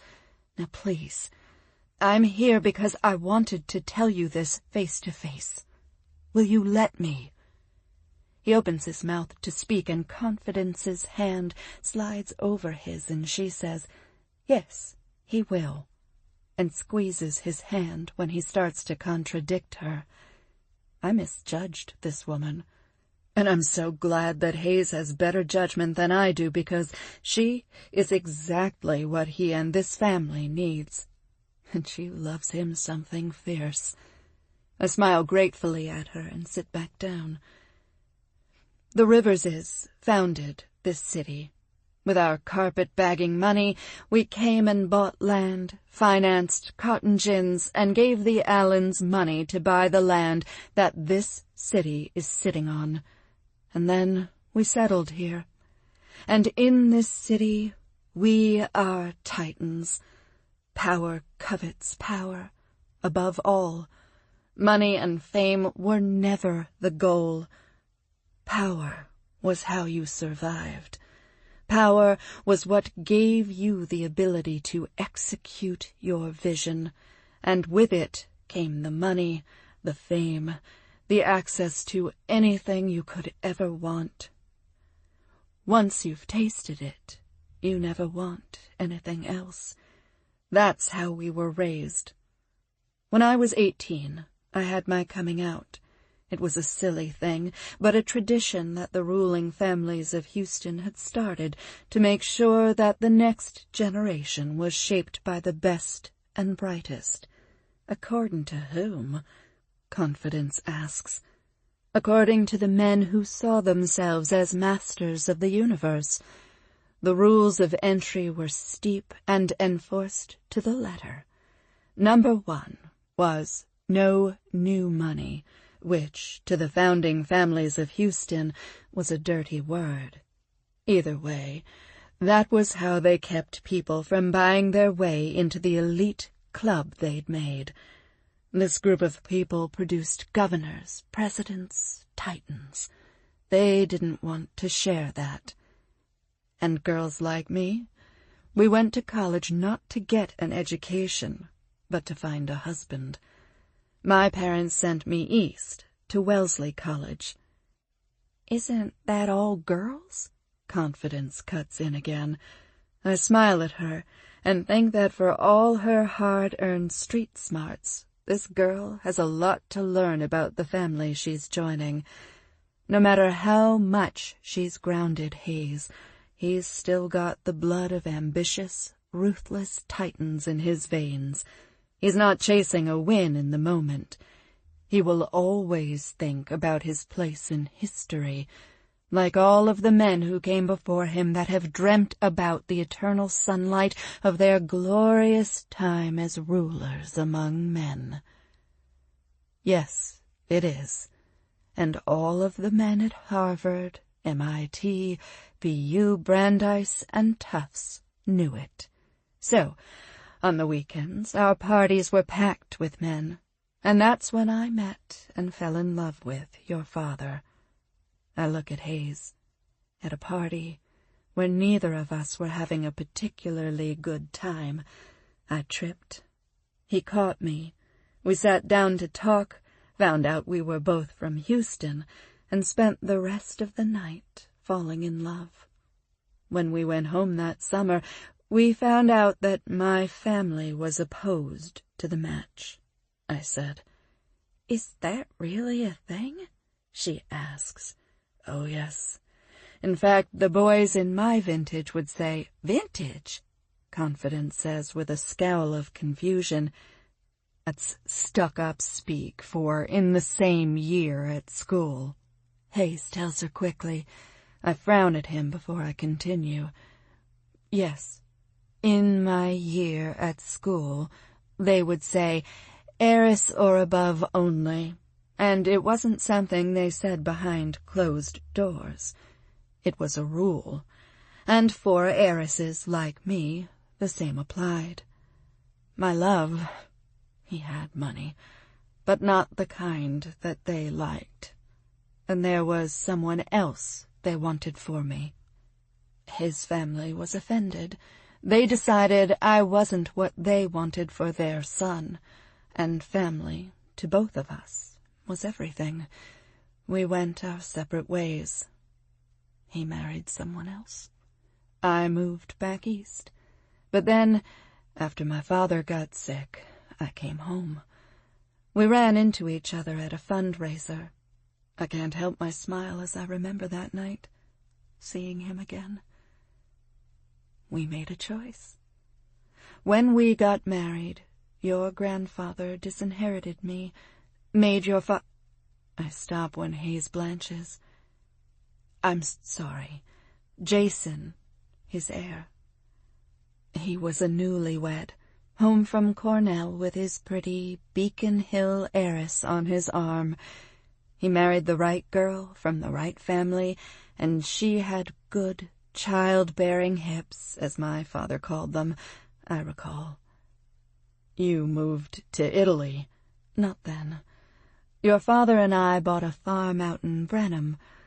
We were raising steer, and I was 3 months pregnant when he just disappeared. What does that mean? Hayes asks in a sharp voice. He left early one morning to go into town and just never came back home. It took me a week to call the police because I was sure he'd come back with a story about how his car ran off of a cliff and he'd had to camp in the woods and wait for rescue. But after a week, I realized I couldn't hide anymore. I went to his family. They had no idea where he was and accused me of having something to do with it. They had money of their own. They were smart, and they wanted revenge. So I hid you, right under their noses. Jason's wife's hips weren't so childbearing, and she was ill. My father had disinherited me, and Thomas was on the verge of being expelled from West Point. We were all such a disappointment to him. The only thing he saw value in was you. He refused to reinstate my inheritance, but he would give it to you if I let Jason and his wife raise you as theirs. At the time, I thought it was a good idea. I was beside myself with grief and without 2 coins to rub together, and despite everything, I still believed in the river's name, and I wanted my son, the true oldest child, to take his rightful place. And Thomas didn't know. By the time he came home at the end of that term, I was in Italy. Jason and Anne had their brand-new baby boy in their arms, and he was none the wiser. I don't know how Thomas found out. I shake my head dismally. Well, Amelia has a clue. They obtained a copy of Anne's autopsy. It says that she'd never given birth, and so their hope is to prove that I'm illegitimate. They have no idea of the truth," Hayes says in a low, dark voice that gives me the chills. I want to rewind, and I want to kill my little brother. He's always been such a selfish pain in the ass. I don't know what is wrong with Thomas. He is so resentful of everything, and I don't understand it. He says he loves his family, but he's forgotten, just like our father did, that family is the people who make it up, and the name is only as good as the people who bear it. I'm worried about him, that he would do this. But power is all he's ever wanted. But he's going to be sorry. This is going to open up another can of worms that none of us wants to revisit, I say. What? What could be worse than playing musical parents with me? Hayes asks. Nothing could be worse than that, I say quietly. My heart is breaking that this is how he has to find out. But it's time. So? Your father. His name was Lucas Wilde, I say, and wait for the light to go on. His head draws back and his eyebrows shoot into his brow line. He shoots out of his seat and stalks over to the huge mantel over the fireplace in his living room. Confidence's hand slams over her mouth, and her eyes dart between Hayes and me like she doesn't know where to look. Do you mean the late Lucas Wilde? Hayes asks, without turning around to face me. He braces his hands on the mantel. Yes, him, I say. The father of Remington, Regan, Tyson? Him? Hayes repeats. Yes, I say. I thought he died when Remy was a kid, Hayes says slowly. No. That's when he divorced Remington's mother and ran off and married me. He was declared dead years later. I answer and find that my defensiveness is still there. Hayes turns around then. His eyes are dark, red-rimmed, and so angry that my heart convulses with the knowledge that it's all directed at me. You ran off with a married man who had 3 children? He asks me the question I ask myself every single day. Yes, I answer, and when he turns back around, as if the sight of me is too much, I look at Confidence, who is staring ahead blankly, unseeingly. I get up and walk over to stand behind him. We were in love, and he married me, I plead. I know it sounds so wrong. I know we shouldn't have been. But these things happen. He turns around again, his eyes narrow slits now. I flinch at the expression in them. You know what doesn't happen. You don't give your kid away and pass him off as someone else's, he rages. I didn't give you away, I cry. I look at Confidence for help, but she's watching Hayes intently, her eyes reflecting the ache of sympathy inside of her. Hayes stands up. Wait. Remington Wilde is my older brother? He asks in abject horror and shock. My stomach sinks and my panic rises. This could be a disaster, but I don't dare ask Hayes for his discretion. Instead, I give him the truth. You're half brother, but yes, you have the same father, or you did. I respond, and my heart constricts at the thought of Lucas and how much I loved him, how much he loved me, how badly he wanted to raise Hayes and Remy together, even though in the end he chose me over the possibility of being with his oldest son. And Remy's mother, grandmother, they all know this. Well, they know Lucas left me. They know I was pregnant. This is why they hate us so much. But they don't know who you are. Everybody thinks you're Jason and Anne's child. I told them and everyone else that I lost the baby. I say, and feel like vomiting at the look on Hayes's face. So, let me get this straight.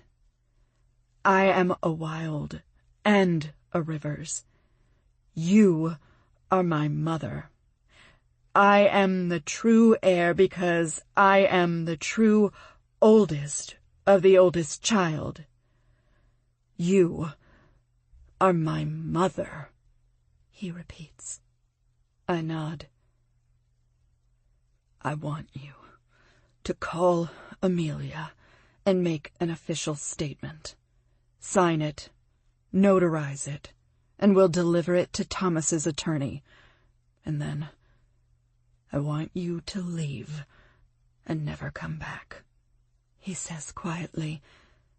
Then he stands and walks out of the room. His back is ramrod straight, just like his father's had been. I watch helplessly as he walks up the stairs, his back straight, without a glance back in my direction.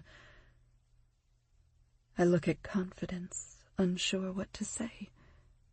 He doesn't mean it, she says softly. Her eyes are full of pity. I didn't expect that. Not after how I had treated her and what I've done to Hayes. He does, I say tearfully. You don't know him well at all, she says sadly, and shakes her head. I'm offended and I want to be mad, but I know she's right. I just nod. This lie has precluded a real intimacy with my child because I was always afraid of slipping up. I love him. I have been a shoulder to lean on and supportive of all his endeavors.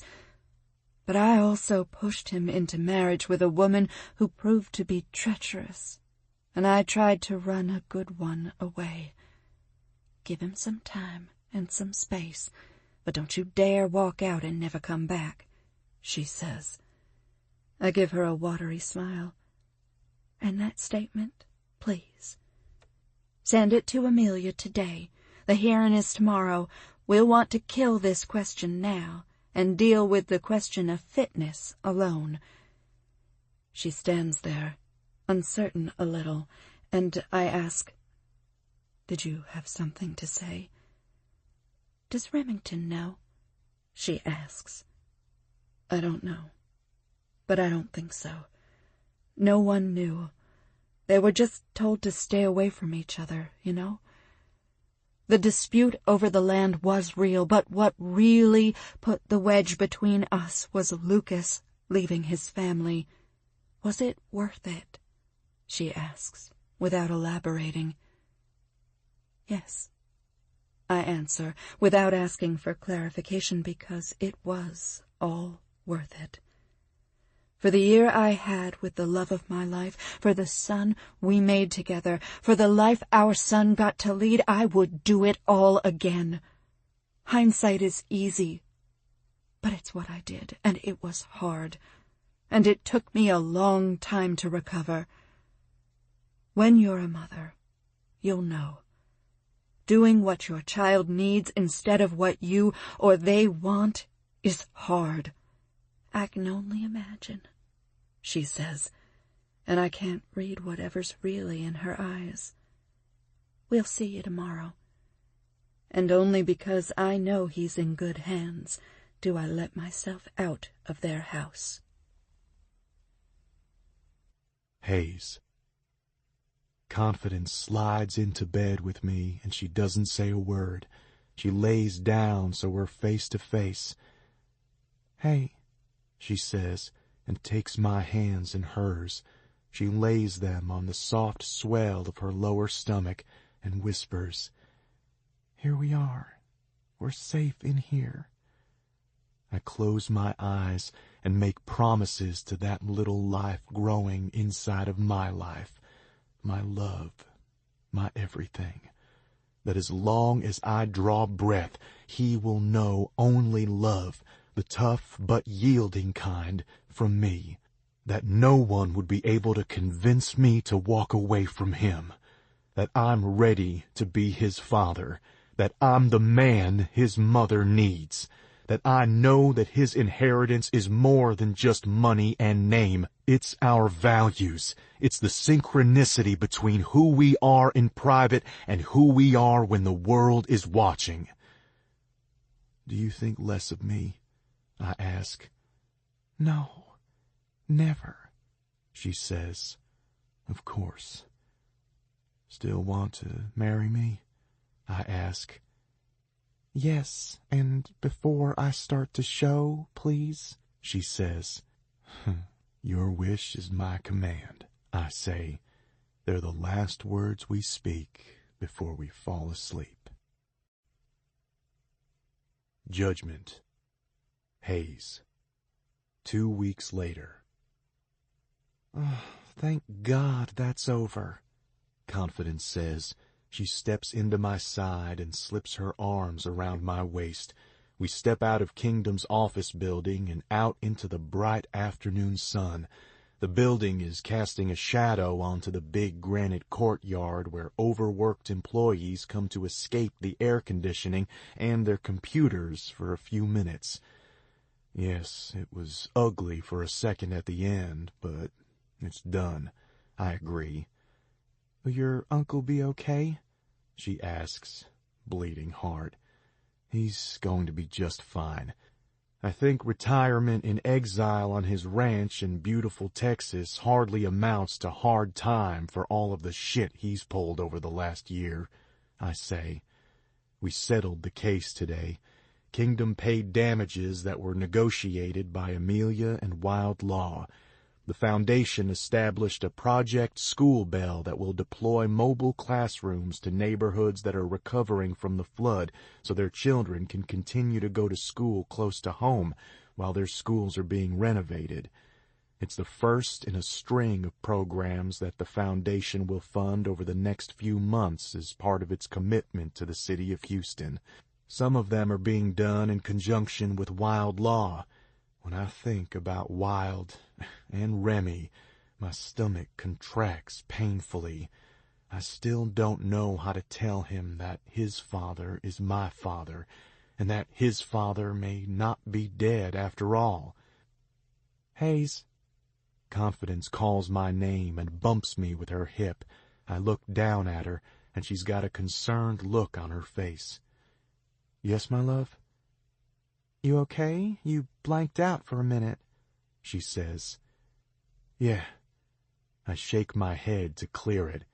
Just thinking that we've got a lot of work to do, but at least now I can do it without Thomas around. Looking for ways to undermine you, She adds. We start toward my car that's idling on the curb. The car will take you back to work if you want, I tell her. Yeah, that would be great. She rocks up on her heels and presses a kiss to my mouth. Thanks for being here today, for being here every day. I circle my arm around her waist and kiss her back. Hayes, Gigi says from in front of us. She stands up from the bench she's been sitting on.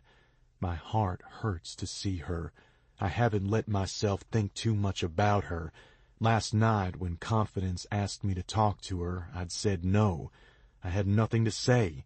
She gave birth to me, but that didn't make her my mother. I'd said it so flippantly last night, but when I see her standing in front of me, I know it's not that simple. Like a reel of film on a screen, flashes of our life together in Positano run through my mind. Our fights, the first time we picked figs from the tree we planted together, how she slept in my bed with me the night before I left for college and talked to me all night about growing up in River's house. My stomach churns, and I slide my eyes to Confidence, who has gone very still beside me. "Gigi, why are you here?" I ask her. I don't want to do this in public.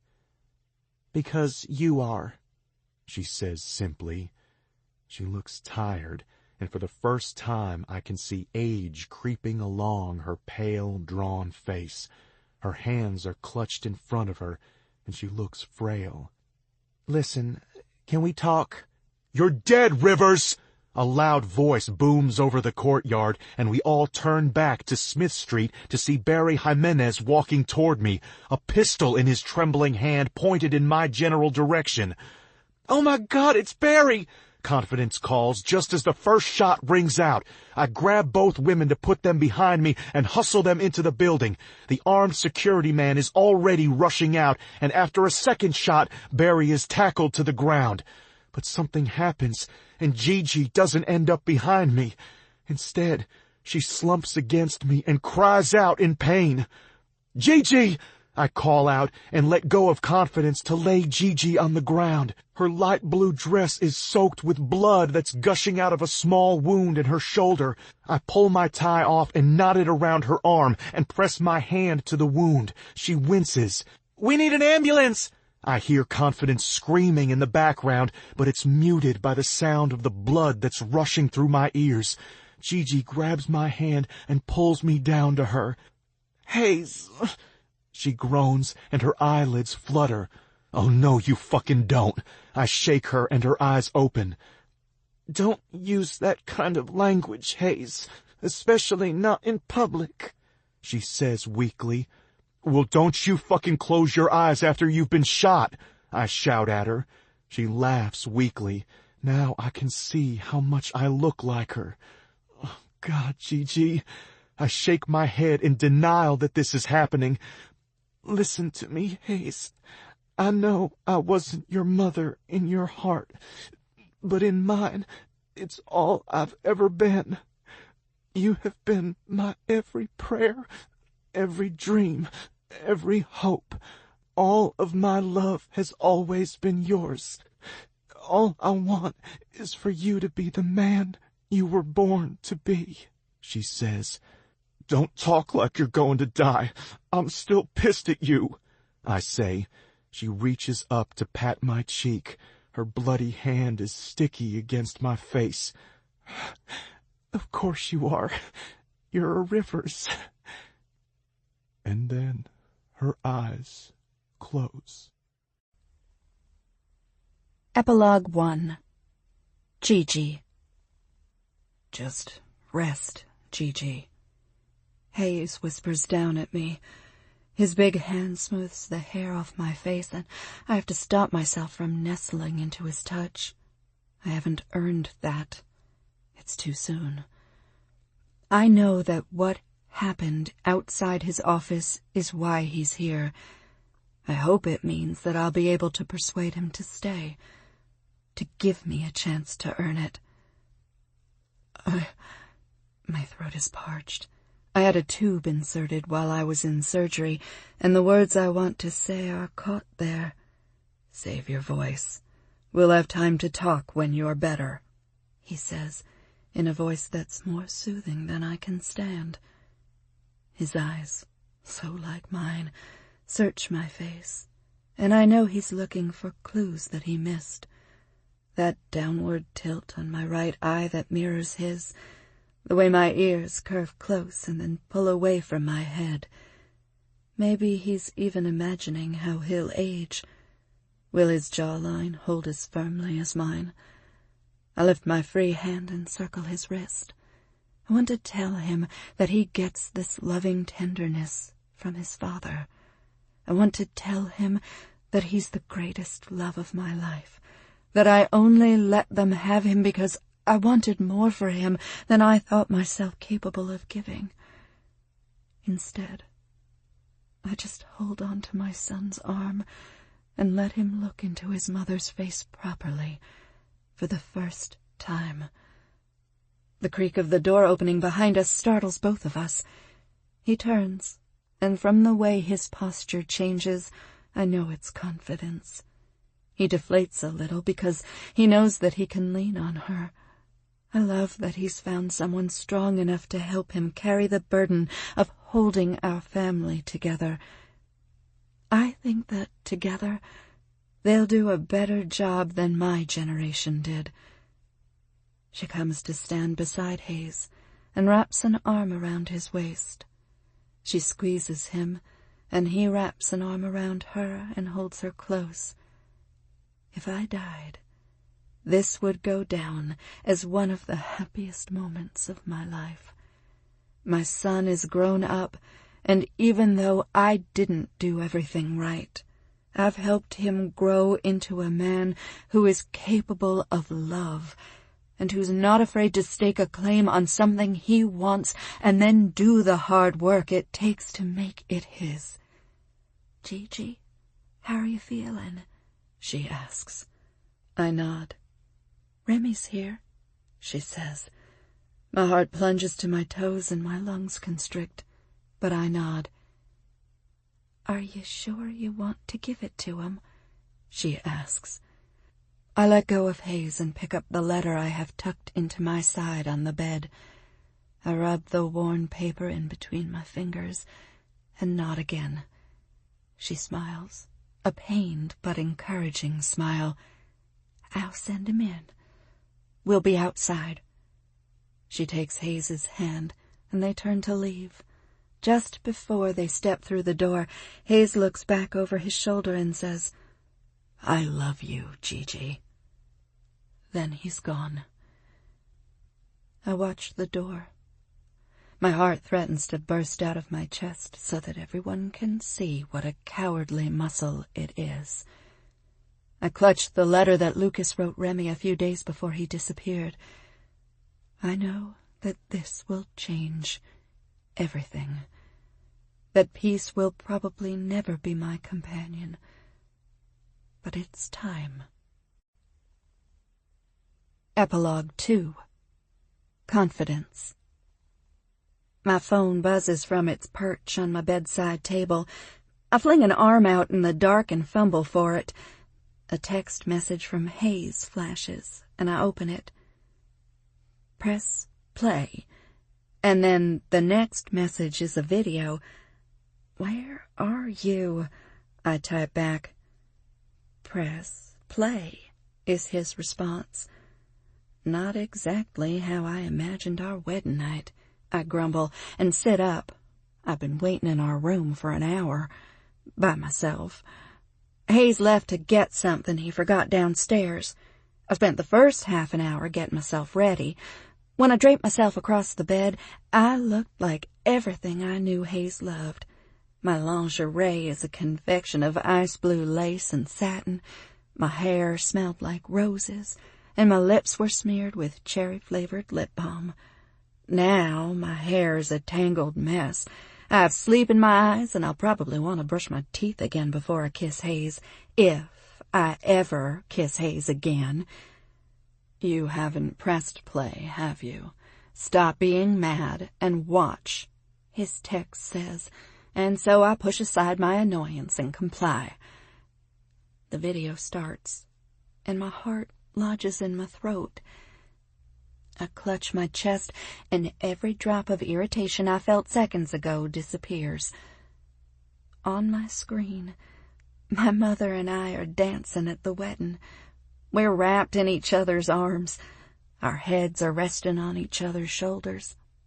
The look on my mother's face steals my breath. She's smiling.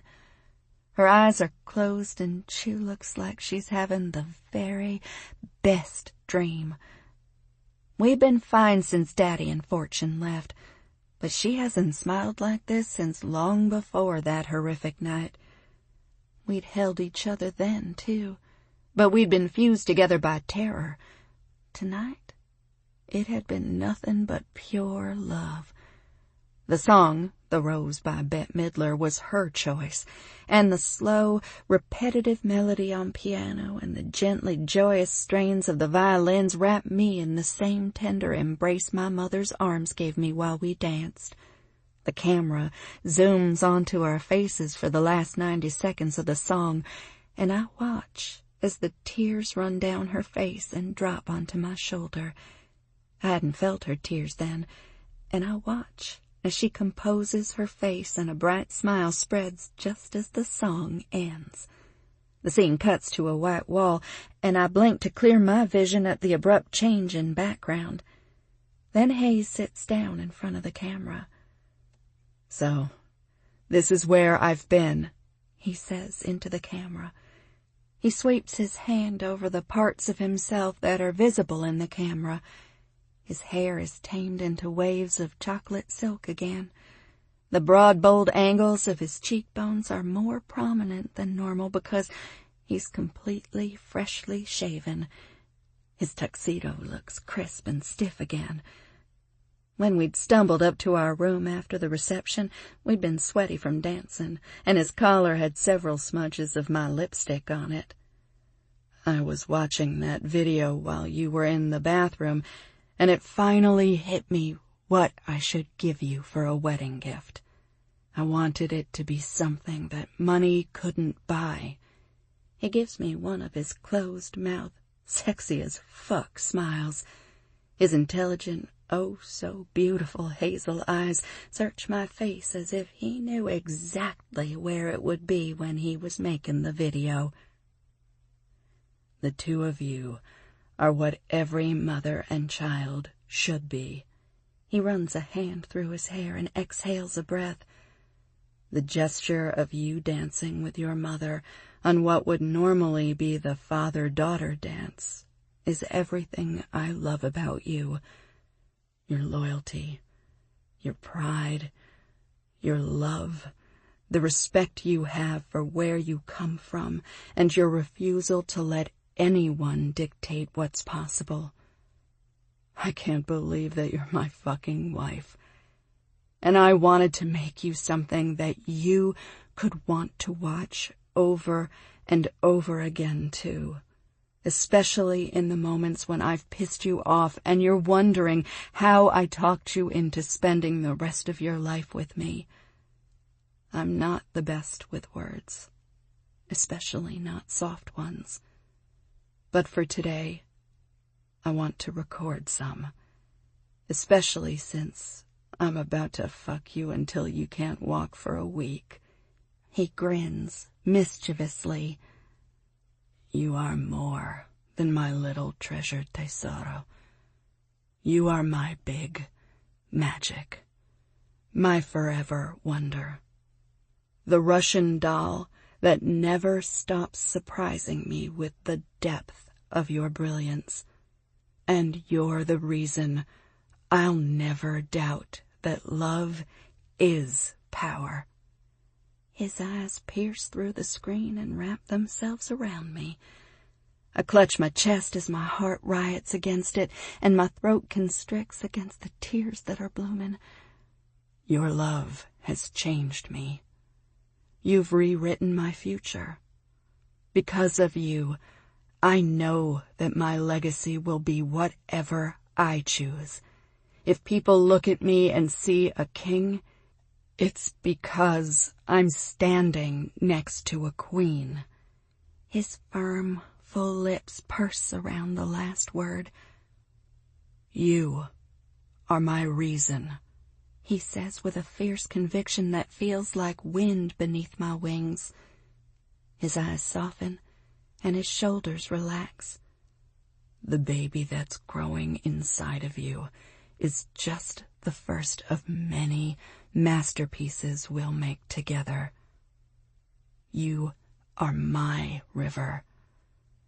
You've been the making of me, and I hope that one day I'll feel like I've earned the gift of your love. It's my privilege and honor to be your husband. I love you so much, more than I'll ever be capable of expressing. Now, lay back and get ready for me. I'm walking in now. The door opens, and the screen goes blank at the same time.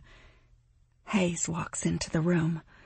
His bow tie is gone, his shirt unbuttoned completely, and his lightly haired chest and smooth, tanned skin of his muscle-carved torso peek out between the gap in the stark white fabric. "Hey, wife." His eyes are alight with a heat that singe every part of me it lands on. His eyes drag up my body, and he pulls his shirt off completely. The flex of the muscles in his powerful shoulders and arms distracted me. When I look back at his face, he's standing right in front of me. "Hey, husband." I mimic him. I sit up on my knees so I can slip my arms around his neck. His warm hands slide along the swell of my abdomen before they slip behind my waist. He pulls me into his chest and presses his forehead to mine. He closes his eyes and hums low in his throat. "That was so beautiful," I whisper against his lips, and his eyes open, and his gaze tangles with mine. "You like it?" he asks, with a satisfied smile. I nod my answer when I find that my throat won't release my answer.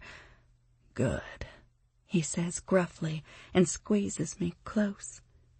He buries his face in my neck and nuzzles it with his lips. I tighten my hold on his neck and think I might die from the intensity of the love that I feel for him. And what a way to go. I kiss the side of his face. I'll watch it again. Forever.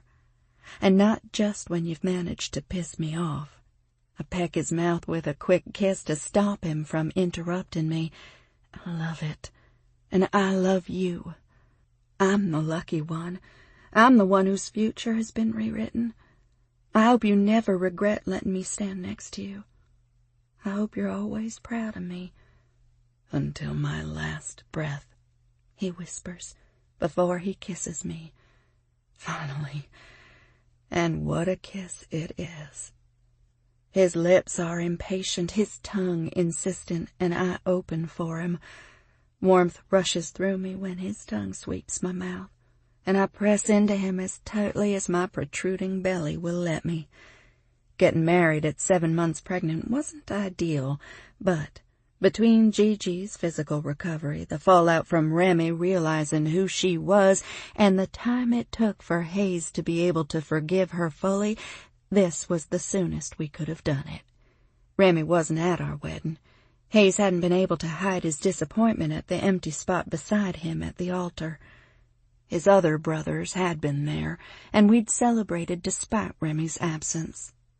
Hayes didn't want to take a chance that the baby would be born before we could be married, and I wanted to have a wedding, with the church and the dress and the party afterward, so I'd walk down the aisle of St. John's United Methodist Church in Houston, Texas, with my protruding belly proudly declaring that I had no business in my white dress.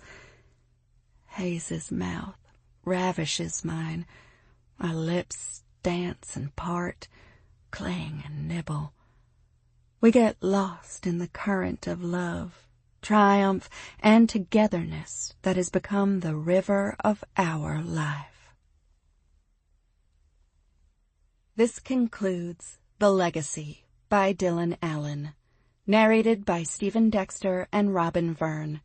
Copyright 2018 by Dylan Allen. This unabridged audiobook is published by arrangement with Dylan Allen and was produced in the year 2019 by Tantor Media Incorporated, a division of Recorded Books which holds the copyright thereto. Please visit Tantor.com for more information on our growing library of unabridged audiobooks. Audible hopes you have enjoyed this program.